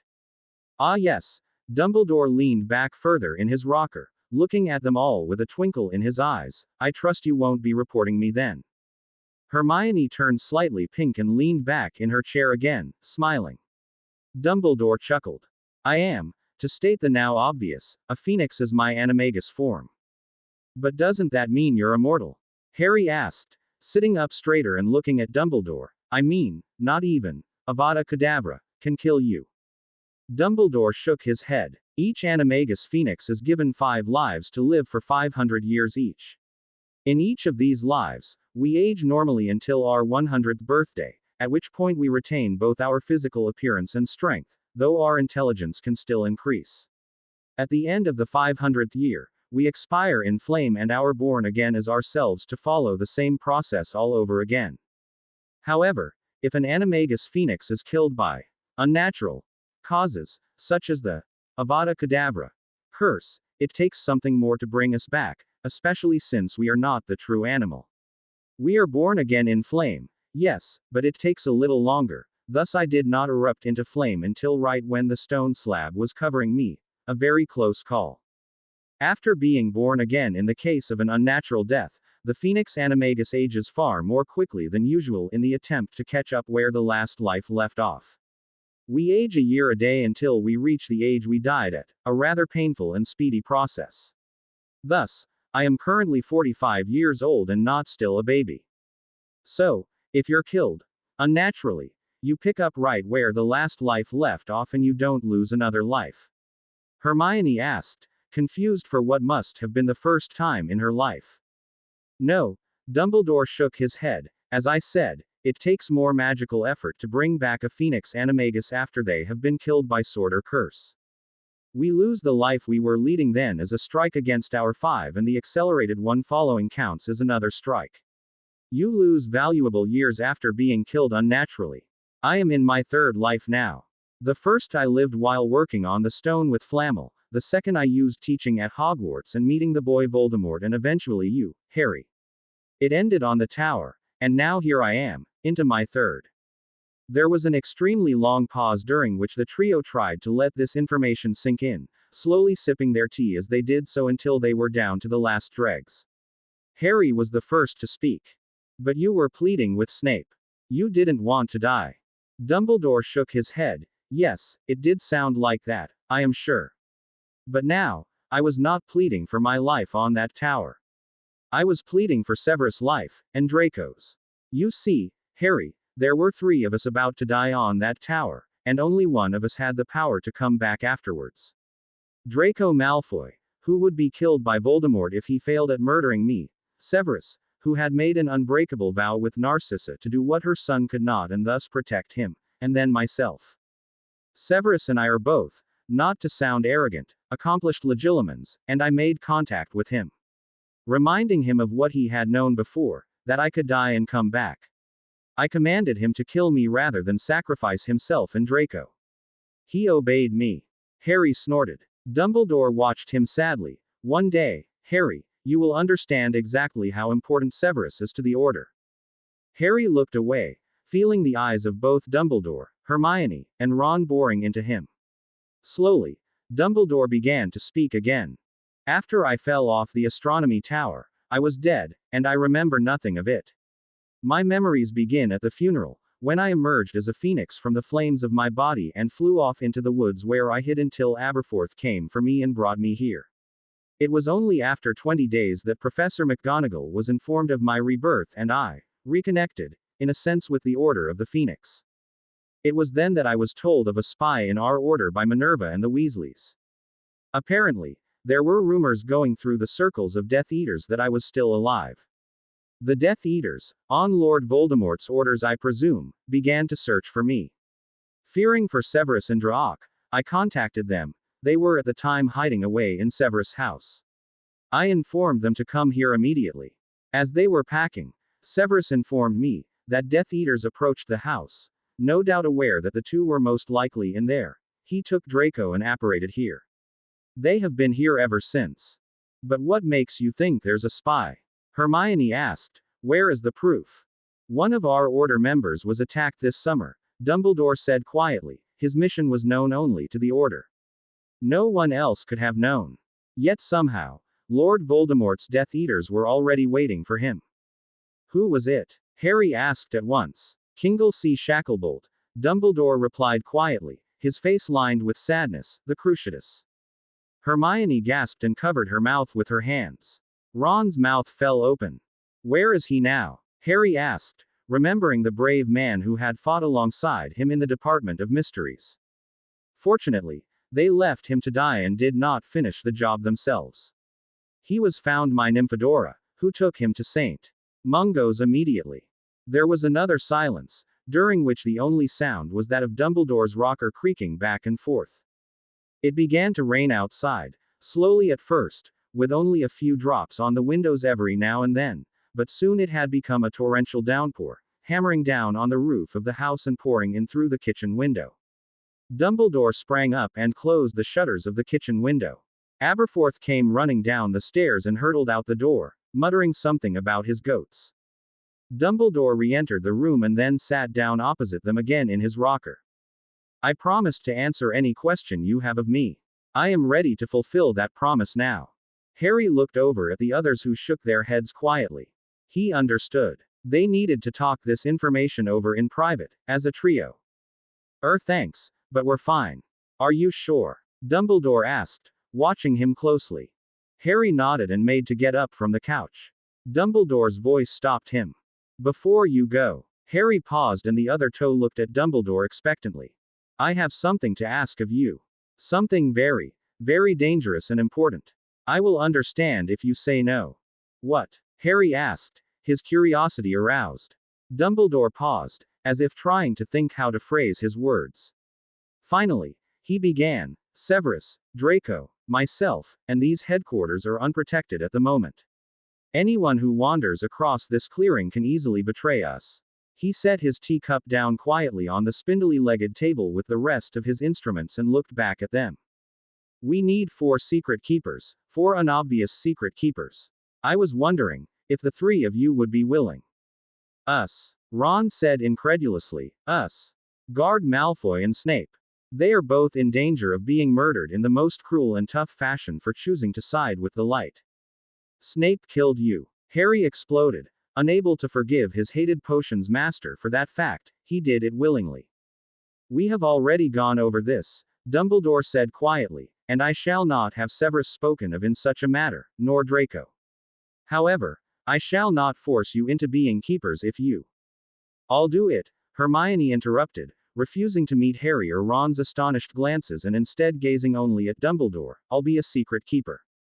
Dumbledore looked over at her. It is highly dangerous. You could be tortured, killed. Hermione paused, and then drew herself up. I'll do it. It's more important for the Order and you to live. Dumbledore shook his head. I think you'll find it quite different, Miss Granger, but I appreciate the offer, and I accept it gratefully.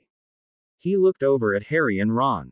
I'll do it too, Harry said quickly, realizing his own selfishness by Hermione's willingness to do what he would not. Ron, too, seemed moved to action. So will I. Dumbledore smiled. Very well then. Harry, you will be Severus' secret keeper, as it would be too obvious for me to pick you as my secret keeper. Miss Granger, you will be secret keeper to this location and will guard the new headquarters. No one will be able to get here in the future after the spell is performed without your telling them. Ronald, you will be my secret keeper as you, having had the least contact with me, would be the least likely choice for a Death Eater. And I shall be the secret keeper of young Mr. Malfoy. He stood up from his rocker and looked over at them. We are agreed then. The trio stood up as well, realizing the gravity of the situation. Yes. Harry answered, knowing he spoke for them all. Yes, we agree. Good. Then I shall call down Severus and Draco for the spell. Harry, Ron, and Hermione were shown the way upstairs by Dumbledore. They were surprised to see that the tiny cottage had 3 levels, not including the cellar, and soon realized it was only because of magic that it could fit in so much. Dumbledore gave them a tour of the 2nd floor when they reached the landing, Dumbledore slightly breathless. Ron looked at him curiously, to which he replied, "Forgive an old man his weakness in climbing steep stairs. But you're only Ron paused, you can't be more than 40 right now." 45 actually. Dumbledore replied genially, yet it is extremely tiring for your body to age a year a day, so I am if possible weaker during this stage than I was as a 500-year-old 2 lives ago. Oh. Ron still looked disconcerted from Dumbledore's revelation not an hour previous and instead looked around the place. Well, this is something. He pointed towards the walls of the room they stood in, which were full of dark, wooden shelves covered in strange potions with floating animals in them. Harry recognized them at once, having been in Snape's office back at Hogwarts on multiple occasions. This is Snape's room, isn't it? He said, more as a statement than a question. Dumbledore nodded. And to our left is my brother's room. He nodded towards the ancient wooden door and then pointed over their shoulders to yet another door. That is Mr. Malfoy's room. You 3 will be upstairs with me. He began to climb the stairs again and the trio wordlessly followed him. Harry found himself looking around at the crumbling plaster walls and through the square wooden windows at the pouring rain. There was a distinct smell of dust and goats about the place, yet to Harry it was comforting and almost desirable. Behind him, Ron gave him a quick jab in the ribs and Harry realized he had fallen behind Dumbledore and Hermione. Hurrying forwards and skipping the stairs 2 at a time, he soon caught up with his bushy-haired friend and ex-headmaster. Here, Dumbledore pointed to a door behind the stairs, as the room you will share with Mr. Weasley, Harry. It is the largest of the 3 rooms on this level and directly above that of Mr. Malfoy. Miss Granger. Dumbledore laid a hand gently on Hermione's shoulder and turned her around to face another door. This is your room for as long as you stay here. It is the smallest on this level 1, hope you don't mind. He then added with a sparkle in his bright blue eyes, but it does have a fairly well-stocked bookcase on things I'm sure will interest you. Hermione beamed at him and then looked over at the 3rd and final door on that level. Dumbledore followed her gaze. Ah, yes. This is my room. Directly above my brother's and the study 2 floors down. He opened the door and they found themselves looking into a medium-sized room decorated with a large fireplace, a purple chintz chair, a miniature bookcase with yellowing parchments falling out, a goat hair rug and a long bed with purple blankets all jumbled accordingly throughout the surrounding area before them. Do forgive me for taking the only fireplace on this level, but the winter nights here do get quite brittle, I am told by my brother. And seeing as you 3 will be heading back to Hogwarts, I was inclined to take it for myself. Harry couldn't help but smile as he looked around at them all. Ron was lounging against the doorway, his red hair ruffled in a vain attempt to look as if he had just dismounted a broom. Hermione was eagerly scanning Dumbledore's bookshelves, her eyes bright with excitement. Dumbledore was settling himself onto the chintz armchair and straightening his robes. Suddenly the year looked far more bearable than it had been not a week before. Harry walked over to Hermione and tapped her shoulder lightly. She whirled around, 3 scrolls clutched in her left hand and her right groping for a 4th. What? Come on. Harry nodded towards the door where Ron stood waiting. We should go. Feeling Dumbledore's knowing gaze boring into the back of his head, Harry quickly made for the doorframe and then paused, realizing he was being a tad bit rude. Professor. Oh no, Harry, it's quite all right. I understand perfectly. Dumbledore smiled faintly as he looked at the 3 of them. It's not every day you come across someone who's come back from the dead. Yeah, Ron muttered sheepishly, clearly quite abashed as he swung the door shut behind the 3 of them. They hurried across the hall into the boys' room, shutting the door quietly after themselves. The straw ceiling slanted upwards in a conical shape in their room, and there were two shuttered windows directly above two long beds covered in thick, wool blankets. A single bedside table stood about a foot above the ground between the two beds, and on it was balanced a flickering candle. The wooden floor was smooth and cold under their feet, and the walls were of the same rough plaster Harry had seen before in the rest of the house. Hermione sank down onto the nearest bed next to Harry's bags. They had been magically transported up to the third level by Aberforth before the rain hit, and Ron sat down next to her. They looked expectantly at Harry. "What?" Harry asked, sitting down opposite them on Ron's bed. "Well, what do you make of it?" Ron asked. "I believe what Dumbledore says," Harry said simply. "How else could he be back?" Hermione nodded in agreement. "Yes, I believe him too, though it does seem a bit unbelievable." They looked over at Ron, whose ears began to turn pink. "Hey, I already said I thought it was mental," he muttered. Hermione gave him one of her famous glares. "Oh, come on, Ronald," as Harry said, "how else could Dumbledore be back?" Ron shook his head. "No, I believe that, honestly. I was just a bit skeptical at first. What I meant was that wasn't the barman of the Hog's Head the one who sold us out to Umbridge 5th year." Hermione laughed. "No, Ron, that was the wizard who was jinxing toilets, not Dumbledore's brother." Harry nodded. "Besides, it was the barman who caught Snape eavesdropping on Dumbledore and Trelawney when she gave the prophecy." Ron and Hermione both rounded on Harry. "You never told us that!" Hermione exclaimed. "Yeah, I did," Harry said, confused for a moment. "I had to have told you about Snape." "No," Hermione cut in, "we meant the barman. You never mentioned him. I didn't think it was important." They sat in silence for a while, listening to the rain pound against the wooden shutters and the roof, watching the candle flicker larger than life shadows of themselves against the walls. Hermione broke the silence first. "When do you think we should start training?" "What do you mean?" Harry asked, looking over at Ron for some knowledge as to what Hermione was thinking. Ron was her boyfriend after all, but Ron just shrugged and looked over at Hermione for her customary explanation. "I mean," Hermione stated slowly, pursing her lips, "when we're going to start training for when we start Horcrux hunting, and for the final battle." Oh, Harry had allowed himself to forget about those two very important events during the festivities of the wedding, but now they came rushing back to him and he felt a coldness sweep through his lungs, causing his hands to sweat slightly. The end was drawing so near, and he wasn't ready for it. "Soon, I guess." "When?" Hermione pressed. "There are some really good scrolls and books here on defense against the dark arts, admittedly not like the Room of Requirement, but still." She unrolled one of the scrolls she had taken from Dumbledore's room. "Look at this. The Guide to Defeating the Dark Arts by Vel Malp." She showed the section of parchment to Harry and he was astonished to see, instead of moving wizard pictures, moving sketches of jinxes and such. "It was made centuries ago," Hermione explained, rolling it up as Harry and Ron were still peering at the minute details of the sketches, "but it's still quite informative." Setting the scroll on top of the others, she looked over at the two boys, beaming. "I think we should start tomorrow.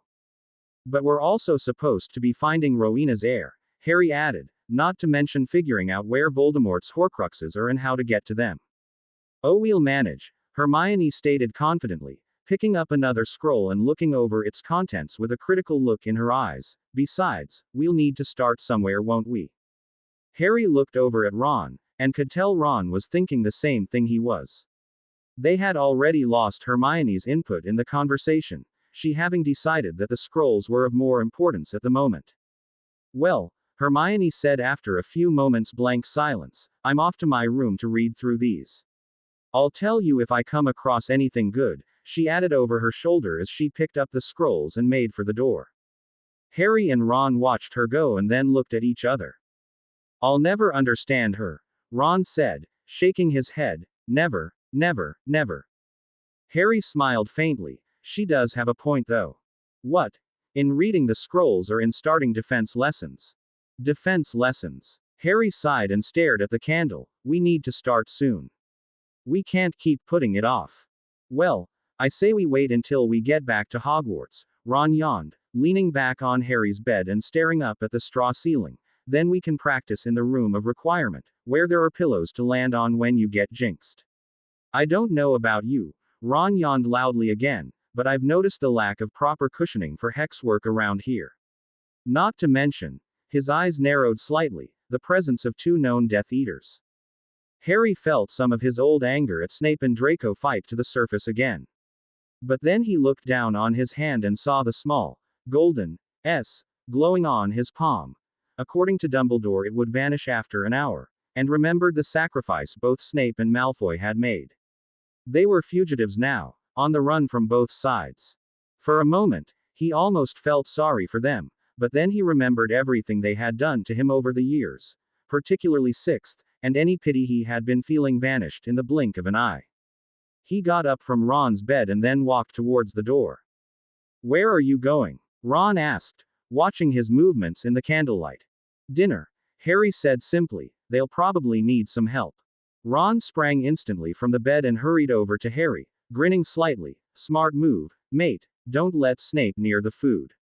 They hurried down the stairs and onto the first floor where Aberforth, Dumbledore and Draco were both talking about something together, Snape having apparently vanished from the house. Draco stopped talking the moment he saw Ron and Harry, stepping quickly into the background, his pale face pinched with dislike and a look in his gray eyes of someone constantly being hunted. Aberforth turned around and looked over at them as they reached the landing of the stairwell. "Ah, boys, I was just about to go get you. I'm only accustomed to feeding one or at the most two at a time, so I'll need some help with dinner. I don't suppose the four of you." His eyes wandered over Harry, Ron and Draco and he paused for a moment. "Where is Miss Granger?" "Reading," Harry said, his eyes finding their way over to Draco, who favored him with a glare, though it lacked some of the old arrogance and hatred. "Well then, I don't suppose the three of you would mind making dinner. I have to go care for the animals. You see, his storm came on us quite unawares." Without waiting for a reply, he reached for the coat hooks next to the door and grabbed a long, dark cloak, wrapping it around himself, and calling over his shoulder. "You'll find the dairy and meats in the icebox and a fresh loaf of bread on the counter." Then he wrenched open the door and a sheet of cold, gray rain poured inside the warm little house. Slamming the door loudly behind him, Aberforth exited the house. Harry and Ron looked over at Draco, who slowly exited the shadows from where he had been standing. "So, finally been kicked out of your house, Weasel?" He sneered coldly. "Run out of room in the burrow or whatever it is," he shrugged as if it meant nothing to him before looking back at them angrily. "Or are you just too poor to even afford a house anymore?" Ron clenched his fists threateningly beside Harry, his ears reddening. Harry held him back, glaring back at Draco. "Shut up, Malfoy." "Oh, Potter. Didn't see you there," Draco sneered, "not hiding under your invisibility cloak again, letting everyone else take the beating for you or you." Harry felt the blood pounding through his veins and clenched his fists to prevent himself from reaching his wand. Draco was on their side after all. Yeah, well, he's not acting like it, he thought angrily. Draco smirked at Harry and Ron's reactions. "So, Potter, are you going to miss your parents' old house?" "What do you mean?" Harry demanded. Draco laughed coldly. "Oh, you'll see." Ron let out what could have been meant as a growl, but came out more like a choking, rasping noise. Draco's attention landed on him once more. "I say, Weasel, you'd better work on that cough of yours, you'll never impress the mudblood." Ron made a tremendous lunge at Draco. Harry grabbed at him, missed, and watched in horror as Ron grabbed Draco and they crashed onto the ground. Harry ran forwards as he saw Ron's fist collide several times with Draco's face, another hand punching Ron in the stomach repeatedly. Harry dragged Ron off of Draco with some difficulty, Ron still fighting him angrily and even hitting him on the side of the head. Harry shook the stars out of his eyes and glared at Draco furiously as he got up from the ground, whimpering as he wiped blood from his forehead. "You'll pay for that one, Weasley." "I doubt it," Harry snarled heatedly. "You deserved exactly what you got." Malfoy opened his mouth to protest, thought better of it as he saw Harry fingering for his wand, and instead assumed an air of arrogant indifference. "Not that it matters anyways, he's just a Weasley after all." Draco pulled out his wand and magically healed the cut on his head to stop its bleeding, walking over to the sink to wash off the blood. Harry looked over at Ron seriously, trying to quell his own longing to pound Malfoy into pulp. Reckon you can control yourself now? Ron grunted and nodded slowly, rubbing his ribcage. Hits like a girl anyways. Harry chose to ignore Ron's winces of pain and make no comment on Draco's fighting abilities, instead turning to the icebox. I'll make dinner. Malfoy, you can set the table, and Ron can cut the bread. Harry commanded, deciding it would be best to keep Draco out of the room when Ron was in possession of a cutting knife and vice versa. Well, who says I'm going to do what you tell me, Potter? Draco spat. I do, Harry said simply. We all remember what a good ferret you make. Draco paled a little. You don't know how to do that. But his voice lacked any confidence as his eyes flickered from Harry's face to his wand and back again. Harry raised his eyebrows. I organized the DA in case you forgot. Draco wordlessly reached for the plates on the counter and began setting the table. Ron laughed derisively as he left. Not so tough are you, Malfoy. Shut up, Ron, Harry muttered. Don't push it. Ron glared at him. It's Malfoy, Harry, and I'll say whatever I like to him. Grabbing the long red knife from the drawer, Ron viciously began to saw at the bread. Harry sighed and reached down for some meat in the icebox. The door swung open from outside and Aberforth re-entered the house, soaking wet. Dropping his clock back on its peg and leaving it to drip, he pointed his wand at himself and dried his robes, hastening to the kitchen to help with dinner. Taking the meat from Harry, he said quickly, I'll do that. You can cut the cheese. Wordlessly, the four of them worked, neither of the teens daring to say a word to each other in the presence of Aberforth Dumbledore or meeting each other's eyes. The next few weeks were a blur as Harry, Ron, and Hermione struggled with their new secret keeper duties. At different intervals, each of the trusted members of the Order, Moody, Lupin, McGonagall and Mr. and Mrs. Weasley, stopped by outside number 17 Reed's Forest where they met Harry, Ron, Hermione, Dumbledore, Draco, and Snape outside. Harry would then point out Snape to them, Ron would show them Dumbledore, Hermione the headquarters, and Dumbledore Draco. Snape would then vanish as quickly as he reappeared, often for days at a time and always speaking in low conversation with Dumbledore in private when he returned. Hermione quickly busied herself with the numerous scrolls throughout the house despite Ron's frequent attempts to bring her on a date, and Harry found himself constantly surrounded by either of the Dumbledore brothers at a time. I believe, Aberforth said quietly one evening towards the middle of August, that it is high time you practiced your occlumency once more, Harry. Harry looked up from where he had been busy reading one of the many scrolls Hermione had approved for him questioningly. But how? I mean, I'm going back to Hogwarts in a week. Aberforth grinned at him, his eyes twinkling like Harry had seen Dumbledore's do so many times before. Well, my brother is an accomplished legilimens, you know. Yes, but he's going to be here. Aberforth finished for him. Yes, you are quite right, Emboy. But you'll be coming back here a whole lot more than you might think. What do you mean? Aberforth smiled ambiguously. You'll see. And he would say no more on the matter, despite Harry's frequent questioning, though he did practice occlumency with him that night, and all the nights following. After one of these many trying lessons during which, without fail, he found himself on the floor, clutching his scar as his memories flashed in a whirlwind through his mind, he flopped down onto his bed in the room he shared with Ron, ready to fall asleep immediately. Oi! Ron exclaimed. Harry opened his eyes halfway. What? He groaned. That's your Hogwarts letter you're lying on, that is. Ron said, half laughing as he watched Harry roll over and retrieve the crumpled letter. Couldn't you have told me? Harry demanded, his temper rising slightly. Ron shrugged. Thought you'd notice. Harry ripped it open and examined McGonagall's neat cursive as he read the following. Dear Mr. Potter, please note that the new school year will begin on September the 1st. The Hogwarts Express will leave from King's Cross Station, platform 9 3/4, at 11 o'clock. It is also with great pleasure that I inform you of your new post as head boy. Your duties will be explained to you when you report to the prefect's carriage on the Hogwarts Express. Congratulations on your appointment. We know you will uphold the integrity, honor and dedication that is expected of such a prestigious post. A list of required books and equipment is enclosed. Yours sincerely, Professor M. McGonagall, headmistress. So nothing he didn't know already then. He looked over at Ron, who was still grinning. What's up with you? Ron's ears turned slightly red, but his grin widened. Hermione's finally agreed to go on a date with me. Well, you've been dating for about a month, Harry replied, not really knowing what else to say.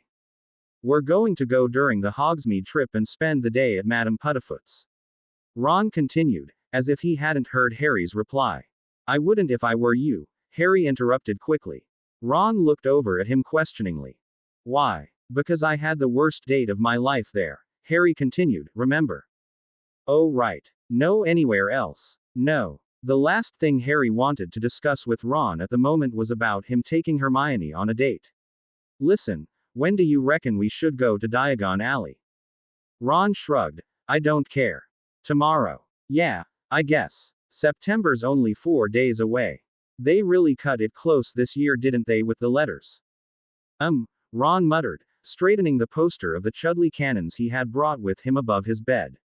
Reckon it looked better this way or the other way? He asked, standing back to take a look. Harry raised his eyebrows. We're leaving in 4 days. Ron, does it matter? Ron ignored him and stepped forwards to smooth out a wrinkle. I think it's better this. Ron. Harry interrupted him, quite awake now. The day Ron started being worried about how straight his poster was the day that the cow jumped over the moon. Are you okay, Ron? Ron nodded. Fine. Harry jumped from his bed and walked over to Ron. Something's wrong with you. I'm telling you, Harry. Ron stopped as the door opened and Hermione entered, another armload of scrolls in her arms, her letter clutched in her right hand. She stopped at the sight of the poster and looked over at Ron, a smile beginning on her face. You fixed it. Ron looked down at the floor, muttering something incoherent under his breath as Hermione hastened over to him and Harry, beaming. Oh, come on, Ronald, you don't have to pretend you didn't do it for me. She said happily, dumping the scrolls onto Harry's bed. I think it was really sweet. Ron's ears turned bright red at her praise and Hermione laughed, hugging him once before letting him go and looking over at Harry.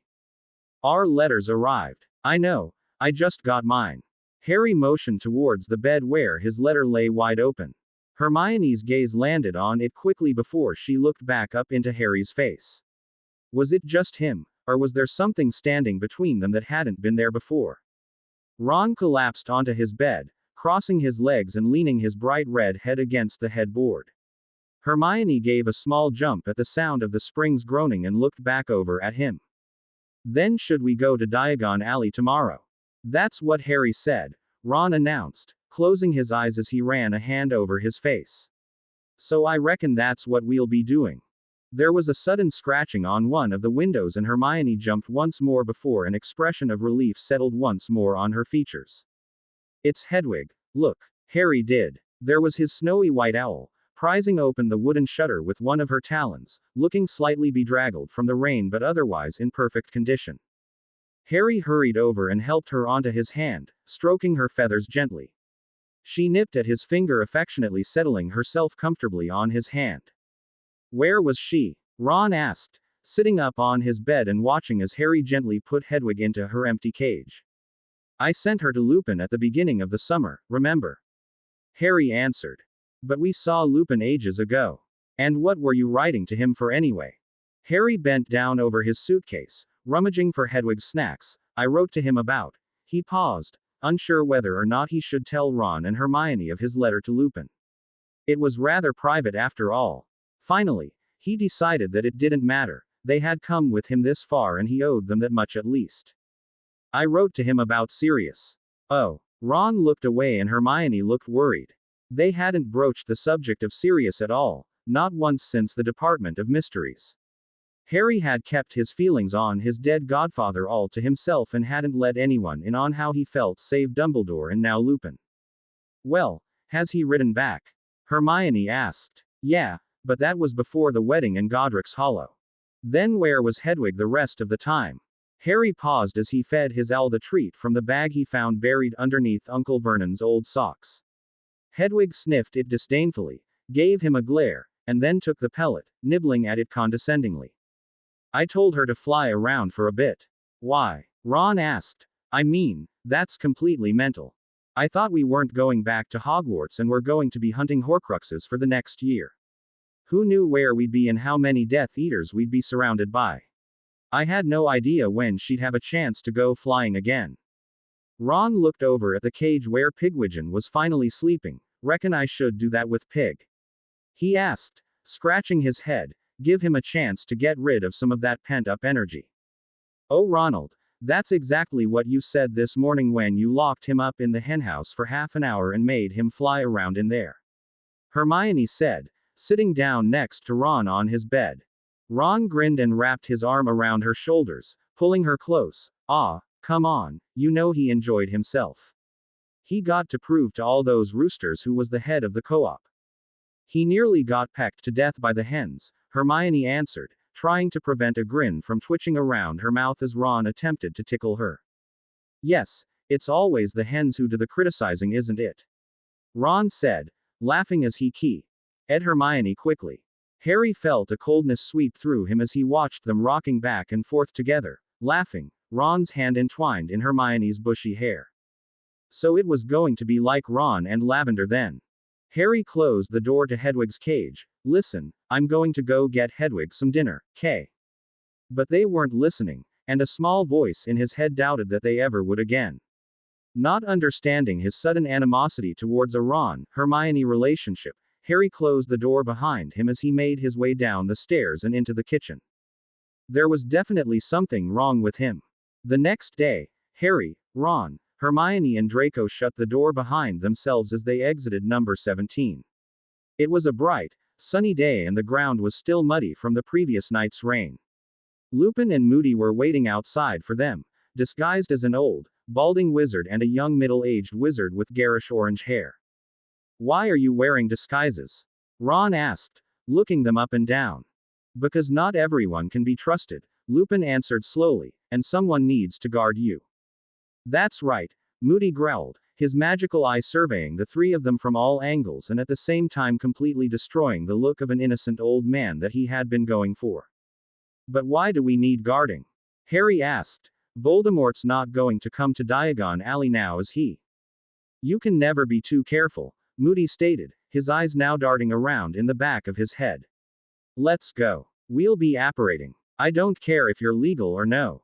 I thought we'd agreed to use a portkey. Lupin said quietly. This way is much safer and faster. Moody growled obstinately. Not if they splinch themselves.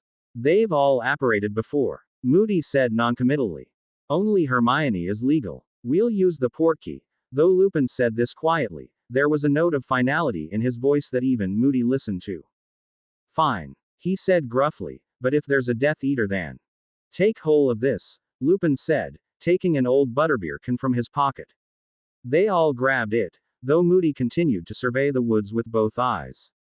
1, 2, 3. Harry felt the familiar hook around his navel, saw the trees spinning, felt a rush of wind, a roar of laughing, and found himself lying on the street of Diagon Alley, right near the wall where the leaky cauldron stood. Harry got to his feet and helped up Ron while Lupin aided Hermione. Moody stared around at the shrieking children and the harried-looking witches as if they were all armed with knives and ready to attack him. All right, here's the plan, he growled, dropping his voice down to a whisper, the electric blue eyes pointing into the back of his head. Weasley, Granger, you're with Lupin. Potter, Malfoy, you're with me. We meet back here in exactly 2 hours. If we come across resistance along the way. Oh come now, Alistair, I hardly think we need to split up. Lupin stated. Moody glared at him with both eyes. You had your way with the portkey, Remus, now this is my area of expertise. We split up. He grabbed Harry and Draco roughly by the arms. Let's go. Draco looked as if he had half a mind to hex Moody at his handling but seemed to remember the fact that a look-alike Moody had already turned him into a ferret. He gulped and made no attempt to dislodge Moody's hold on his arm as he and Harry were turned roughly around. They made their way down the streets, Moody glaring at everyone they passed suspiciously. Now, Potter, where are we going first on your list? Flourish and blots, Harry said quickly looking over the list of things he needed, but I need to stop at Gringotts first to get out some gold to buy my things with. Then we'll go there first, Moody said grimly, Just mind you keep an eye on those goblins. They'll take your gold as soon as look at you. Right. Harry muttered, pushing his way through the crowd once more. On Moody's other side, Draco was having visible difficulty in pushing through a swarm of over-eager first-years who were crowded around the firebolt in display at Quality Quidditch Supplies. It wasn't until Moody stopped, and glared at them all ferociously with both the magical and realized that they parted and the here of them were able to make any further progress. They were right outside Gringotts when Harry was stopped by a dreamy voice calling his name. Harry. He turned around. As did Moody. Luna smiled vaguely at him. I'm shopping for my school things too. Okay. Harry was unsure what to do. Luna was smiling up at him expectantly and Moody was giving her a distinct glare. Luna pointed towards her list. They want dress robes this year, you know. What? Harry looked down at his list again. And sure enough, beneath the Standard Book of Spells, Grade 7 by Miranda Goshawk was in firm, green, cursive, dress robes. But why? Harry asked, looking up again. There's no tournament this year. There's a 7th year Yule Ball, Luna stated, her radish earrings jangling slightly as she moved, didn't you know? But oh come on. Harry searched for words to describe how he felt about this. Once more, he and Ron would be struggling to find dates and this time he wasn't even interested in anyone. But then the same, quiet voice in his head that had spoken before muttered, but Ron won't need to worry about a date. He has Hermione. Harry sighed audibly, and asked, for lack of anything else to say, then why does it say you need robes on your list? Because 7th years are allowed to ask 6th years to the ball too, Luna said wisely, but I won't need to buy them anyways. Why? Harry asked, fully aware that Moody was stamping his wooden leg loudly against the pavement in his impatience and that Malfoy was sighing loudly repeatedly as he lounged against the wall of the bank, his lips curled up in an impatient sneer, though he dared do nothing else with Moody around. I'm busy during the Yule Ball, Luna stated serenely. My father is taking me out of school 2 days early to bring me to the Alps. The crumple-horned Snorkack is migrating. Oh, where is your dad? Harry asked, looking around the crowd for anyone blonde and strange looking. He got caught up with some fans for the Quibbler and I decided to shop by myself. You know how long these business meetings can go for. Yeah, I need to get going. Well, I'll see you at the start of term then. Luna tucked her wand behind her ear and whirled around, her long braided hair whipping the air behind her. Harry turned back to look at Draco and Moody. Draco glared at him. So, that going to be your date for the ball then, Potter? Harry opened his mouth to retort, but Moody beat him to it. Watch your mouth, Malfoy, or I might just have to teach you a lesson in transformation. And you'll be lucky if it's a ferret. The 4 teens and Lupin and Moody returned to number 17 Reed's Forest that evening laden with new supplies for the school year, including, to Harry and Ron's great displeasure, a fresh pair of formal shoes each and new dress robes for Hermione. They entered the house as the sky began to darken and found Aberforth just slicing up a loaf of bread on the table, the black goat nipping at the tablecloth as he did so, and Dumbledore magicking 7 mugs of mulled cider through the air towards the table. Ah, Remus Alistair, just in time. I assume you will stay for dinner. Moody nodded curtly. Perhaps just a quick bite of meat, he announced gruffly, eyeing the steak now floating past him and settling itself neatly on the plate set on the table. I really should be going, Albus, Lupin said with a slightly sad smile. The order needs me on duty right now. Dumbledore gave him a quick wink, looking from him to Harry, Ron, and Hermione and back again. But you are, Remus. Lupin grinned and laughed softly. Yes, I suppose. A quick meal then. He settled himself down at the table and Moody sat down next to him, eyeing the cider with his magical eye. Who put this drink together? He asked, looking at it suspiciously. Severus. Aberforth answered, beginning to divide the steak up. Right. Moody pushed the cider away and pulled out his hip flask. Ron sniggered. Malfoy gave him a disgusted glance and then announced airily. I'm not hungry. Then don't eat, but at least sit down with us, Aberforth countered jovially. Malfoy's lips curled up in a sneer and he rolled his eyes. I'd prefer to eat with the swine, thanks, he spat, eyeing the black goat as it ripped off a chunk of cloth and began to munch on it. Moody turned in his chair, the wooden legs scraping along the floor loudly. Perhaps you'd like to be a swine instead. Draco paled and Lupin shook his head. No, Alistair, he said firmly, we don't use transfiguration as a punishment. Funny, Minerva said that too and it didn't make much of an impression. Alistair, Aberforth said warningly. Moody glared around at them all irritably before turning his back on Draco and viciously sawing at the steak on his plate. Harry could have sworn he heard him growl under his breath something about triple spies, and never trust an ex-Death Eater, young or old, but before he could be sure Dumbledore entered the room again, followed by Snape. Well, then, let's all sit down, shall we? Wordlessly, they all, including Malfoy, sat down at the chairs and began to eat. Dumbledore was the first to speak.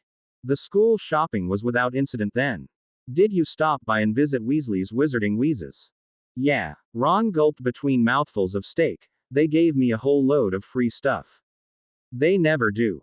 Across the table from them, Harry saw Malfoy give Ron a malevolent sneer. Fortunately, no one but he noticed, and it passed without comment. Potter and Malfoy had a bit of a run-in today, Moody announced loudly, his eye zooming around the room, met a strange girl by the name of Luna Lovegood. Claims to be a friend of Harry's from school. HMMPH. Moody snorted into his hip flask, worst polyjuice transformation ever. Whoever was pretending to be her looked like she'd just fallen into a junk bin. No, that's how she always dresses, Ron said knowledgeably. She's a regular loon. He stopped chewing suddenly and looked at Harry. Hang on, why was she talking to you? Harry shrugged. We happened across each other near Gringotts. Happened isn't the term I would use. I saw her following us along the way for a quarter of a mile. Tried to throw us off her path by stopping to examine some toadstool necklaces near the Oddments for Oddballs shop and signing up for the Crumplehorn Snarkack Association. Moody interrupted. Ron ignored him. You never told me that.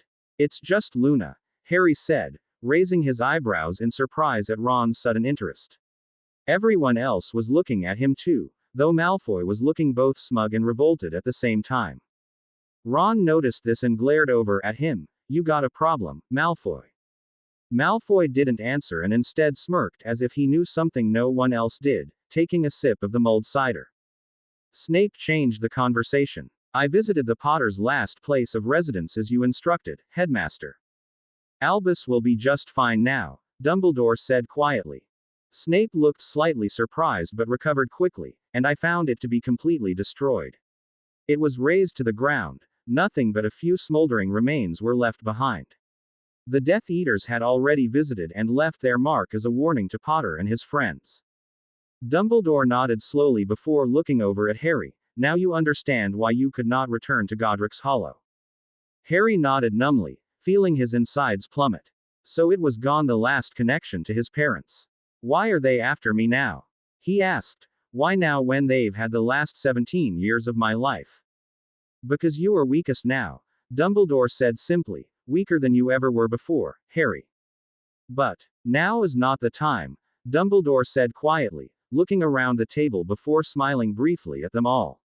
He turned back to Snape. You will take Draco on the first and third evenings of every school week. Snape nodded once. Yes. Good. Then I shall leave him in your care. For now, I must be excused to speak privately with Remus and Alistair. And I need to feed the goats. Aberforth said, rising up from the table and following the black goat towards the door. Lupin and Moody followed Dumbledore from the table and they walked upstairs quickly, leaving Snape and the 4 teens behind in the room. Snape looked around at them all, his gaze landing on Harry and Hermione for the briefest moment before turning to face Harry alone. So, Potter, once again I find myself inclined to teach you occlumency. Harry opened his mouth in protest, but Snape rode over him. Believe me, Potter, it gives me no pleasure to be forced to spend time with you for the next 4 days, but the need, according to Dumbledore, is greater than any displeasure I would be undergoing. He spat contemptuously, so I will meet you in 15 minutes in the study for lessons. Snape made to rise from the table, but Hermione stopped him. Sir, I think, she began nervously, looking at Harry and Ron and then back at Snape. I think Ron and I should learn occlumency too. Snape looked completely astonished at her gall for about 2 whole seconds. Then his lip curled up into a malicious sneer and he leaned down on the table so as to be on her level. Miss Granger, he spat, saliva flying from his mouth in his suppressed rage, as undoubtedly tempting as your offer is to me, teaching the Golden Trio is the last thing on earth that I would ever wish to do. You, he snapped contemptuously, the most insufferable know-it-all in the whole wizarding community, Weasley, the stupidest and most talentless boy in the whole 7th year, and Potter, the world's most inflated hero, the 3 worst types of pupils imaginable. No. He rose from the table, glaring furiously at them, looking as if he would explode. I am only passing on my knowledge to Potter, though undoubtedly he will not comprehend a word of it, on Dumbledore's orders. But nothing would ever make me give extra lessons to a mudblood and a Weasley. He turned abruptly on his heel and stormed up the stairs, his cloak billowing out behind him. Ron made to follow him, his face contorted into a rage Harry had never seen depicted on his face before, but Hermione grabbed his arm and pulled him back down, her bottom lip trembling. He called you a mudblood, Hermione. Ron growled out between gritted teeth. It's not worth it, Ron. Hermione whispered quietly, looking quite hurt. It's not worth it. Ron slowly calmed down, taking in deep steadying breaths. Harry had thought he had finally returned to a state of apathy when Ron's glance fell on Malfoy. What's so funny? Ron snapped, his eyes blazing again. Malfoy's smirk widened. Well, one rarely gets dinner and a show out here in the country with rustics like Dumbledore and his goat-herding brother. You. Ron. No. Once again, Hermione pulled Ron back down onto his seat, fully unaware that on her other side Harry was clenching trembling fists together. Malfoy sniggered loudly. Oh, look at this. Weasley and Granger. Never thought that would happen. What is it? He asked, looking over at Hermione, his eyes positively alight with malevolent glee. You have an attraction to stupidity and poverty, or was he the only one you could snag? Hermione's face turned pink and this time both Ron and Harry made a lunge for Draco. Hermione managed to hold Ron back, but not expecting Harry to jump at him as well, let out a shriek as Harry bellowed. Impediamenta. Draco was blasted off his chair. He flew straight into the wall and collapsed in a heap on the floor, his wand soaring through the air in his wake. Harry caught it deftly. Hermione stared at Harry in disbelief. Harry, you attacked. She was interrupted by hurried footsteps sounding from above. Snape ran down the stairs and looked around at the scene. Hermione was still struggling to restrain a positively boiling Ron. Harry had both his wand at Draco's pointed at the latter, and Malfoy was rising up shakily from the ground, rubbing his head where a thin trickle of blood was falling down above his eye. Potter. Weasley. Snape exclaimed, his black eyes glittering spitefully in the firelight, attacking a fellow. Fellow what, exactly? Harry demanded, looking from Snape to Malfoy and back again, not sure who he hated more at the moment. We're not at school, nor is he one of us. He is a fellow member of the resistance against the Dark Lord, Snape hissed coldly, and you, Potter, have. More likely a spy, Ron roared, just like you. Hermione turned completely white at Ron's words and tried to cover his mouth up, though the damage was done. Snape turned on his heel to face Ron slowly, his face contorted with rage. Weasley. It seemed to be the only words he could manage. He was fairly trembling from head to foot with rage. Precisely at that moment, the door swung open and Aberforth re-entered the scene. Snape was instantly polite. I will be upstairs. Come, Draco. Make sure you're ready, Potter. He swept up the stairs, Malfoy following him. Aberforth looked over at the trio. Even he couldn't pretend nothing had happened there. Well, I think that it's high time we all got to bed. Come, Mr. Weasley, Miss Granger. He motioned towards the stairs. Hermione nodded wordlessly and started up. Ron looked as though he wanted to say something, thought better of it and walked upwards as well. Aberforth watched them until they were out of sight and then turned to Harry. I suggest a nice cup of tea, it's good for calming down your feelings. He flicked his wand and a steaming teacup zoomed towards Harry. Harry reached out for it numbly, too angry to mumble anything more than, thanks. He flopped down onto the couch, spilling some tea on himself in the process and burning his hand. Cursing slightly under his breath, he ked his fingers. Aberforth didn't appear to notice and instead made his way upstairs, leaving Harry to glare moodily into the fire. If only Snape would come down the stairs and insult him again. It would be so easy to simply shout Sectum Sempra. And leave Snape writhing on the floor in his own blood. After everything he had done in the last year, it seemed a fitting punishment to Harry. But Snape didn't come back downstairs for the next half hour, and when he did, he was accompanied by Moody and Lupin. "I've come to sit in on your occlumency lesson," Moody growled, settling himself down on the couch next to Harry.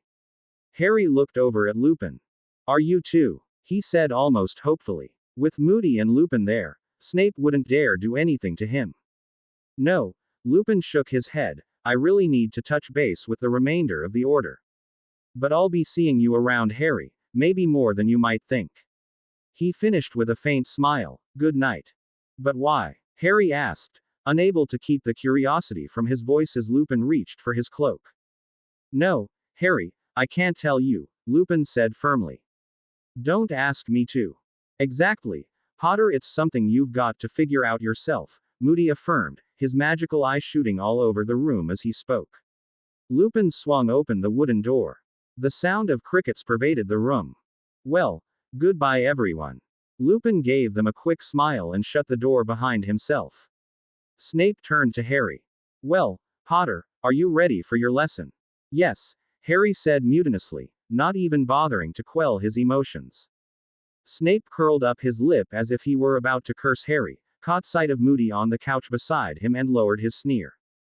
"Stand up then." Harry got up angrily, clenching his fists. "On the count of 3 then," Snape said softly, raising his wand. 1, 2, 3. Legilimens. Harry didn't have a chance to react. He was so out of practice and so angry that Snape easily broke through the defenses of his mind. Memories swirled through Harry's bewildered eyes in a whirling cyclone of the past. Harry was getting on the Hogwarts Express. He was meeting Ron. Hermione was crying in the girls' bathroom. He was standing with Hermione in the room full of potions. Voldemort was coming out of Quirrell's head. Gryffindor was winning the House Cup. The Weasleys were flying in the Ford Anglia outside Harry's window. Ginny was running down the stairs. Hermione was berating him and Ron about flying the car. The dueling club with Lockhart. Hermione was petrified. He and Ron were being chased by Aragog's clan. That was pathetic, Potter. Snape sneered, towering over him. Harry was lying on the ground, his nose mere inches from Snape's shoes. Not even knowing how he got there, Harry stood up shakily, brushing the dust from his robes as he did so, his hands trembling with rage. "Come on, Potter," Moody growled. "You've got to do better than that." Great. So even Moody was against him now. Harry tried to prevent himself from hexing Snape as he pulled his wand out once more. Again, on the count of 3, Snape announced, his eyes narrowing. 1, 2, 3. Legilimens. Again, Harry's memories were playing before his eyes as if on the fast-forwards button. Overhearing about Sirius Black, the Dementor on the train. Missing out on Hogsmeade. Getting the firebolt from Sirius. Not talking to Hermione. Ron shouting about Scabbers. Hagrid losing the hearing on Buckbeak. Gryffindor winning the Quidditch Cup. Talking to Hermione behind a pile of books. Hermione hugging Ron. Buckbeak being killed. Ron being attacked by Sirius. Getting past the Whomping Willow. Meeting Sirius inside. Snape coming. Dementors by the lake. You must try harder. This is pitiable, Potter. I can get past you without even trying. Well, maybe if you taught him how to block you, Snape, he'd do better. Moody exploded. Snape glared at him. According to you, Potter is the best in defense against the dark arts. This should be easy for such a prodigy like him. Feeling his blood boil with rage, Harry once again picked himself up from the ground, resolving Snape wouldn't break through his defenses again. Try again, Potter. 1, 2, 3 Legilimens. Harry had barely raised his wand when Snape's curse struck. It was hopeless to even try blocking it. Again, the memories were flashing through his mind. The Goblet of Fire. Ron not talking to him. Walking around the lake with Hermione. Battling the Hungarian Horntail. Making up with Ron. Hermione hugging him. Cho rejecting him for the Yule Ball. Hermione with Krum. Ron shouting at Hermione. Seeing Ron and Hermione in the lake. Rescuing Ron and Gabrielle. Entering the maze. Taking the cup with Cedric. Cedric being killed. Voldemort coming back. Seeing his parents' ghosts. The portkey back. Cedric's parents crying. Talking to Dumbledore. Hermione dotting him. Snape broke off the connection. Harry was panting on the ground again. Cold sweat breaking out on his forehead. What was that, Potter? What was what? Harry snarled, pulling himself upwards again. That last memory with Granger. Harry felt some of the color return to his face. It was nothing. Just a goodbye. Snape's eyes narrowed again and he opened his mouth to say something, but Moody cut in. Let it be, Snape. The boy still hasn't thrown you out yet. Snape's black eyes darted over to Moody and back to Harry.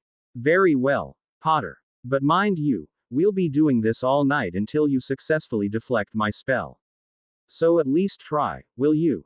Some of us have other things to do. Harry was too exhausted to even feel angry anymore. Gripping his wand tighter, he raised it up again and looked over at Snape, too tired to even think that he was making it easier for Snape by keeping eye contact. 1, 2, 3. Legilimens. Harry was hiding in the magnolia bushes. Dementors were converging on him and Dudley. He was shouting at Ron and Hermione. He was at his hearing. He was no, a tiny voice said in his head, no, stop him. Stop him. Harry tried to summon up his willpower. The memories weren't flashing quite as fast anymore. He was having detention with Umbridge, and she was slicing his hand. Ron was trying out for Quidditch. Hermione was soaking his hand in the bowl talking about Harry teaching them defense lessons. No, the voice said in his head again. Stronger this one, no, you can stop him. You did before. Harry and Hermione were following Hagrid into the forest. Grawp was reaching for Hermione. No. Harry was lying on the floor again, panting, but as he looked upwards, he saw that Snape was as well. Moody was grinning. Well, I think he beat you that time, Snape. Maybe you shouldn't tell him to try so hard next time, he might just throw you out the window. Moody chuckled at his own joke, his wooden leg bouncing up and down to match his intakes of breath. Snape pulled himself up from the ground haughtily. I think that's enough for tonight, Potter. He snapped, making for the stairs. Oh, come on now, Snape, you aren't giving up so soon, are you? He beats you once and you call it quits. Snape glowered at Moody, his lip curling up again. It is past midnight, Alistair, it is high time the boy got some sleep.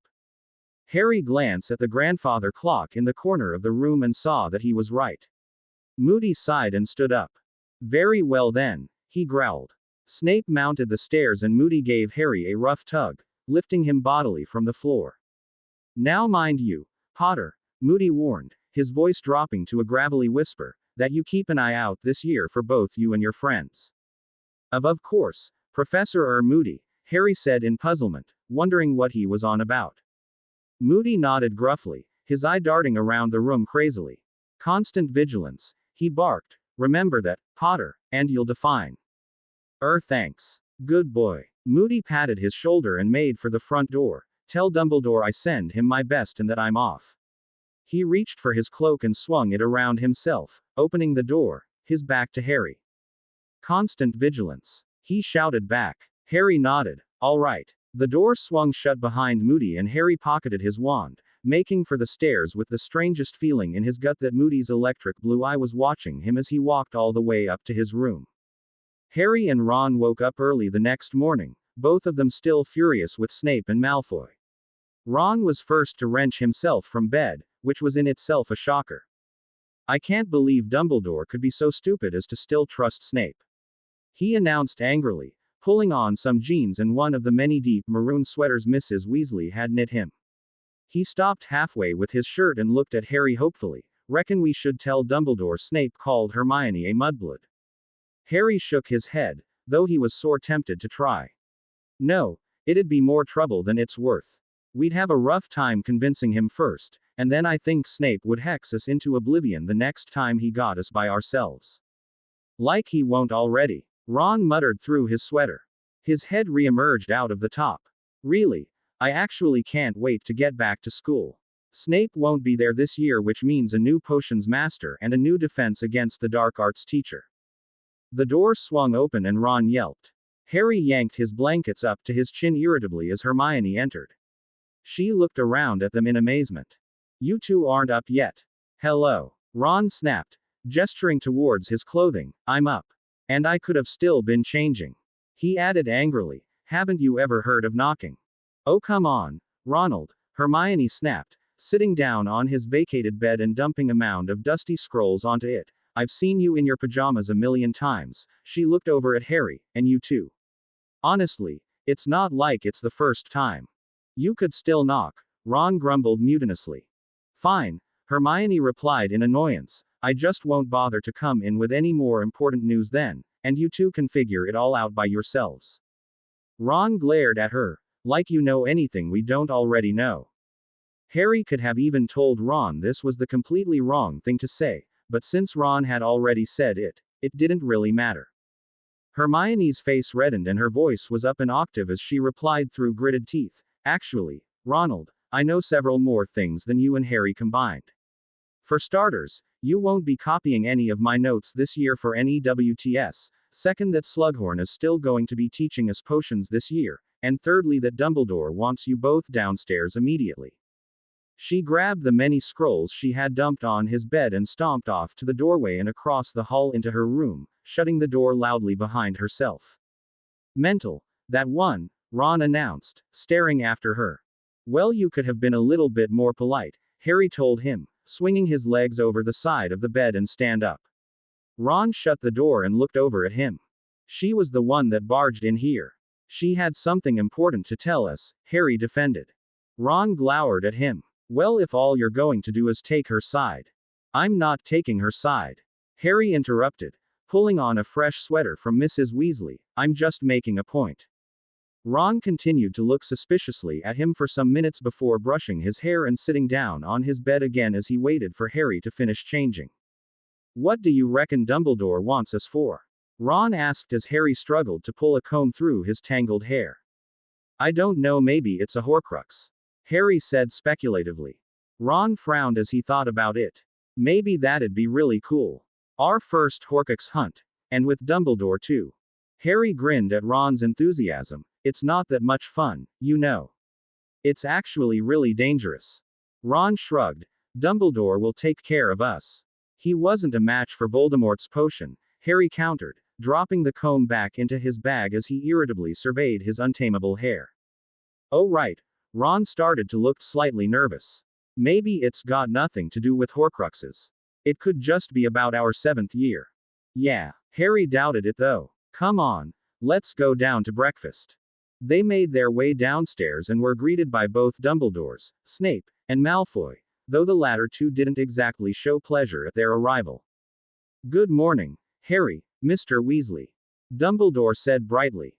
Harry and Ron grinned in return before settling down in their accustomed chairs. Aberforth flew some bowls over to them. Snape looked over at Dumbledore. Mr. Malfoy and I shall be going then, Albus. Yes, by all means. Dumbledore waved them off. Be sure to check in every other day. Of course. Snape gave a curt nod towards Malfoy and they both headed for the door at the same time, taking their cloaks with them. As the door shut behind them, Dumbledore settled himself down in a chair across from Harry and Ron, who were already digging into their breakfasts. Where is Miss Granger? Dumbledore asked. Ron swallowed his food with an effort. She's upstairs moping. Harry nearly choked on his food at Ron's answer. Dumbledore wasn't smiling. And why is she upstairs? Because she's mad at us, Ron admitted. I'll go get her, Harry said abruptly, before Dumbledore could speak again. Something about Dumbledore's glance made him feel extremely guilty, as if he had been solely responsible for Hermione's current state. He ran upstairs and knocked on Hermione's door. Who is it? It's me, Harry. Oh. The door swung open, and Hermione was standing before him, her hair slightly mussed and her eyes red. What do you want? Harry cast around for an answer while still trying to get over the surprise of seeing Hermione like this. Dumbledore needs you down at breakfast. Well, I'm not hungry. Hermione turned to shut the door, but Harry grabbed her arm. Hermione, what's wrong? She stopped. You were there. Yeah, and it can't just be that. Hermione pulled out of his reach as if his touch had burned her. Well, it is, she answered coldly, reaching for the doorknob once more. You can tell Professor Dumbledore that I'm not hungry. She repeated. That's not enough, Hermione, Harry said firmly. He has something important to tell us, and he's not going to without you. Hermione gave a half laugh, half sob. Yes, that's the only reason why you want me down there. That's not true, Harry exclaimed in surprise, getting angry himself. You know it's not. Hermione gave a sniff and looked away, staring at the door once again. It's true for Ron. Harry raised his eyebrows. Then why is he dating you? Hermione shrugged and looked down again. Look, I don't know what's going on here, but whatever it is, whatever you're thinking, Hermione, it's wrong, okay? Harry put his hand on her shoulder. She looked up at him slowly. It was only a dumb argument. I'm tired of the arguments, it seems that's the only thing I ever do with Ron. She said quietly. Harry raised his eyebrows. Come on, you two have had loads of good times. Like what? Hogsmeade, Harry said quickly, making the polyjuice potion. He cast around for ideas, but Hermione was right. Most of it was arguing. And Dumbledore's army, too. That's all out of 7 years. She laughed bitterly. Sometimes I wonder why I'm dating him. Harry was starting to feel uncomfortable. Comforting girls had never been his expertise, particularly when they were crying. Dumbledore's waiting downstairs. Right. Hermione flicked away a tear and gave Harry a watery smile. I guess I'm just being stupid again. She laughed and made for the stairs. Come on. I guess we've kept them waiting long enough. They both walked downstairs and sat down at the table again. Dumbledore looked at them all quickly, as if to ascertain whether or not everything had been worked out. Ron smiled sheepishly at Hermione and she smiled back. Dumbledore nodded in agreement. Good, now that we're all here. I have discovered one of Rowena Ravenclaw's heirlooms. You mean one of the things we've got to get before you know who? Ron exclaimed excitedly. Where is it? What is it? It is at a Muggle auction in London, Dumbledore replied calmly, and it is a sword, to match that of Godric's. He looked at Harry. We need to travel there today. The auction opens at 10. He checked his watch. In 1 hour. Hermione looked surprised, but how did Muggles get a hold of the sword? I do not know, I only managed to trace it. Dumbledore smiled, but rest assured, he added at Hermione's skeptical glance, it is the sword of Rowena Ravenclaw or else a very good replica. But won't there be Death Eaters there? Harry asked, interrupting Dumbledore's explanation. Yes, I would imagine so. We will have to disguise ourselves. I do believe that you began to touch on human transformations last year. Hermione nodded enthusiastically. Yes. I can change my hair color and I can make my eyebrows fall off, Ron said glumly. And that's about it. Nothing to be worried about. Dumbledore said brightly. I shall help you, but we will have to be on our guard nonetheless. A good disguise does not a Muggle make, and I doubt that the Death Eaters will bother to pay for the sword if they are indeed at the auction. Which means we'll have to resort to magic? Harry asked, in the middle of a room full of Muggles. Hopefully not, though it is extremely likely. Hermione looked nervous, but won't that break the... Well, of course it will. Ron interrupted, but we won't have much of a choice, will we, if the Death Eaters are firing unforgivables everywhere? Harry cut in before another argument could break out. Professor, how will we get the sword? None of us have Muggle money. Dumbledore smiled and stood up. I'm glad you asked, Harry. I have precisely the spell, highly useful. Observe. He reached into his robes and drew out a bag of galleons and sickles. I believe this would be enough for an antique sword with magical qualities. Aurum est potestas. Golden sparks flew from his wand and the galleons and sickles were replaced with a small mound of 5-pound notes and other such Muggle currency. It's brilliant. Ron exclaimed. Does the spell work backwards? No, Dumbledore said, replacing the money in the bag. Otherwise Muggles would find their money being accio-ed from their homes on a daily basis by less than fortunate wizards and witches. Oh. Ron's face fell slightly. Well, I believe it is time we donned our new guises and prepared to apparate to the auction house. Dumbledore aimed his wand at himself and muttered a spell under his breath.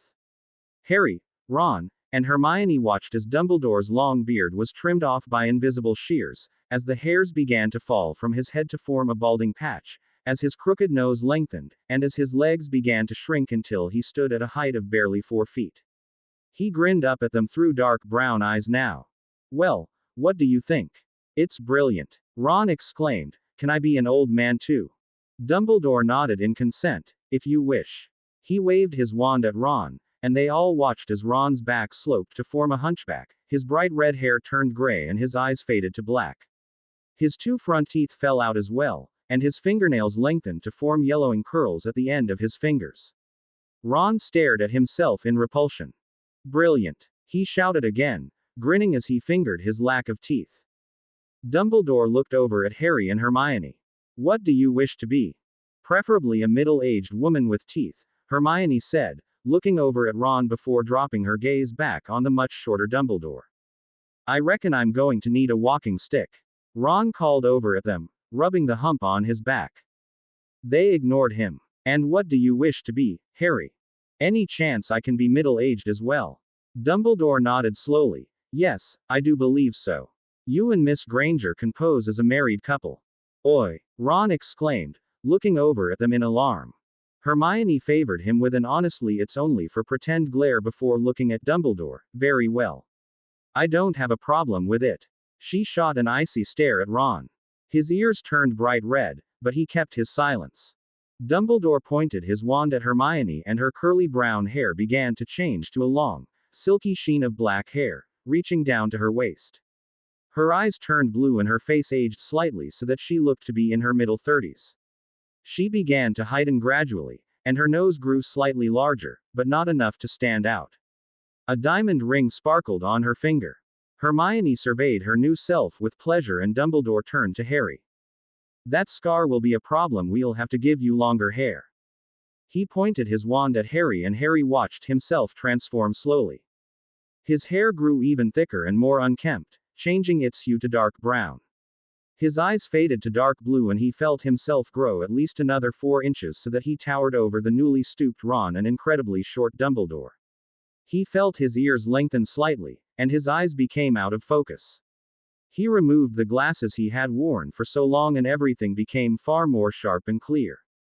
A golden band flashed on his finger. There. Dumbledore smiled at them all, his eyes sparkling. Now, for new identities. I am Professor Reed, who has traveled all the way from Edinburgh, Scotland with my partner, Professor Bell. He nodded meaningfully at Ron. Our specialty is in medieval history and arms. Understood. Ron nodded and then looked at Harry and Hermione. Who are they? Dumbledore tried to rest his arm on Harry's shoulder and then realized he no longer could because of their news heights. He settled on barely tapping Hermione's instead. This is my daughter, Roxanne, who has married her close personal friend Mr. Gaio Ghirardelli from Italy. She met him there while studying Italian in the university there. And what are our ages? Hermione asked quickly. I will pose as a 63-year-old, Mr. Weasley, or Mr. Bell as we shall refer to him from now on as 59. Mr. Ghirardelli is 38, and Roxanne is 35. Are we all understood? Yeah, but we should probably get some new clothes. Harry motioned towards the sweater from Mrs. Weasley that now only reached his wrists and the robes Dumbledore was drowning in. Ah, yes, of course. Dumbledore waved his wand again and they found themselves in completely respectable Muggle clothing. Ron, Professor Bell, was in a snappy suit and leaning on a hideously carved cane depicting the leering head of some beast, its fangs bared underneath his yellowing nails. Dumbledore, Professor Reed, was in a similar suit and had given himself some new glasses as well. Harry, Mr. Ghirardelli, wore a somewhat less formal suit and nicely shined shoes. Hermione, Roxanne, was in a semi-formal lavender dress and gloves. She surveyed her new clothing suspiciously. Are you sure we should be dressed like this? Oh yes, it is a rather stuffy old auction house with similarly stuffy people. We don't want to stand out. Dumbledore checked his watch. We have 15 minutes until it begins. Shall we apparate then? They all nodded and the 4 of them grabbed hands. On the count of 3. 1, 2, 3, go. And Harry felt himself being compressed into a suffocating tunnel. His lungs were bursting for air, and his left hand was being squeezed to the bone and then he was through. Hermione, and Ron fell onto the ground. Dumbledore alone had kept his footing. He offered a hand to Ron as Harry pulled up Hermione, who was still gripping his hand as if she had been worried one of them would catapult into outer space. He raised his eyebrows at her. She hastily let go, turning slightly pink, and began to brush off her dress. Harry rubbed the numbness out of his hand. They had arrived outside an ancient-looking building with ivy growing up the sides of its stone and mortar walls. Large, foreboding oaken doors stood in front of them, and watery-looking glass windows stared blankly out into the street around them, where people bustled quickly by, too absorbed in their own worries to notice four people appear out of thin air. The four of them all looked at the building, and Harry turned to Dumbledore. Professor Professor Reed, do you think Harry dropped his voice, Death Eaters will be here already? Dumbledore looked at the building rather than at Harry. They may not even come. But why not? Ron demanded, hobbling over to them on his walking stick. This is the right place. Yes, it is, Dumbledore assured him, but it may be the Death Eaters have not discovered the location of the sword. He blinked and looked away from the building, as if coming out of a reverie. Come though, we should get inside. They mounted the flat stone stairs and made for the doors. Dumbledore knocked twice and they swung open. A condescending butler stood there, his waistcoat stretched over his wide belly and his piggish eyes surveying them critically. His eyes landed on Harry's even messier than usual hair. Harry fought the urge to flatten it with his hand. This is the Hetherington auction, is it not? Dumbledore asked coldly, assuming a completely new personality Harry had never seen in him before. Yes, the butler drew himself up importantly. The guests have all arrived though. His eyes landed on Harry again. There is no more room.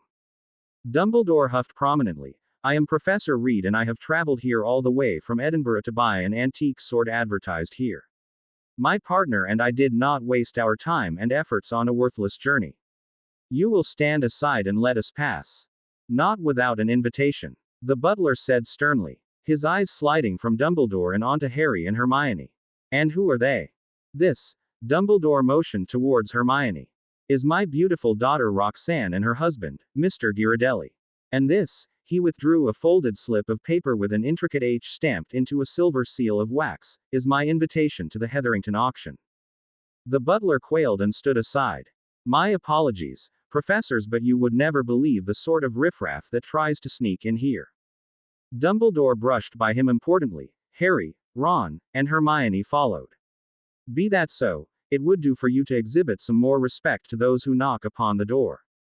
They followed Dumbledore into a large, magnificent hallway. The floors were made of beautifully inlaid rosewood and a high, vaulted ceiling hung above them. A door was open on their left, and through it issued a loud noise of murmurings and whispers. This way. Dumbledore motioned towards the door and they quickly crossed towards it, Harry taking up the end. As they passed underneath the oaken frame of the door, Ron stopped, causing Hermione to nearly bump into him. What's that? He asked Harry and Hermione, pointing to a large, bright red handle reading emergency only. Cool. Ron hissed. This is the light switch to turn on and off the electricity you were telling me about, Harry. He reached out and grabbed the lever as Harry and Hermione both screamed no. At the same time, everyone in the room turned in their seats just as a blaring siren sounded through the auction house. Now look what you've done, Ronald. Hermione hissed. People were screaming and jumping up from their chairs, making for the nearest exit out the back. What? Ron said furiously. How was I supposed to know it didn't turn on the lights? If it's big and red and says, pull in case of emergency only, you don't touch it. Hermione screeched heatedly above the noise of the crowd rushing by them. The people in the last few rows charged towards the door. Harry, Ron, Hermione, and Dumbledore were next too, and they found themselves flattened against the wall. Sirens sounded down the street. Look, Harry exclaimed, breaking into what must have been Ron and Hermione's millionth argument. The room was now nearly empty, and a long silver sword lay gleaming on the table in the front of the room. Dumbledore hurried over towards it, the others followed him. Miss Granger, if you will. Dumbledore handed Hermione the bag of money as he reverently lifted the ancient sword from the table. The hilt was encrusted with sapphires and pearls, and an elegant R had been engraved in the handle. This is it, Dumbledore muttered excitedly, "The sword of Rowena Ravenclaw. Harry, please hide it in your suit. You are the only one tall enough." He handed the sword to Harry, who hurriedly stuffed it into his jacket. Dumbledore took the money bag from Hermione. "This is not how I would have liked to remove the sword. Legally would have been better, but all the same, I think this is enough money to leave the Hetheringtons quite happy with." The sirens were drawing closer and becoming louder. Harry struggled to prevent the sword from slicing him open. They all grabbed hands again, though Hermione and Ron both had to grab one of Harry's elbows each thanks to the sword he was gripping, and Dumbledore counted out under his breath again. 1, 2, 3, go. Again, he was being pushed through the same suffocating tunnel, and his lungs were bursting for air. The sword in his hands was slicing into his flesh as he gripped it tighter and tighter, and then it was over. They were in Reed's Forest again, and they had the sword of Rowena Ravenclaw with them. To be continue. I hope you enjoyed this story. Also remember to subscribe and like this video. See you in the next video.